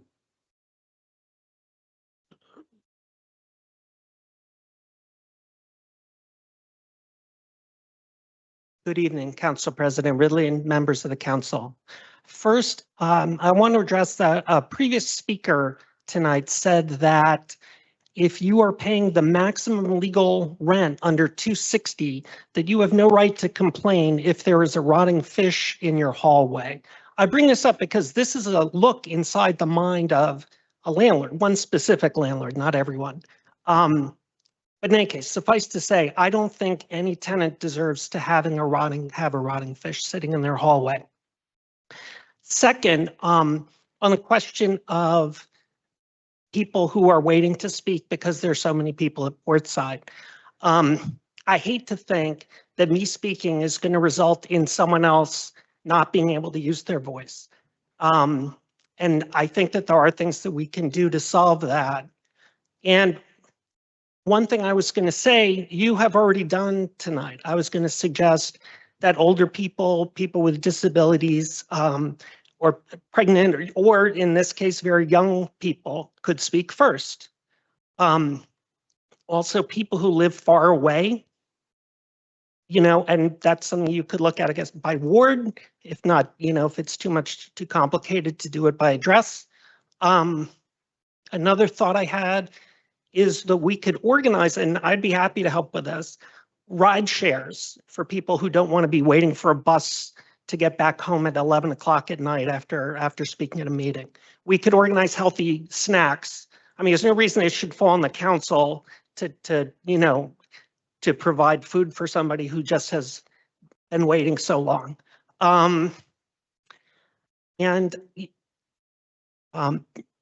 You could remind people, speakers, that brevity is the soul of wit, right? And sometimes 1 minute speech is more effective than a 3 minute and 10 second speech that you don't really finish because you're trying to get the last words out while the buzz is going off. Right?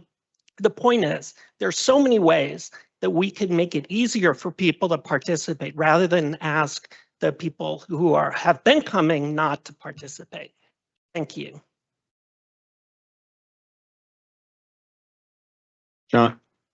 John, if I can just take a very quick opportunity. Thank you. To the previous speaker, I think that was Mark, who mentioned rubs. Between last meeting and this meeting, I directed my staff to start to look into this. We're trying to figure out what we can do at the city level that wouldn't be preempted by state law. And we're drafting an ordinance that I would love to share with you all. We absolutely need to work with Corporation Council to make sure everything would be kosher at the municipal level. But Councilwoman Little and I have been discussing this, and we would be excited to work on this. Ideally, we're able to pass something straightforward at the municipal level. But just want to let you know that that's at least one piece that we can get started working on.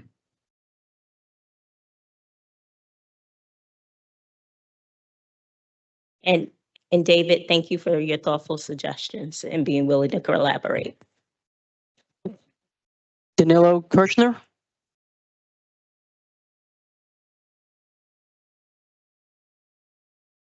Good evening. How I had hoped I would never have to come here again after the new term began. Well, it lasted 2 meetings. In the last meeting, we were told that requests had been made to reduce our speaker numbers. This is indeed very concerning. Public comment is not a privilege granted at the discretion of private interests. It is constitutional right protected by the First Amendment. Any attempt to restrict participation because a community is organized, persistent, or inconvenient is unacceptable and unlawful. But here is a very direct way of reducing our time to speak. Ensure apartments are in good, well-maintained order. Fix the rents that are too high. Address illegal and incomplete certificates of registrations. Make sure supers live in the building and can be reached. Resolve the ongoing security issues. Help us bring transparency to the RUB scheme. Find the actors to the full extent. And we've said it many times. We are here to work with you and to support you. We trust you. But as long as we don't see tangible action, instead more requests to us, we will show up. Residents have the absolute right to organize, to speak collectively, and to fully express their concerns, especially when their home safety and stability are at stake. Curtailing that speech is not governance, it's suppression. To finish, a very personal message to you, President Ridley. If you at all know me, if you truly listen to my many speeches, you know that the right of free speech is very important to me. You would know that I grew up in East Germany behind the Iron Curtain, and that I know what suppression of speech and restricting of reading means and feels like. And I felt this in this very city more than once. You will hear about that later. If private parties are influencing how public participation is structured, it erodes public trust and damages confidence in the democratic process. And let me add this, addressing us publicly with the request when our first speaker is already standing in front of you could be very much perceived as an intimidation tactic. And so many would be intimidated, but not Judith. I have deep respect for her, for not being discouraged in that moment, and not tonight. Thank you.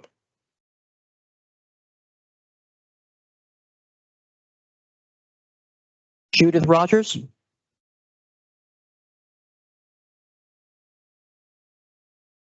Stability. Ordinance 260 matters because housing stability matters. I respect the 3-minute rule and the need to manage time. Last meeting, February 11th, I walked to this podium as speaker number 20. Speaker number 20. Before I could say a single word, President Ridley stopped me. She delivered a public request as council president that I, speaker number 20, speak less with the group I was with. In my opinion, because of the group behind me, I have never lived at Portside Towers. She addressed Kevin and Michelle by name. I was the one person standing here absorbing a message of silence before being told I could begin. She said it was within her right as council president. It is not. The council's rules of order, which are here, allow President Ridley to request a group spokesperson for presentations on the same topic. The only thing I share with this group is we are all victims of inaction. So when Council President chose to deliver her message planned directly before speaker number 20, my speech, the message to this room was clear. If I stand with Portside, I will be singled out. On February 11th, the oath to uphold the United States and New Jersey constitutions was broken by President Ridley.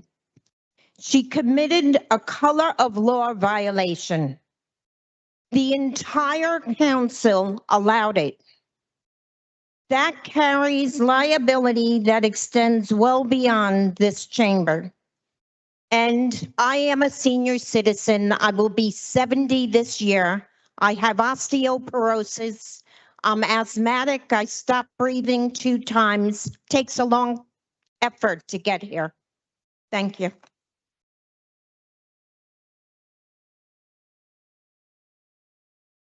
Brendan Coughlin. Not here.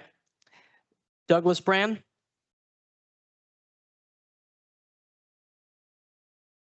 So 3 minutes, just 3 minutes. That's not a lot of time to explain how representative democracy is supposed to work. So I have to assume that you know the outline already. Remember, though, that each and every citizen is constitutionally guaranteed the right to speak to their elected representatives about issues concerning them in whatever forum is available to them. I am not a resident of Portside Towers, though it did happen that I was present in the lobby when a non-resident chased a woman into that same lobby and was not stopped by security because there was no required security. Many might justifiably say that I'm elderly, yet here I am, late in the evening.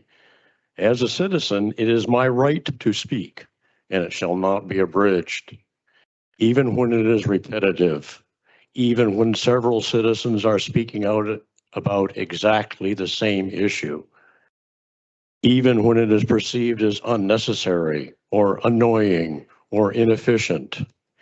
Each is exercising a right that is guaranteed to them. Never demand, hint, or even ask those citizens to limit their free speech rights, however well-intentioned. There's an obvious reason some of these citizens continue to speak out about the same issues at these council meetings for a period of years. For whatever reason, the previous administration and city council did not choose to effectively address the issues and problems that those citizens wanted fixed. Not only that, there were various subtle attempts to stifle that public discourse and maintain the status quo. Perhaps they thought that if the citizen requests were ignored long enough, those citizens would give up. It is the sincere hope of your constituents that this new city council and the new administration will not follow the same path. Before you think about stifling public discourse, think about the cost to us all if you do. Think very carefully, then don't do it. If you want silence from the citizens that elected you, simply fix the things that they are begging you to fix. Enforce the laws of Jersey City, enforce the laws of the state of New Jersey, enforce the laws of the United States.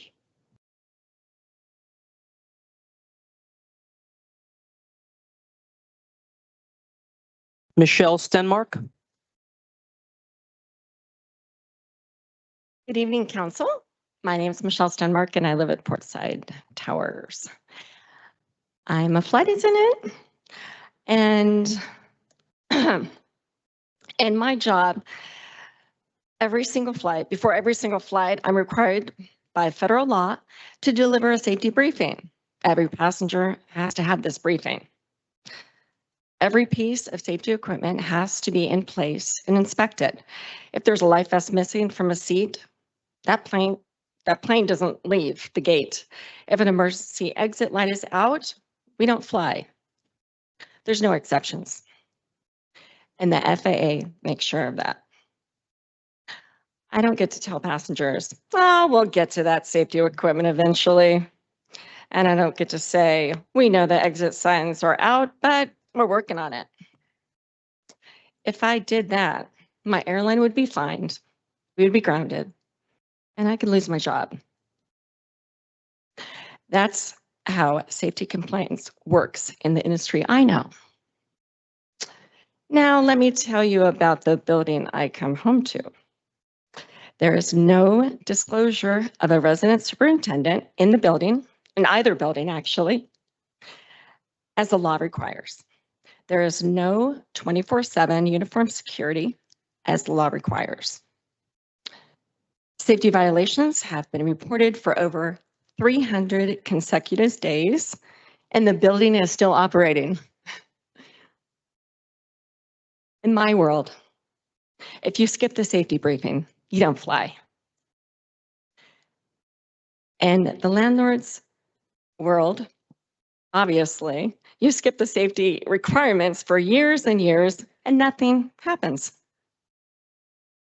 I'm not asking for the council to ground anybody.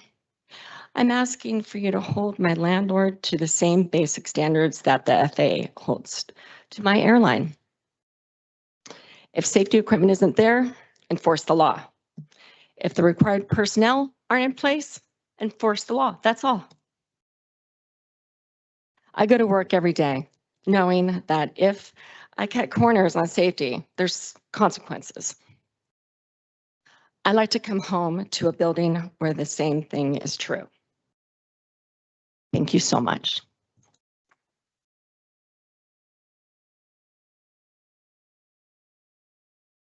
Shannon Ray? No. Mary Richardson?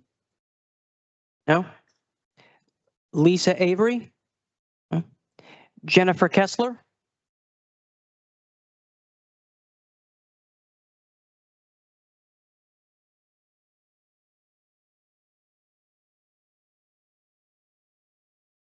Good evening, Council. Last time I began my speech with a note of gratitude. We can all acknowledge that the tone in this room feels different, that there is dialogue, and for the first time in 3 years, a feeling that we're being heard. At the same time, and I've mentioned this last time as well. Gratitude does not replace accountability. We are here tonight to ask you for consistency, for laws to be enforced regardless of who breaks them, for transparency not just in statements but in outcomes, for decisions that prioritize residents over convenience or political comfort, and certainly treat all people equally. You are at the very beginning of showing who you are as a council.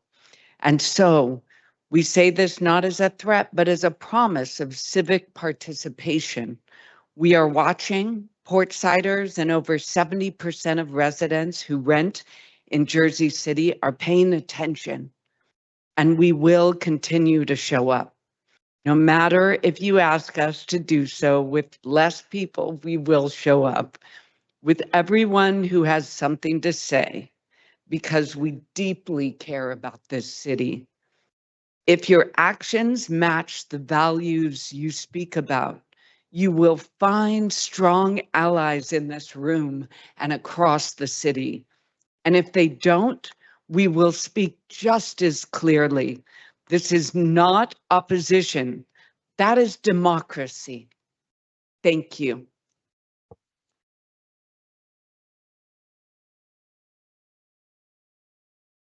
Mel Wilson.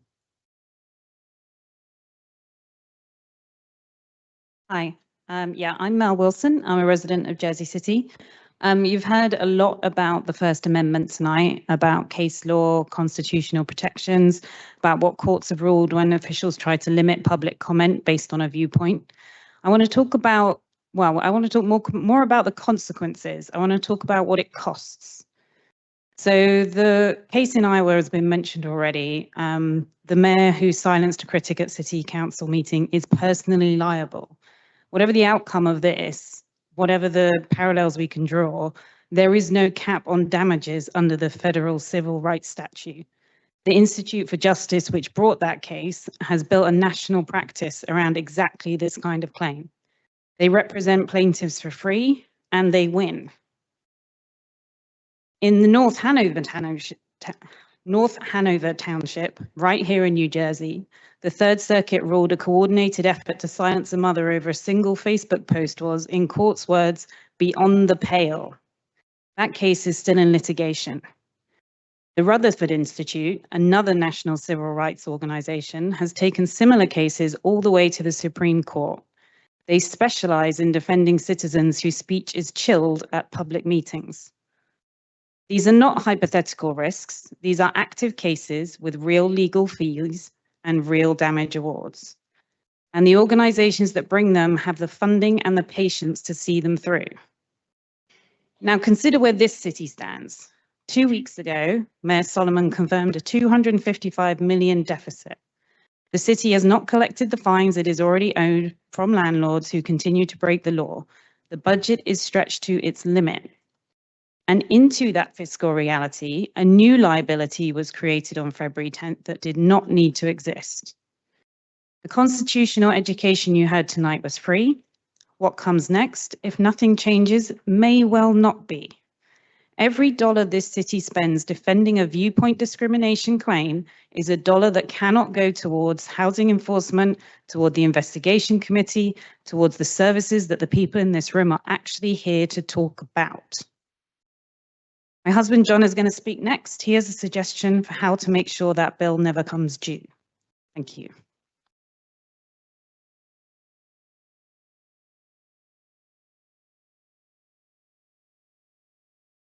Hi. Yes, and Mel just told you what I'm going to talk about, so let's go. Everything you heard about the First Amendment, about case law, about qualified immunity, about Chapter 27, about what it costs when cities get this wrong, all of it can be resolved with one sentence.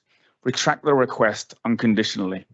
That's it. No lawsuit, no ACLU complaint, no federal filing, no damages trial. Council President Ridley can simply say on the record that the request to reduce speakers is withdrawn, that every resident of the city is welcome to speak at every meeting for as long as the rules allow. One sentence and this entire constitutional question disappears. I want to be honest about something. My wife and I have attended these meetings for a long time.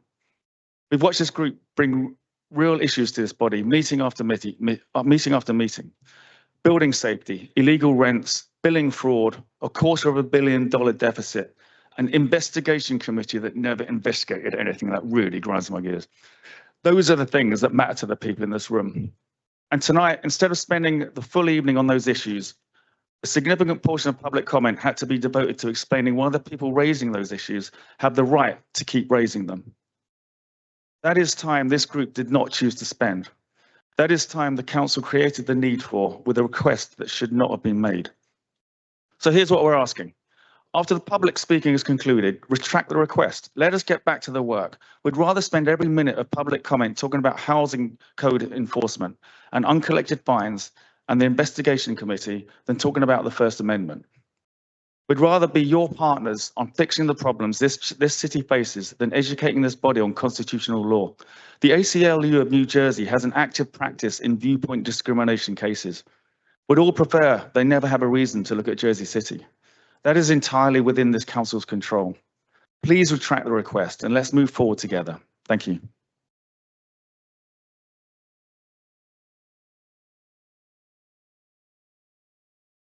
Sylvia Helou.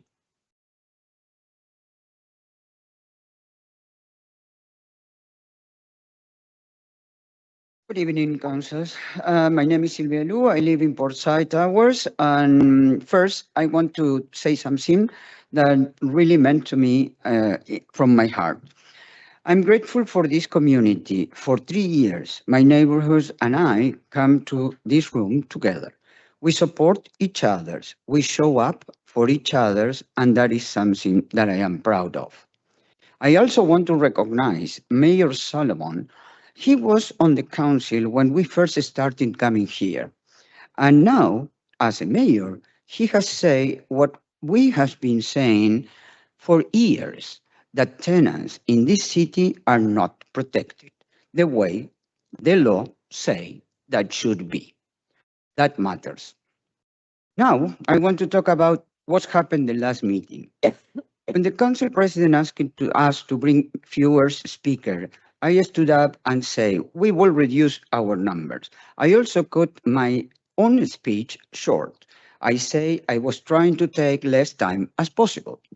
I should not have said that. I should not have felt that I need to. I could be home right now doing anything I want, but I choose to be here because for 3 years, nothing has been fixed in my building. And the only thing that has happened after 300 days of daily reports is that we were asked to send fewer people to talk. And to anyone who has complained about the length of these meetings, I want to let you know something. Our group waits 10 full days before any of us registers to speak. We don't do that because we don't care. No, we do that so anyone who wants or need to go before us can register as speak first. We are looking out for their rights too, and we are happy to go after them. The reason these meetings are long is not because too many people are speaking. It is because too many problems has not been addressed. If the council wants shorter meetings, the answer is not fewer speakers. The answer is to start fixing the issues that we have been raising for 3 years. I am here, I am not reducing anything, and I am not cutting my speech this time. Thank you.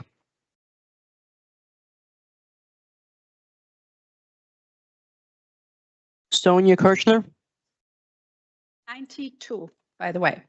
Good evening, Council. We heard a lot about being silenced tonight. Unfortunately, the topics of freedom of speech, First Amendment rights, and silencing people's voices are not new to this hall, not at all. Let's recall just a few things. On April 10th, 2024, I stood here on this podium describing what happened at the State of the City address on March 21st. A police captain told us that the signs you see behind us, the very signs we've been bringing to every meeting for over 3 years now, were a fire hazard. The fire department department corrected that on the spot. Embarrassing and also totally unsuccessful. We kept showing up. That same evening, my husband was approached by Fulop's private security staff and told, "You remember me from last year? If for some reason you need to be removed from this venue, it will be me to do so." The previous year, he had attended silently and peacefully, but was apparently under observation. Intimidating him, maybe, but again, not unsuccessful. You all heard about this and you didn't do anything. That same evening, non-offensive comments from residents asking for enforcement of rent control laws dominated the live stream of the State of the City address. Shortly after, all comments were turned off. They remain invisible to the public until this day. Outrageous, but again, unsuccessful. Since 2003, we've also made the council aware of countless cases in which our former mayor censored critical but non-harassing comments about the non-enforcement of existing laws on social media. Unbelievable and again, unsuccessful. Ms. Ridley, you know about that as well. Fast forward to the last council meeting in which Council President Ridley requested to reduce our speaker numbers. With respect, Council President Ridley, speaker numbers are one thing. Much more important is for you to really understand that every single time we stand here, we represent 72% of Jersey City residents who are renters, more than 200,000 people. Again, a troubling attempt and again, a highly unsuccessful one. There have been countless attempts to silence the victims and almost none to prosecute the violators. All of these attempts are personally painful to us, but most importantly, they are unsuccessful. Tonight, you heard about 20 speakers from our group. You heard about constitutional rights, about case law, about what it costs when cities get this wrong. You also heard about unsafe buildings, concealed violations, uncollected fines, and $255 million deficit. Council President, we are asking you to affirm on the record the unrestricted right of every resident to speak at these meetings. And we are asking you to retract your request before the next meeting. We are not going anywhere. We would rather be partners of you, not your problem. It has always been your choice. Time is up, ma'am.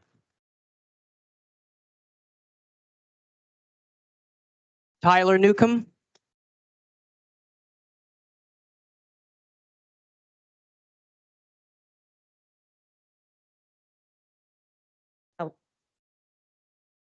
Good evening, Council. Thank you for your time tonight. I realize it's a long one. My name is Tyler Newcomb. I'm a resident of Ward B. I'm the president of Bike JC, and I'm a former EMT in Jersey City. I'm here tonight to speak in support of 26-10, the Franklin Street Protected Bike Lane and the associated one-way conversion. I understand and I appreciate your need as council people to balance public safety concerns. Specifically, there was a study conducted by the IAFF that reported that response times would increase. This study was conducted prior to the modification of the project to remove Manhattan Ave, and it does not reflect the current plan. Additionally, it does not cite methods or sources, and as mentioned in the caucus meeting, it did not take into consideration alternative response routes or response vehicles. Even the worst case response times that study provided are still well within the NFPA recommended timelines and would be on par with a city of our size.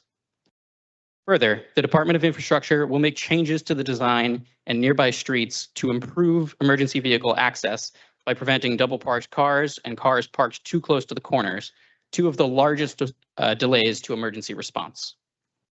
Traffic violence is persistent in Jersey City and throughout New Jersey. In 2025, there were 48 fire-related deaths in New Jersey. By comparison, there were 597 deaths from traffic violence, 12 times as many. This project would provide a critical connection to parks, shopping, and schools. It would slow turning and mid-block speeds and separate travel modes, making it safer for pedestrians, cyclists, and drivers alike. It will make Franklin Street more livable for residents and more comfortable for anyone who travels along it. When I began writing my comments for tonight, I struggled to find words that hadn't already been said. This project has been in process since 2023, with Bike JC and the Department of Infrastructure having a month-long pilot in the summer of 2024. An overwhelming majority of survey responses said that they felt safer when the pilot was in place, and 93% of cyclists and 68% of pedestrians wanted it to remain permanent. The grant has received 3 extensions from NJDOT. There have been 2 community meetings, and the city has already spent money hiring an engineer to create drawings. Bike JC's petition has gathered 800 signatures in support. Feedback has been given, concerns have been addressed, and adjustments have been made to mitigate some of the challenges that we learned about during the pilot. We cannot continue to ignore one of our largest threats to public safety. Change can be challenging and draw out strong emotions. I hope that we can count on your support, knowing that that support is rooted in clear data, robust public involvement, and overwhelming community support. Please vote yes on 2610. Thank you.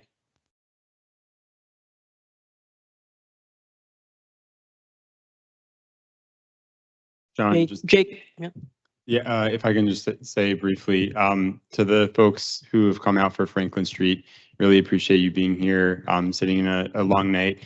And I've spoken with many of you privately, spoken with many folks who have reached out about Franklin Street who aren't in this room privately. I hope you know that you all have my support, and I'm confident that we can find a really good solution here in the proposal as it is, and in any other minor changes that could be made with public safety. But I think we're in a good spot, and so you know you have my support.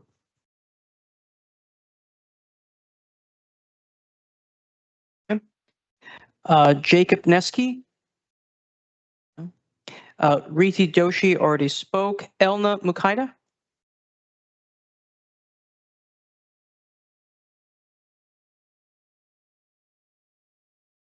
Good evening, board. It's really nice to see the new board before us today. Thank you very much. It's great to see you without that umbrella of campaigning going on. Full disclosure, I recently retired from the Hamilton Park Neighborhood Association Board of Directors and am speaking tonight as an individual citizen. I'm asking that the council members support Keith Donath to be Director of Parks and Recreation. I do not know if someone has been selected yet, or if the decision lies solely by the mayor's office, but I'm asking for your help. In the short amount of time Keith has been acting director, he has been very responsive to the needs of our park. I can speak only about Hamilton Park, but I know he is well liked and appreciated by the members of the Jersey City Parks Coalition. In the previous administration, an appointed acting director had his crew cut down a healthy stand of 5 trees in Bayside Park because their bark was peeling, so therefore they were dead. These were healthy birch trees donated by the New Jersey Tree Foundation. Birch trees, their bark peels. We need a director who would know to consult with experts before any drastic actions like that are taken. Keith is conscientious and caring. I ran into him on Christmas Eve morning in the park.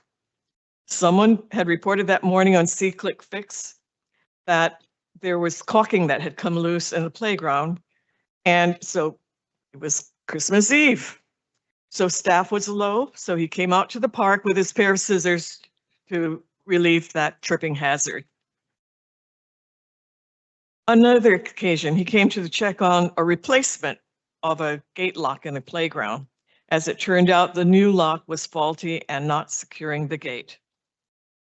Last fall, in less than 2 weeks after I reported the disappearance of a trash can after a film shoot, he had it replaced, along with a corner street can that had been taken out and destroyed by a car years before, and the city never restored it. Keith has also worked efficiently with buildings and streets whenever we had any issues with lighting and plumbing. I know this administration wants to select the best qualified directors, and I hope that not appointees by patronage. Keith was the previous director of Recreation and Youth Development and has valuable experience in all facets of the Department of Parks and Recreation. City Council members, please do what you can to get Keith appointed as Director of Parks and Recreation. He has proven himself by his actions. Thank you very much. Priscilla Lou,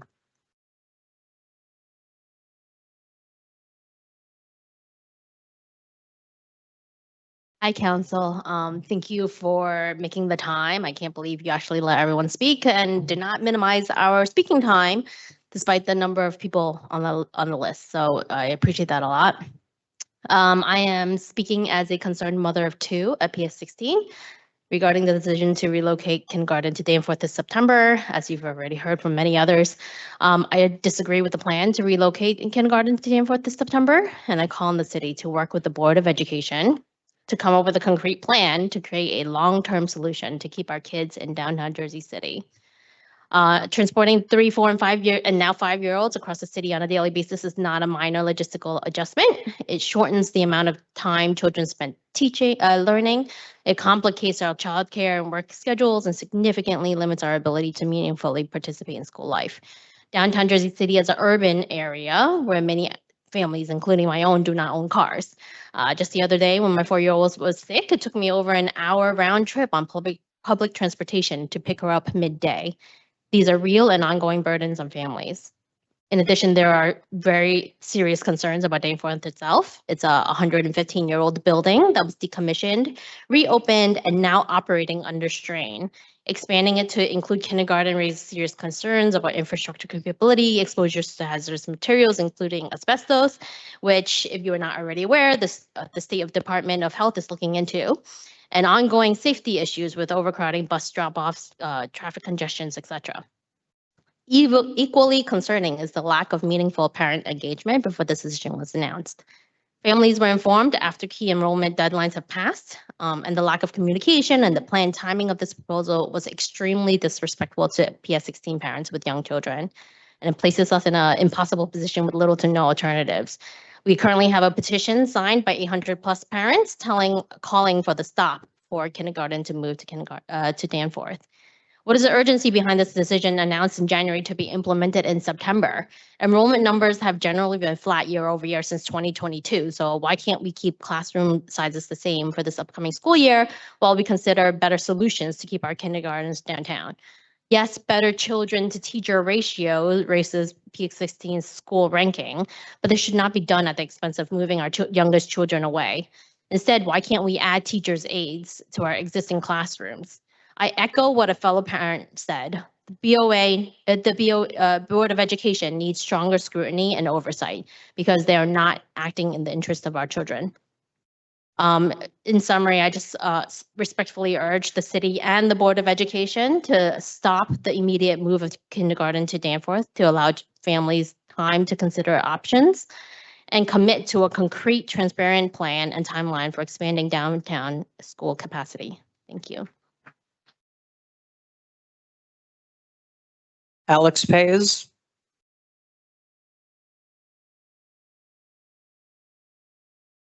Good evening, Board, Council members, and Council President.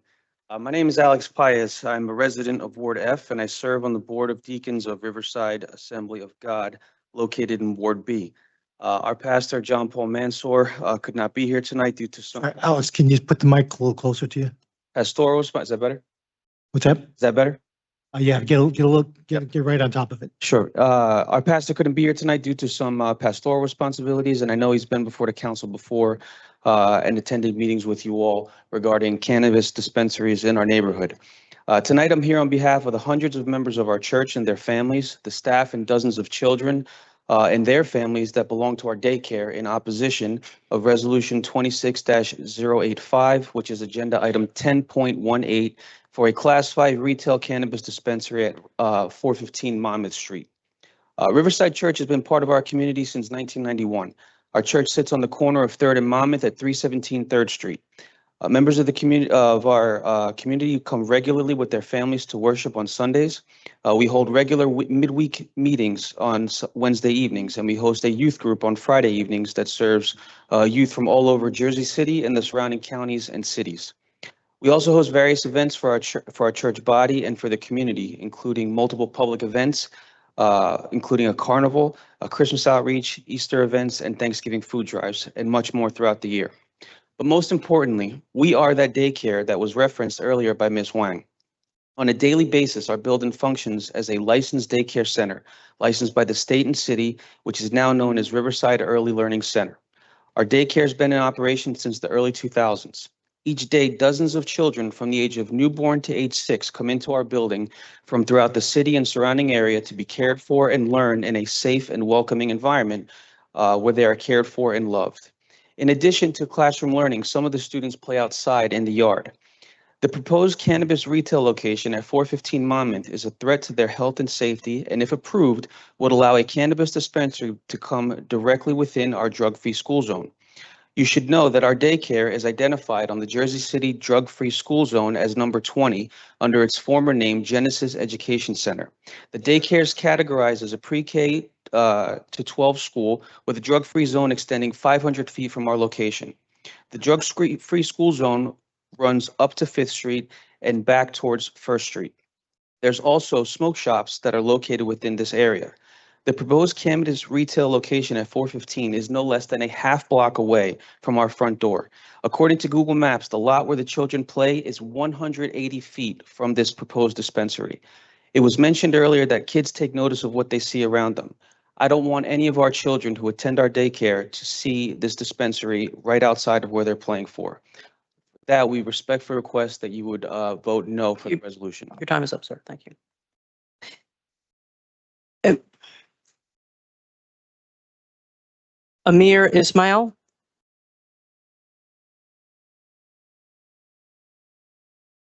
Evening, council.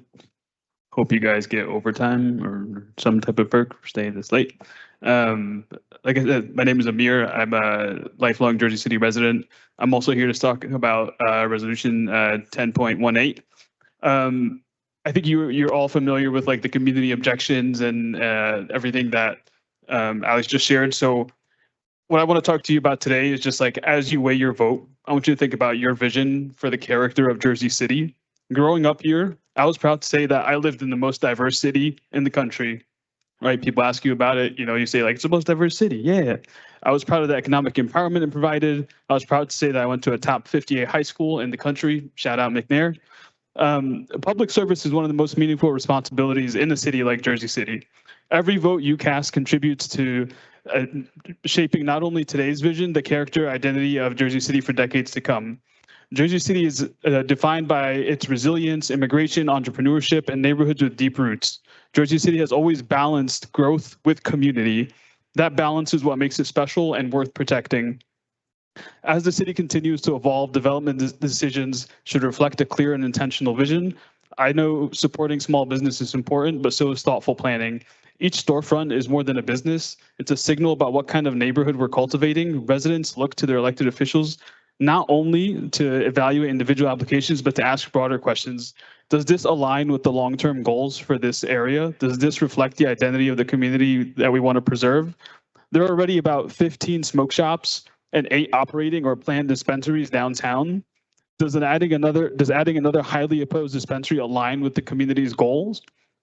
Does green lighting 48 dispensaries in all of Jersey City, making it one of the nation's leaders in dispensaries per capita, the Jersey City that you all want to leave behind? Jersey City's strength has always been its neighborhoods, people walking their kids to school, small businesses that know their customers by name. Protecting that requires cumulative impact, not just approvals in isolation. Land use decisions establish precedent. They shape traffic patterns, pedestrian activity, business diversity, and the overall feel of a block. Once a corridor changes direction, it's difficult to reverse. I think you all heard from the parents of PS 16, that was a long time in the making. It wasn't just something that happened in isolation. This is another scenario where do we want to end up in the city where we have 48 dispensaries, half of which are out of business, half of which never opened, et cetera. So ultimately, the question before the council is not whether this proposal meets the minimum requirements, and whether it advances the broader vision for the city, a Jersey City that honors its history while planning wisely for its future. Thoughtful stewardship ensures that the next generation inherits a city that is not only economically strong, but cohesive, distinctive, and proud of the choices made on its behalf. Thank you. Thank you. Yuri Astrakhan. Good evening. My name is Yuri, parent, not an artificial intelligence by any sort. So I'll speak about the schooling situation. In a human body, you don't notice any organs until they start hurting. As the government is the one you barely notice. Lights are on, streets are clean, safe, schools are open, kids are happy to go there. Not being noticed is actually the highest compliment bureaucracy can receive. This room is full of parents, angry parents. This means something is hurting. A gentleman just recently said, if you want silence, fix things being spoken about. That resonated with me. The words I keep hearing about Danforth buses are powerless and violated. Powerless to change anything. Violated because parents have no control over their child situation. 6 months ago, candidates called me asking for support here in Jersey City. I had one request: tie new developments to new school capacity. Make it conditional. If you approve a building, you approve a classroom with it. Make developers bring solutions, not just fees. Today, families feel powerless. 30 minutes bus each way, an hour, 200 hours, 300, 400, depending on how you count. That's the time taken from child's sleep, reading, from being children. Now, let's talk about solutions. Everyone's been talking about grievances, and that's very understandable, but I would like to propose some solutions too. First of all, residency enforcement. In a walkable neighborhood, we still see long lines of cars every morning before resident kindergarten. So in a neighborhood where everything is walkable, it feels strange. So before residents, kindergartens are displayed, let's ensure the in-zone families are there. Second, space we already have. There is a pool operating in the school basement. It's essentially a private business. Before we bus 5-year-olds out of the neighborhood, we should ask why instructional space is reduced while non-core facilities stay untouched. That space can be reused. We don't have to destroy the pool. We can just repurpose it for temporarily. Auditoriums can also be used creatively. Assemblies are occasional. Instruction is daily. Displacement should be the last resort, not the easiest solution. Our youngest students should not pay for poor planning. Exhaust the options, prioritize instruction, keep our children in the community, and thank you very much for listening. Terry Fox. Robert Fu. Jacob Neske, that's a repeat. Caleb Hansen. Frederick Perrine. Tia Rezabala. Not here. Oh, okay.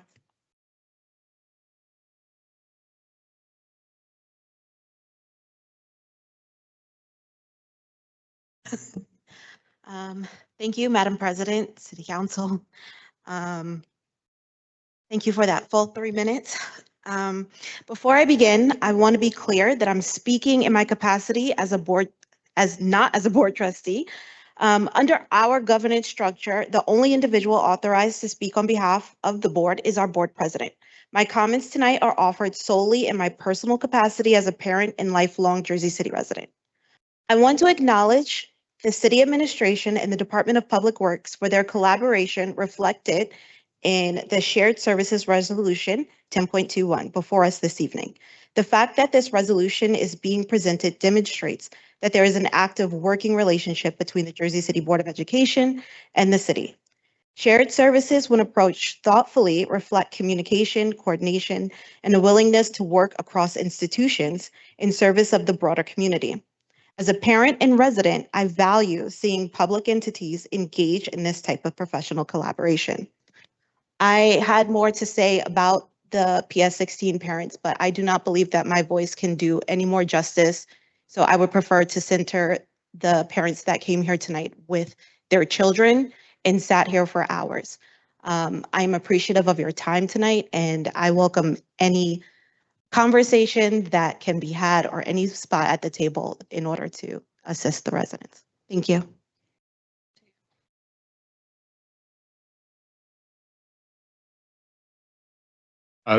John, Frederick Perrine and Caleb Hansen just walked in the room. I don't know if it's past there. We already called his name. Once we go past, okay. Yeah. Caleb signed up a second time, so he can. Yeah, so that's Reethi Doshi, that's a repeat. Matt Schneider.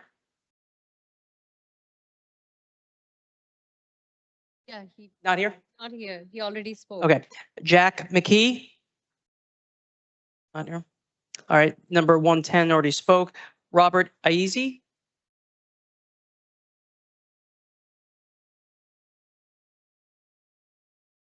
My name is Robert Iezzi. I'm here to, number one, applaud the parents that brought their children here. As a father of 4, a grandfather of 8, and a great-grandfather of 2, children are very important. They should be here and understand. Let's get into the real reason. I am here to support bike lanes.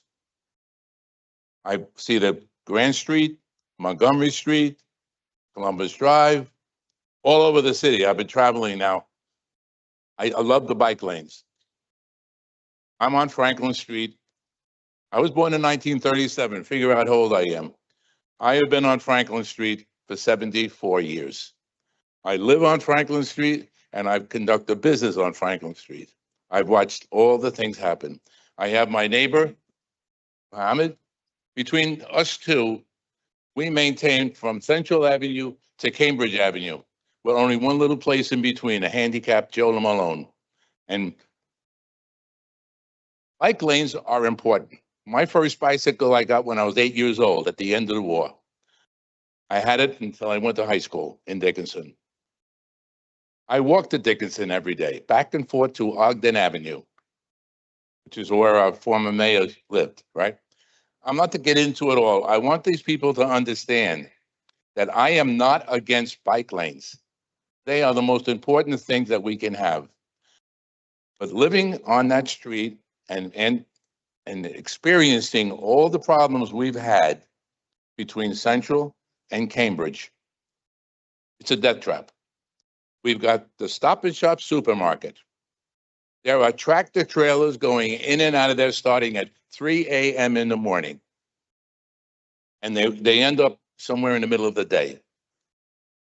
Some of those tractor trailers have difficulty maneuvering.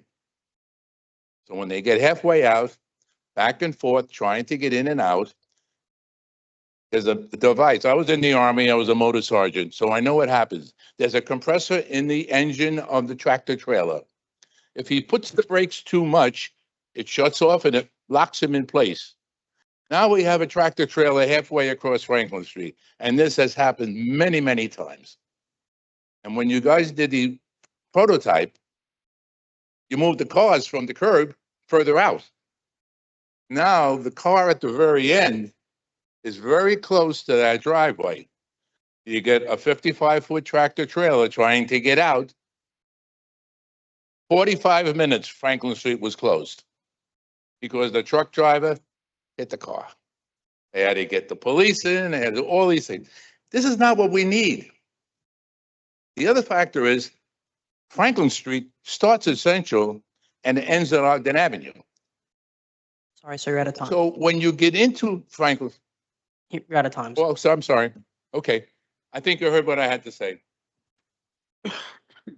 Number 112 is. Against it. Thank you for sharing your thoughts, Robert. Number 112 is a repeat. Number 113, Shrivanash Mehta. Tammy Ortanow? No. Naomi Velasquez? Okay.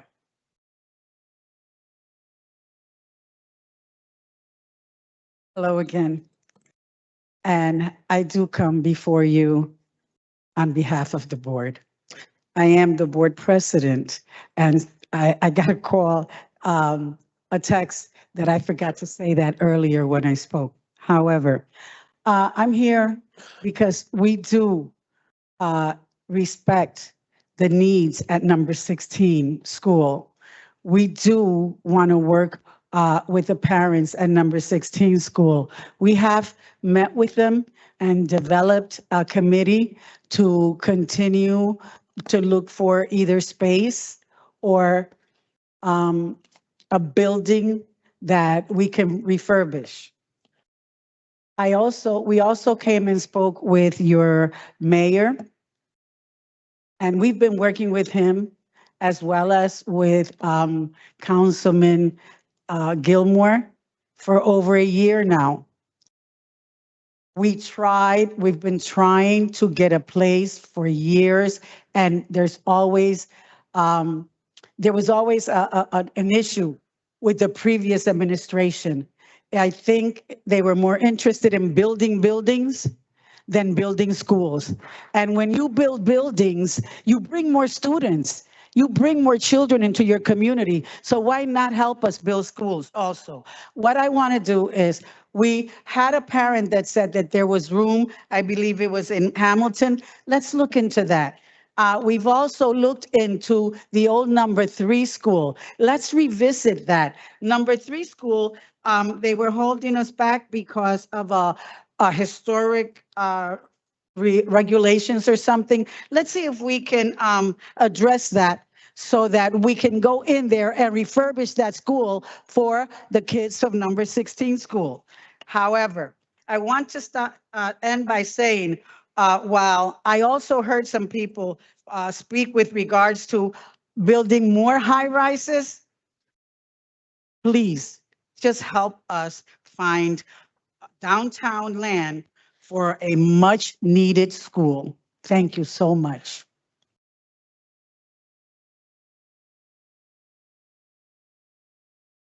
Jamie Moran.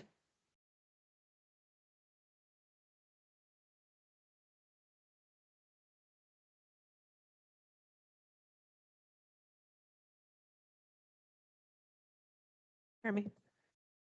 Good evening, council members. Hello, my name is Jamie Moran. I'm one of the owners of Warrior Weed, which is a dispensary seeking Jersey City Council approval. My brother, who is a retired major in the Marines, also retired as a disabled veteran, is also a part owner as well. We're excited to be the 5th dispensary to open in Ward E and the very first to open in the village, downtown Jersey City. With enormous support from the Village Neighborhood Association and the local business community who came and spoke on our behalf at the Cannabis Council, we were unanimously approved twice. We are planning to be a small business with focus on local veterans who are often overlooked and forgotten. I own the space at 415 Monmouth and am the original owner in the building. We are a small shop and will run a very smooth, quiet, successful operation, giving back to the local veterans in sponsored respites and jobs. We also plan donations to the Harmonious Cove Cemetery. Eventually, we would like to provide full furnished housing for homeless veterans and their dogs in Jersey City. Brett DeAlessandro, a Marine and founder of Backpacks for Life and a Jersey City resident, already took part in one of our sponsored trips for deserving veterans. I just wanted to share a little bit of what he had to say because he couldn't make it here tonight. A few years ago, James invited me to take part in his Bar X project out in Montana, a program he designed to help veterans reconnect, decompress, and find some peace after years of carrying the weight of service. During that trip, I was able to reconnect with a Marine I deployed with, someone I haven't seen in years. We fished, shared meals, and spent time with other veterans, including a double amputee from New Jersey who left a lasting impact on all of us. What James created wasn't a simple getaway, it was a meaningful opportunity for hope, healing, and camaraderie. And he did it because he genuinely cares, never asking for anything in return. That's the type of person James is, and Jamie shares the same commitment. They were both born and raised here in Jersey City. They already run successful businesses in the area, and they understand the responsibility that comes with serving this community. Also, I wanted to add that Eric Hoffman and Irene Barnaby of the Village Neighborhood Association have personally engaged with us and reviewed the plans for this project as well. Eric also, he has stated, and I quote, "As the president of the Village Neighborhood Association, I've seen a number of different applicants come before the community, including development, food service, and cannabis. The community expressed overwhelmingly support for this application, particularly this specific business model with tangible benefits to the veterans. Maureen Reed has demonstrated a clear understanding of the landscape. Sorry, your time is up. Okay. The next speaker, Caleb Hansen, that's a repeat. Dan Nitz. Oh. Oh. Oh. All right. Well. All right. Yeah, I think 3 times, actually. All right. It's appreciated. I appreciate everybody being here with us so late. And 2 quick things. I am here urging the city council to support ordinance 26-008 because this is an ordinance that has been in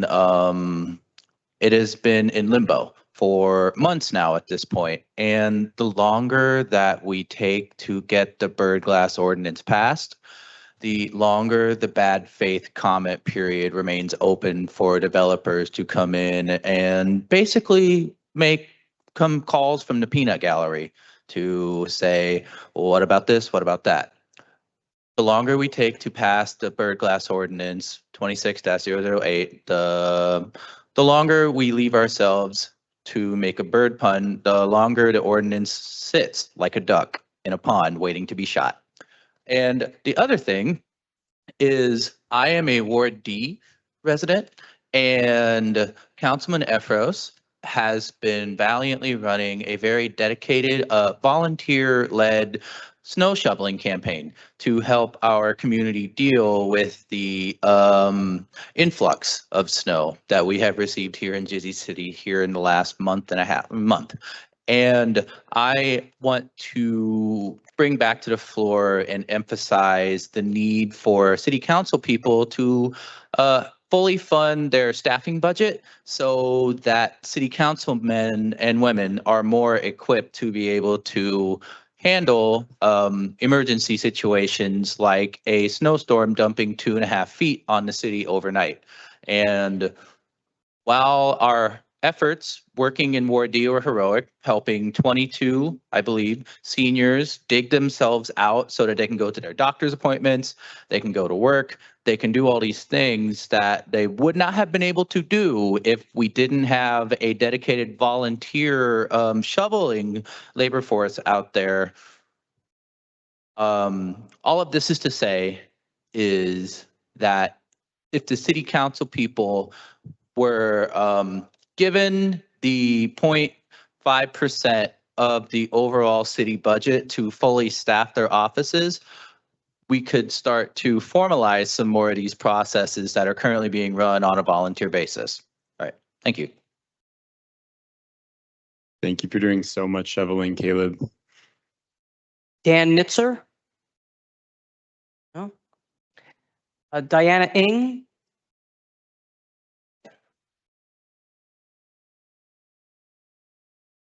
Good evening, Council. I live at 415 Monmouth Street in downtown Jersey City, the proposed location for Warrior Weed's cannabis store. It's a tiny building with 5 units, and my apartment shares the first floor with the commercial space. To be clear, I am not anti-cannabis. In fact, if you ask my husband what our ideal retirement will look like, he would tell you without a pause, hanging out with a lot of dogs and eating a lot of gummies. But I am against the current proposal to add yet another cannabis dispensary in our neighborhood for many reasons, and I will highlight just 2 today. Number 1, opening a cannabis store in our building will violate our building's bylaws, which state that no owner may do anything to their unit that would impact the building's insurance. Our building's insurance agent confirmed that a cannabis business would not only increase our insurance premium significantly, but would likely cause our building to lose insurance completely, and it would be difficult to find another provider. Our HOA has had exploratory conversations with agents and other insurance companies on this topic, and all have echoed the same message of not wanting to insure our building due to the increased risk of a cannabis business combined with a dilapidated building next door. Bottom line is the residential owners of this building do not want a cannabis business because it will hurt our building. Number two, there is broad and documented opposition to a cannabis store at this location from 216 residents and stakeholders of Jersey City. Maybe the neighborhood associations were supportive in 2023 and early 2024, which I believe, and Ms. Moran had said earlier, but it's now 2 years later. And we know a lot more about cannabis now, whereas it was, a much newer thing then. Our 216 signers include 182 people in Ward E, 130 people within 1,000 feet of the proposed location. These are some of the people who will be most impacted by this business on a daily basis, and the central concerns expressed repeatedly in their comments are about location, fit, and the density of existing dispensaries. 26 petitioners specifically commented that there are too many or enough or plenty dispensaries in this neighborhood already, or that we don't need another one. It is concerning that the city has approved so many dispensaries to open in such a small area. I can walk to 6 approved dispensaries within just 10 blocks of this location. Please don't allow that to be 7 dispensaries within 10 blocks. We ask this council to please consider this neighborhood's concerns before allowing yet another dispensary to open here. Thank you. And lastly, Joel Natas. Not here. Okay. All right, well, that concludes our list of public speakers. It's all right at this point. Our next agenda item is the list of petitions and communications. Items 6.1 through 6.18. Council members, are there any questions or comments on the petitions and communications? Hearing none, our next agenda item is the list of officer communications. There are none, so we will move on to our next agenda item, the reports of directors, items 8.1 through 8.6. Are there any questions on the reports of directors? Hearing none, we will move on to the claims list.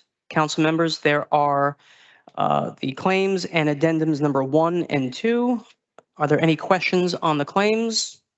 Yes. Hi, this is Councilman Brooks. Peter, question for the BA. On the claims list, the claims that start with the number 5, do those reflect bills incurred in the or being paid out of fiscal year 2025's budget? Same thing with the bills starting with the number 6, and we could have a more full discussion on this at the next caucus, but just since the public, God bless you if you're still watching, but if they are watching, just for transparency in reading these reports.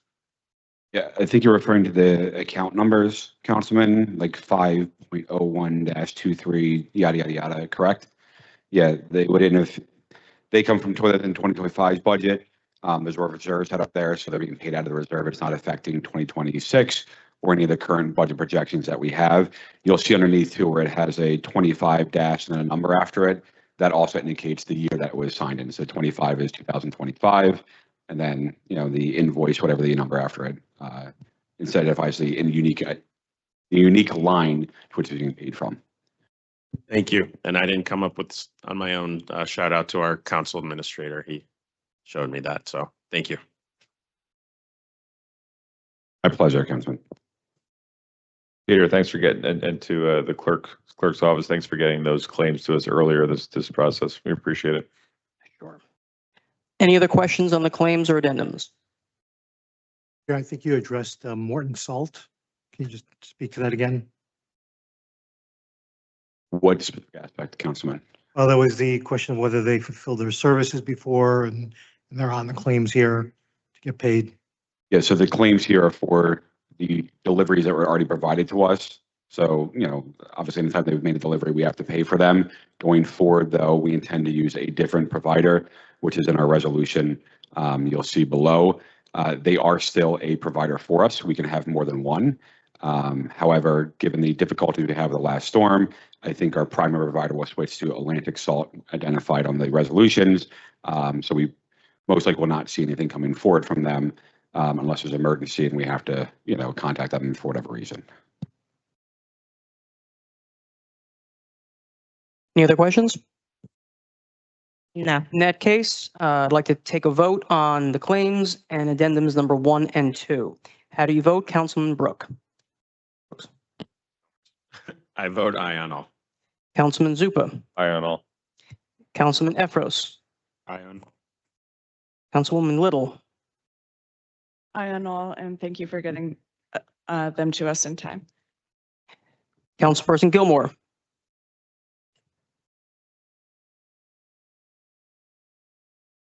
Sorry. Hi. Did I, No, I'm sorry. did I? Oh, I did not hear you, no. Mom to first. oh, no, it was Yep. you. Okay, John has it. Oh, no, He you called Councilman Gilmore. Councilman Gilmore said aye. I Go didn't. ahead, John. Okay. Councilperson Griffin? Aye. Councilperson Lavaro? Aye. Councilperson Singh? Aye. And Council President Ridley? Aye. Claims are approved. Claims and addendums 1 and 2 approved 9-0. Our next agenda item is the list of resolutions. As you remember, we did vote on agenda item 10.3 already.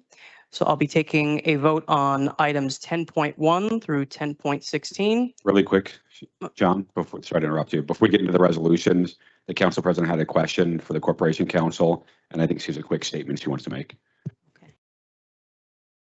So I just wanted to make sure that we clarify what the rules are in regards to the council and council president and our rules of orders, just so everyone is clear.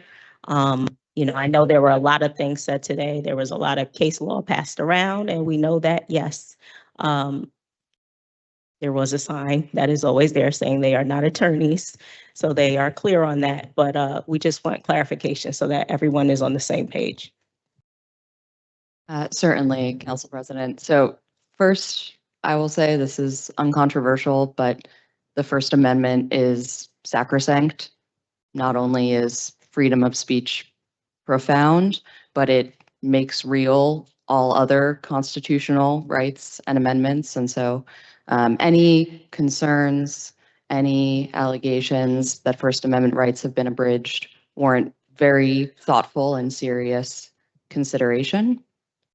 In this case, it is the position of the law department that the actions of the council and the council president have been lawful, have been consistent with the municipal code, with your authorities, under local law, under federal law, and that no constitutional rights have been abridged. To avoid any doubt, the law department would be happy to prepare a memo for the council that engages with the law, including the law that has been cited here today, to explain what conduct by a governing body would rise to the level of creating a constitutional problem. So we would be more than happy to provide that guidance.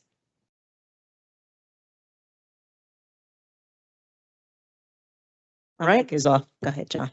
We ready to move on? Yes. Okay, so as far as the list of resolutions, as I did mention earlier, 10.3 was already approved. So I'll be taking a vote on items 10.1 through 10.16. On agenda items 10.1 through 10.16, how do you vote? Councilperson Brooks? 10.1 aye, 10.2 aye. I'm sorry. 10.3 we already voted on, so. Yes, we did. And all of the rest of them, I vote aye as well. And I say congratulations to the new and returning members of the Rent Leveling Board. It sounds like you'll have a lot of clients very soon. Thank you. Okay, Councilperson Zupa. Yes, on 10.1, just want to thank all the people that work, especially out of Ward C, on the native plant space, making sure we have proper species planted, focusing on our green space. On 10.4, thank you again to my colleagues for bringing this up and encouraging our state legislator to act on this. I'll say again, due process is so important, and I want to comment on it one more time, is that if we don't speak up now, against violations against marginalized individuals. There won't be the protections when they come after the rest of us. So if you're sitting at home and worried about law enforcement, we're fighting for due process. I want to congratulate, echo Councilman Brooks's statements for all the new members of the Rent Leveling Board. Thank you for your service. I want to congratulate Steve Lipsky, a former councilor from Ward C, on being named as the Irishman of the Year for the Friendly Sons of St. Patrick. And that's it. Aye on all 10.1 to 10.16. Very well. Councilperson Efros? I'll vote aye on all, and on 10.4, when we put forward symbolic resolutions that urge our state legislature to act on bills at the state level, that is not without action on our end to continue to do the organizing in our community to keep our community safe from ICE. And it is just meaningful when city after city in our state come together around the same kind of state legislation. So that's the spirit behind this. Echoing the congrats to folks on the Rent Leveling Board. And yeah, 1 through 16, aye. Okay. Councilperson Little? Aye on all. Congratulations to all. Plant native plants and abolish ICE. Councilperson Gilmore? Councilperson Griffin? I'm going to vote aye from 1 through 16, and I see that Sandra Green is here. I want to say congratulations. Thank you. Councilperson Lavarro? Yeah, on 10.4, I want to thank Councilman Efros for bringing this forward, and glad to co-sponsor that and urge the state legislature to immediately pass the Immigrant Trust Act and call on Governor Sherrill to actually sign it into law, unlike the former governor. And then congratulations to Sandra and all of the other members who've been appointed or reappointed to the Rent Leveling Board. Thank you for your service and your work on that. Congratulations to Marianne Betts McBride and Steve Lipsky, Irish Woman and Irish Man of the Year. Looking forward to celebrating with you. And I vote aye on all of the rest. Thank you. Councilperson Singh? So I vote aye on everything, abstain on 10.11. And congratulations to everyone. Sandra, congratulations. Very well. And Council President Ridley? Aye. Okay. So for agenda items 10.1 through, sorry, I heard something. For agenda items 10.1 through 10.10, those are all approved unanimously. Agenda item 10.11 is approved 8-1 with Councilperson Singh abstaining. And agenda items 10.12 through 10.16 are approved unanimously. And to approve agenda items 10.17 through 10.26, the balance of business, how do you vote? Councilperson Brooks? Some questions first. On the late item, 10.26. Yes. So to the administration, the city currently receives state aid. Is that correct?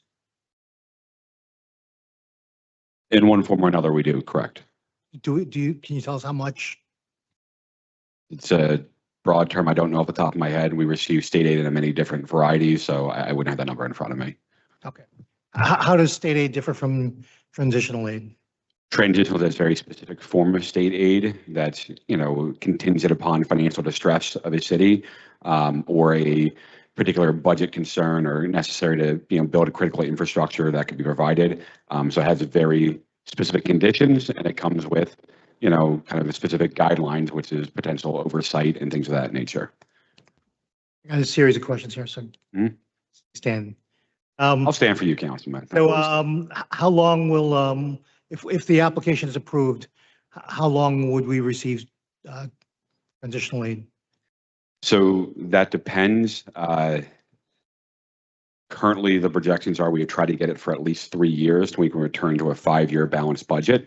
If necessary, we may have to go longer than that, but the goal obviously is to get off it as quickly as possible, assuming we can balance the budget appropriately and bring ourselves in line with the correct financial controls that we need.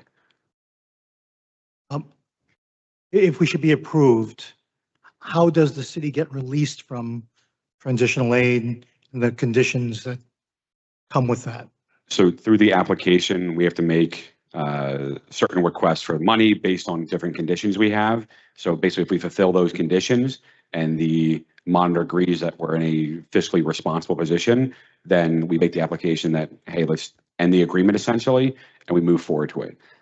It doesn't have to be a long-term situation. Many municipalities, and including municipalities in Hudson County, have received it only for a year and then not received it the next year. So it's not necessarily a long-term binding situation. So what does state oversight and the fiscal controls that come with transitional aid, what does that look like beyond the current requirements that we have to do to get state approval for our budget and things like that? So generally, they will appoint a monitor that will be assigned to the city, and our budget process, amendments to the budget process, audit reports, all those things get reviewed by the monitor, who makes sure that we're in compliance with all current legislation, and that the actions by the city would not jeopardize our request for state aid and the parameters that the money is provided to us by.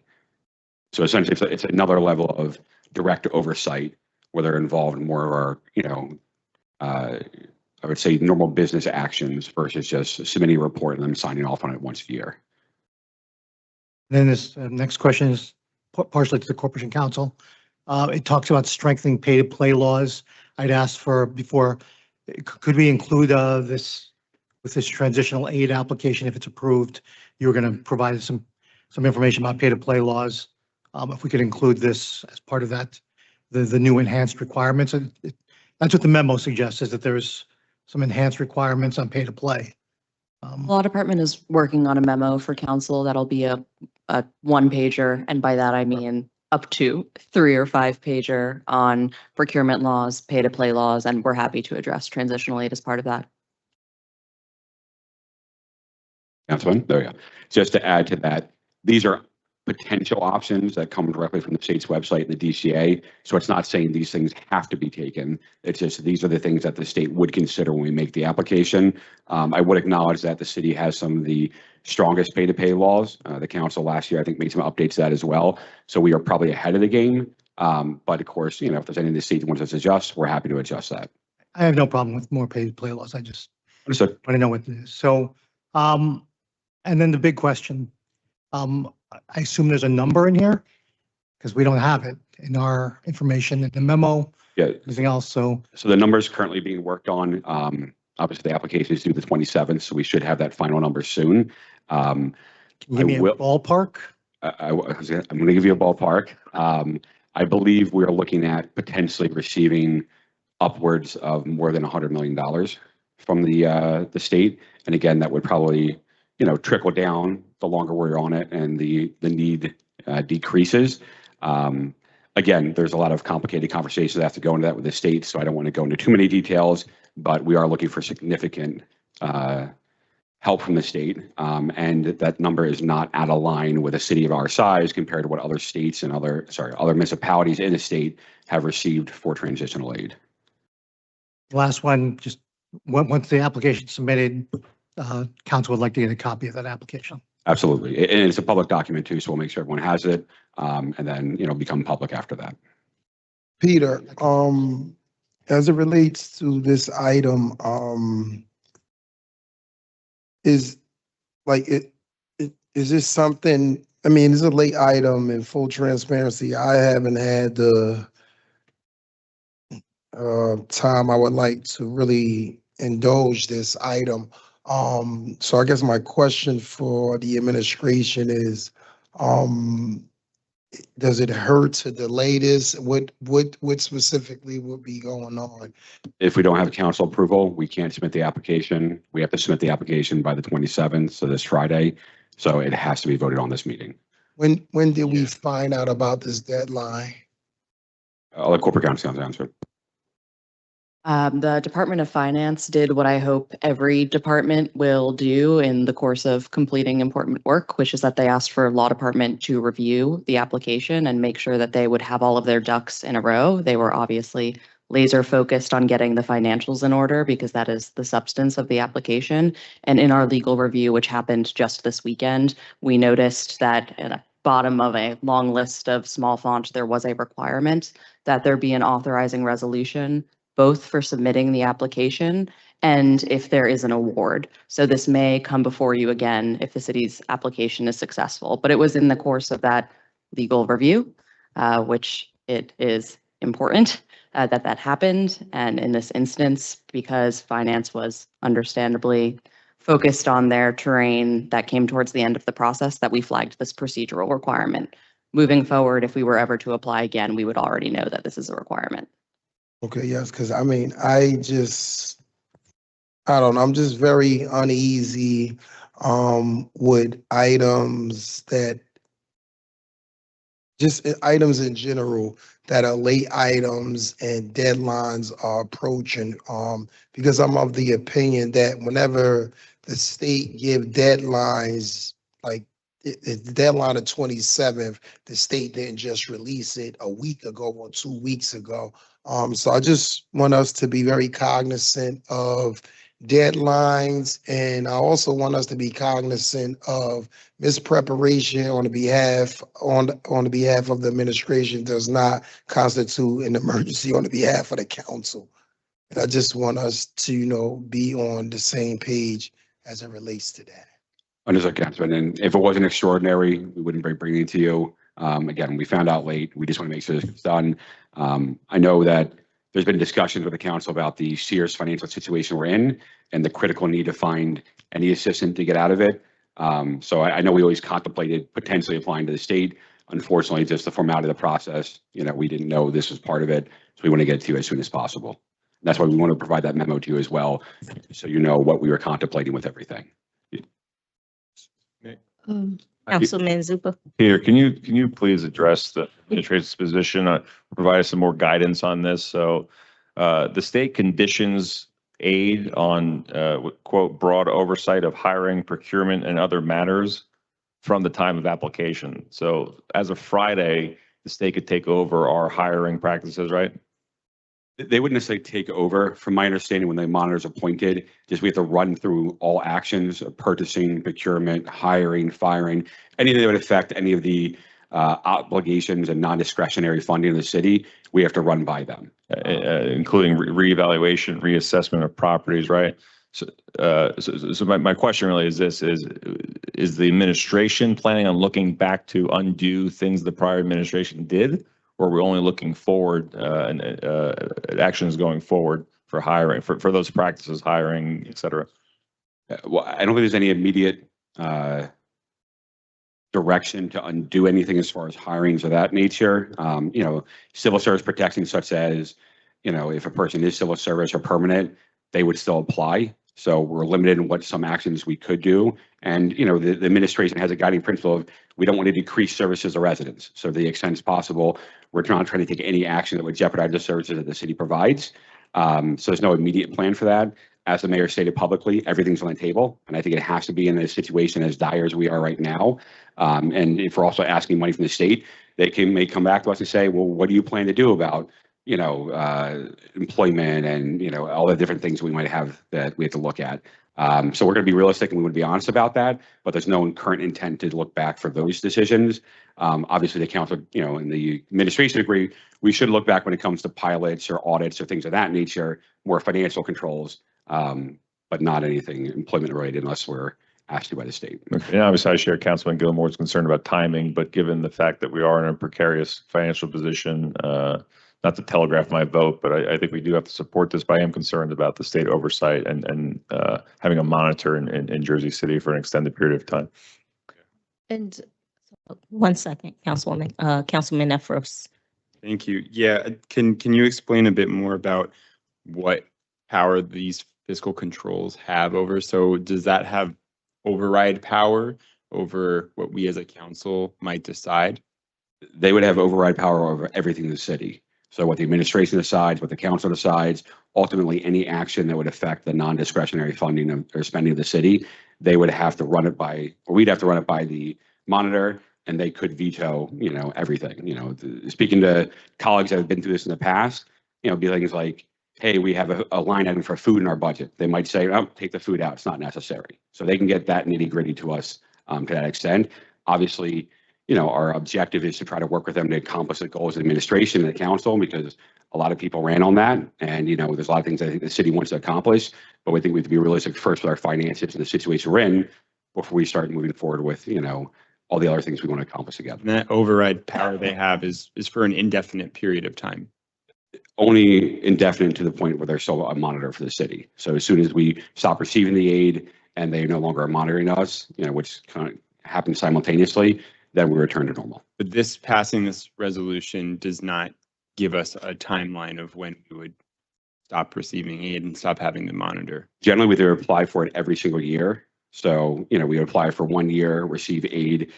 We generally want to make an application to them saying, hey, we're going to look at this for an extended period of time.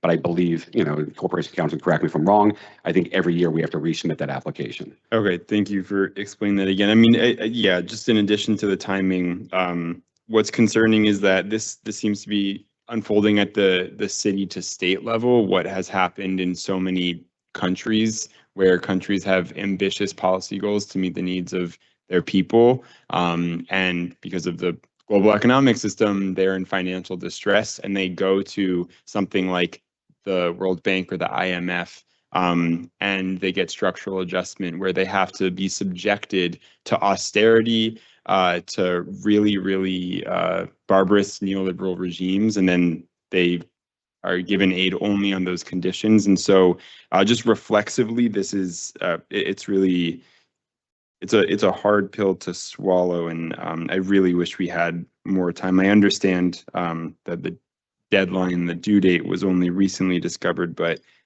it's pretty troubling. Yeah. And I have more faith, I think, in the state of New Jersey than the World Bank, but to be clear, but nonetheless, I think the analog is really resonant here. My council colleagues have. Councilwoman Singh. Peter, pardon me if you already answered this. It's 10.19. So we are paying $50,000 to Millennium Strategies LLC for grant consult services. Do we know how much grants we got? Yes, so I was sent an email about that. I'm sorry, I missed it. Sorry, I was sent an email from that about 15 minutes before the council started, so I did not have a chance to send it to you beforehand, but I'll pull it up and let you know in just 1 minute.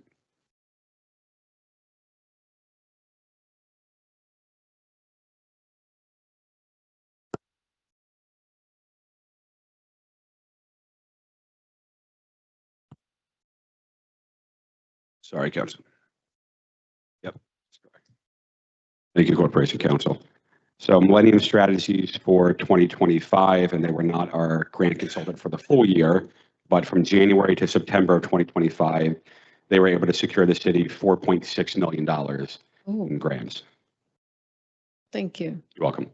That's pretty significant. And Councilman Griffin, you had a question about 1025? That's the joke. 1025, are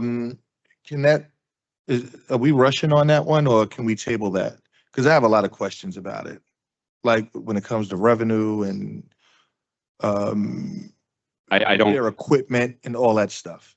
So I don't want to misrepresent. I don't think there's an exact deadline that I know of. I know because of the RFP, we have to make a recommendation to get that approved in a certain timeline. The RFP, in full disclosure, came in last year prior to the new council taking effect. We held that because we wanted the new council and administration to have a chance to review it and make a recommendation there. So I think we are kind of butting up against a timeline where if we don't recommend it soon, we could be in breach of the requirements for the RFP. Okay, and what I would say, Councilman, is I know you have concerns, especially with the revenue portion of it, or at least that's what I ascertained during caucus. The RFP is not exclusive, meaning that if we wanted to explore additional EV, locations or companies or that kind of stuff, we're not precluded from doing that. Right, So but if we're talking, their revenue is $1.1 million. Ours is $1,250. If I'm looking at this correctly. It's because they're providing the infrastructure that would need to put these in, these devices in place. They're providing costs for, and they cost about $30,000 to $40,000 per charging location. So we are getting, we're not getting revenue from them, but we're getting the added service we don't have to pay for. I mean, I think we're in a time where we need revenue. Understood, and that's why I said I don't think this precludes us from finding other vendors that could provide additional revenue to us if they would have an agreement to that effect. Again, even if we didn't select this company, it doesn't mean that we can force them to give us more revenue. The RFP's put out with very specific parameters. I think this is one of 3 that answered it. This was the best one based on the determination of the committee. If we decide to say no to this one, it doesn't mean that there's another one, or we can go back and negotiate and say, hey, we want to renegotiate to get more money. We're kind of precluded from our actions there. We could issue a new RFP and try to get a different company to come in or change the parameters for it. But that would take substantial time, and it doesn't preclude us from still doing that if we selected this vendor under these conditions. So if we reissue an RFP, does that set us up to get sued, or? If we were to try to reissue this specific RFP without any exceptions to why we are not committed, making any recommendation on it, then we could face potential litigation. However, it doesn't preclude us from issuing a new RFP with different parameters. Meaning, if your intent is, hey, let's find an EV charging company that would have more revenue to the city, we'd always put another RFP out there saying, these are parameters, we're going to add X amount of services, we want to have this kind of agreement, and see if there's any respondents out there that would take us up on that.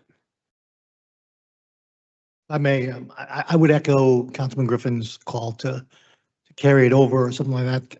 I requested other information about our current EVs, chargers.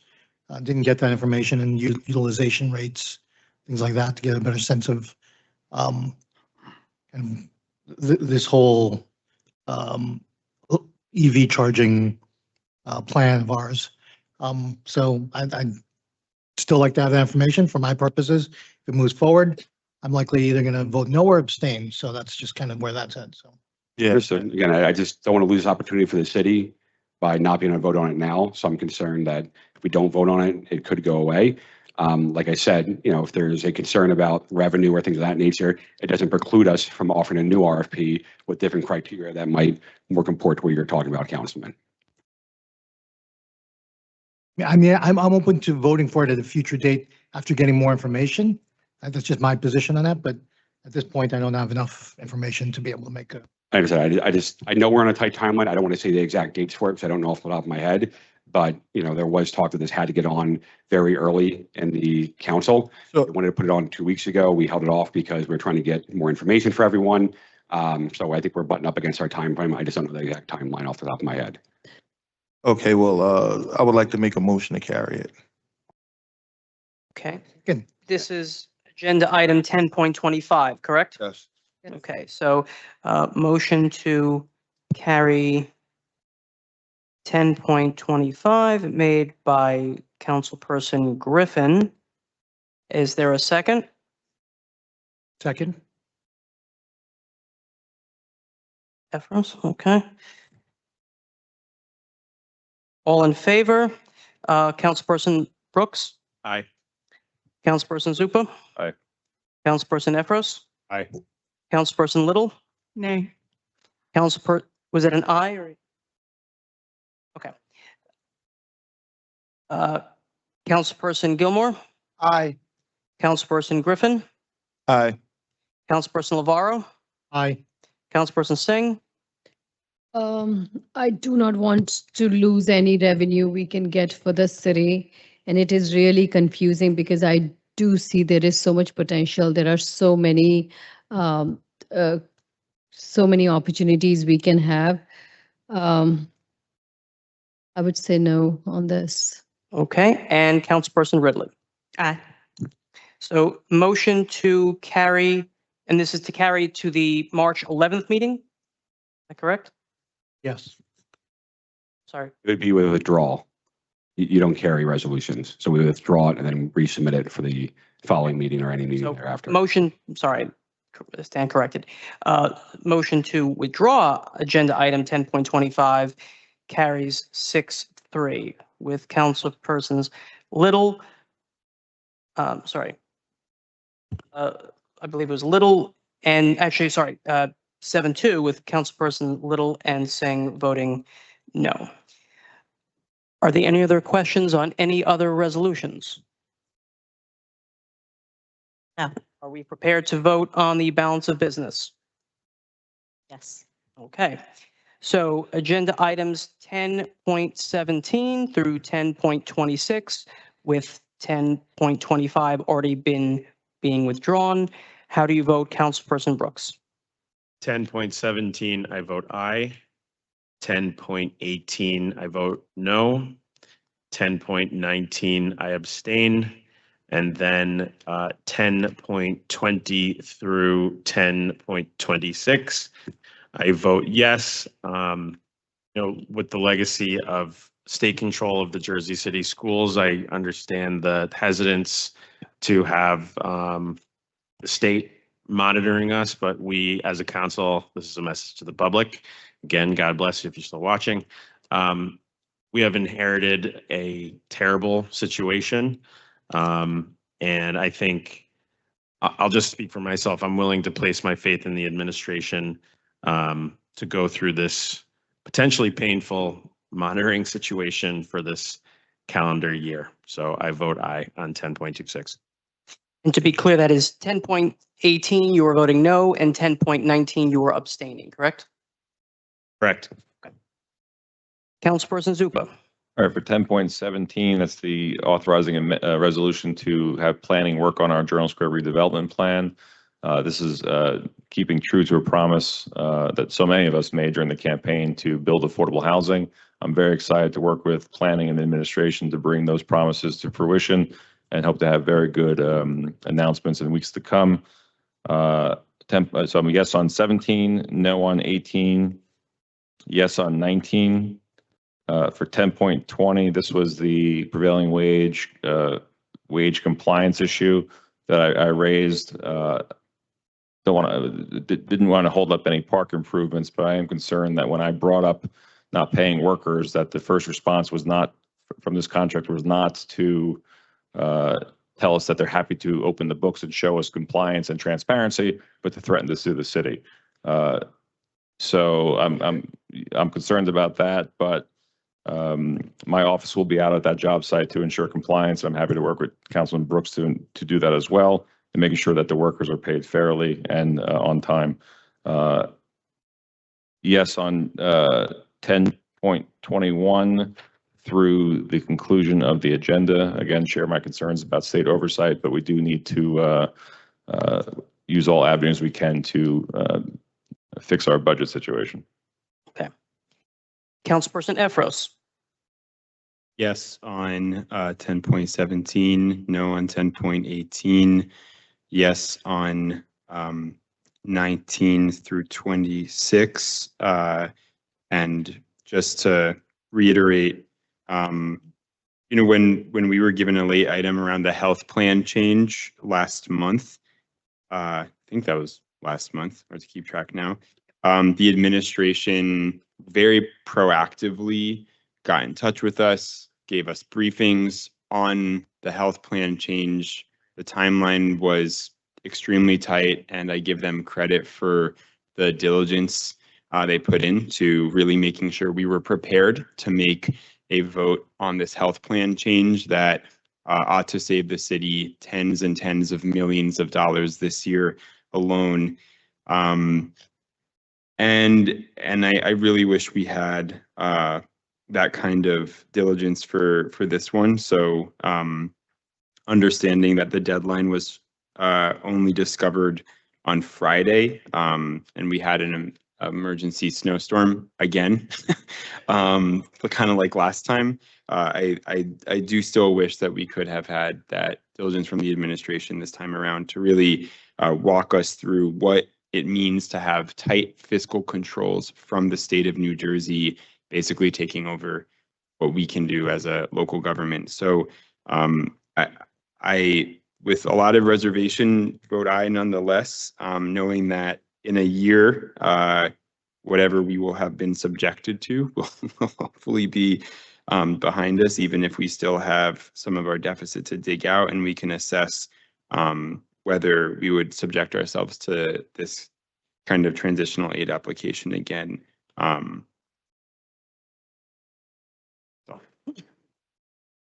So just to recap, you are voting no on 1018 and yes on the rest? Correct. Thank you. Okay, thank you. Councilperson Little. I vote aye on 10.17, no on 10.18, aye on 10.19, 10.20, 10.21, and through the end of the agenda. And similar to my colleagues, I have a lot of reservations and concerns with this absolute veto power of the state appointed monitor. But given the scale, the magnitude of the mess that we have inherited, I don't think I would be doing my duty to my constituents and being a responsible steward of their tax dollars if we were to turn down the opportunity for state aid. Okay, Councilperson Gilmore. Vote no on 1018. Aye on the rest. As it relates to 26, I mean, I've expressed my concerns earlier. But I will say this, in light of us being in the deficit, I mean, I don't think it's such a bad idea to have extra eyes on things. And if the administration signed up for this, I will agree, but I just really hope in the future that we have a proper understanding. I will no longer be voting on items that I didn't really have enough time to do my due diligence as it relates to understanding the nuances. But if this is going to give the state more oversight, if this is going to help us not overburden taxpayers, I'll vote in favor of that. I just want the administration to really take into consideration the urgency of presenting things in a timely manner, especially things that have huge financial implications associated with it. So I vote aye on all except for 18. Councilperson Griffin. For 1026, I'm just going to reiterate my colleagues. 1018, I'm going to vote no. And 1020, I do implore the administration to reach out to the developer of 99 Storms, because he promised the community a basketball court. And if the grant dollars can go to the basketball court, but then that would be other revenues we get from them that we can use someplace else. I can't think of the name of the development company, but I do have his personal email address. And I do have correspondence from people in the community who's been reaching out to him if you need any of that for evidence of him offering to do so. And I'm going to vote aye on everything else, including 1020. Very well. Councilperson Navarro. On 10.17, I'm going to vote aye. I just am looking forward to what comes out of this review of the Journal Square 2060 redevelopment plan. Huge opportunities with all the development going on in that area for affordability. I'll vote no on 10.18. I'll vote no on 10.19. Just on 10.21, the shared services agreement. Great to see that we have one, but clearly underutilized from the discussions we've had, right? So unfortunately, our our counterparts at the school board left already, but definitely we'll have a conversation with them about how to really kind of maximize this shared services and make it mutually beneficial for everyone. On 10.23, I just want to congratulate Talita. Talita was my former aide, and she'll be a great addition to the rent leveling board. And then lastly, on 10.26. So transitional aid and state monitoring. You know, we've had this experience with the Jersey City Public Schools being under state control. And if you ask anybody who's been through that, they wanted to get out from underneath that desperately. Folks were, we just recently have New Jersey City University still currently under state monitor as they merge with Kane University. This is not a good process, but I also will say for the administration, and it's not their fault, we are inheriting a massive structural budget deficit. And this is a responsible move to do. Although I don't want to sugarcoat it, it brings real challenges and some uncertainty for Jersey City in the sense of being under a state monitor in that sense. That being said, we need the state's assistance. We need the county's assistance. We need federal assistance if we can get it. I will vote yes on 10.26. I will also echo the idea that these late items, and frankly speaking, I hear the idea that we just stumbled upon this requirement. All of these state applications, grants and everything else often require, almost all of them require governing bodies approvals through that. And so that should not be a reason moving forward on this. And so the other thing I'm going to put out there now, and I'll make it public, is that I intend to introduce an ordinance to change our council rules of order to make sure that we can get things on, get the agenda before the city council and the public much earlier than we currently have it, because we should not be scrambling like this and asking these tough questions on difficult issues and making these difficult decisions and choices under this extreme deadlines and pressures.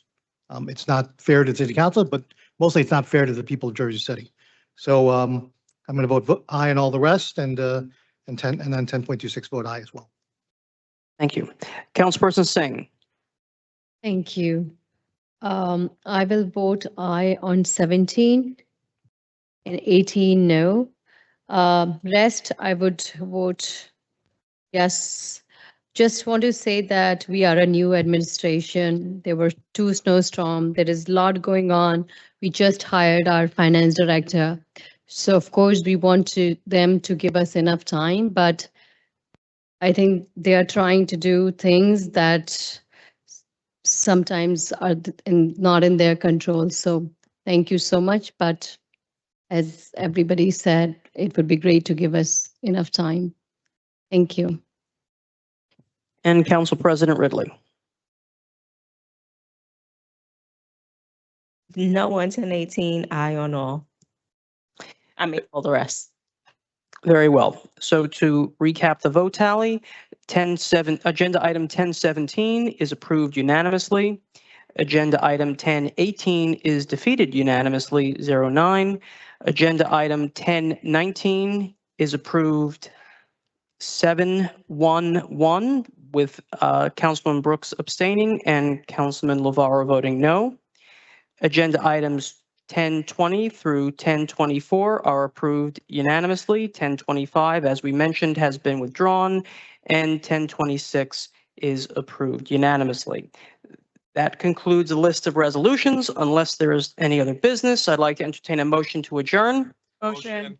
There was a lot of people said that. Okay, I think I heard Zupa on the motion first. Second. Well, a lot. I mean, I heard a lot of seconds too. I'm gonna give that to Brooks. I think I heard it. Singh. On the motion to adjourn at 11:55, how do you vote? Councilperson Brooks.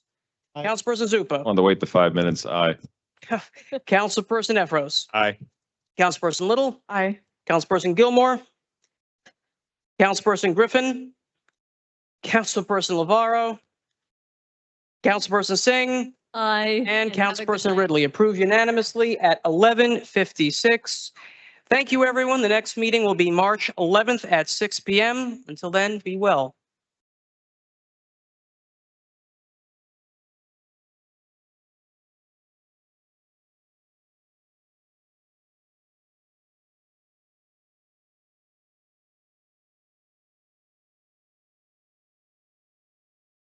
In neither.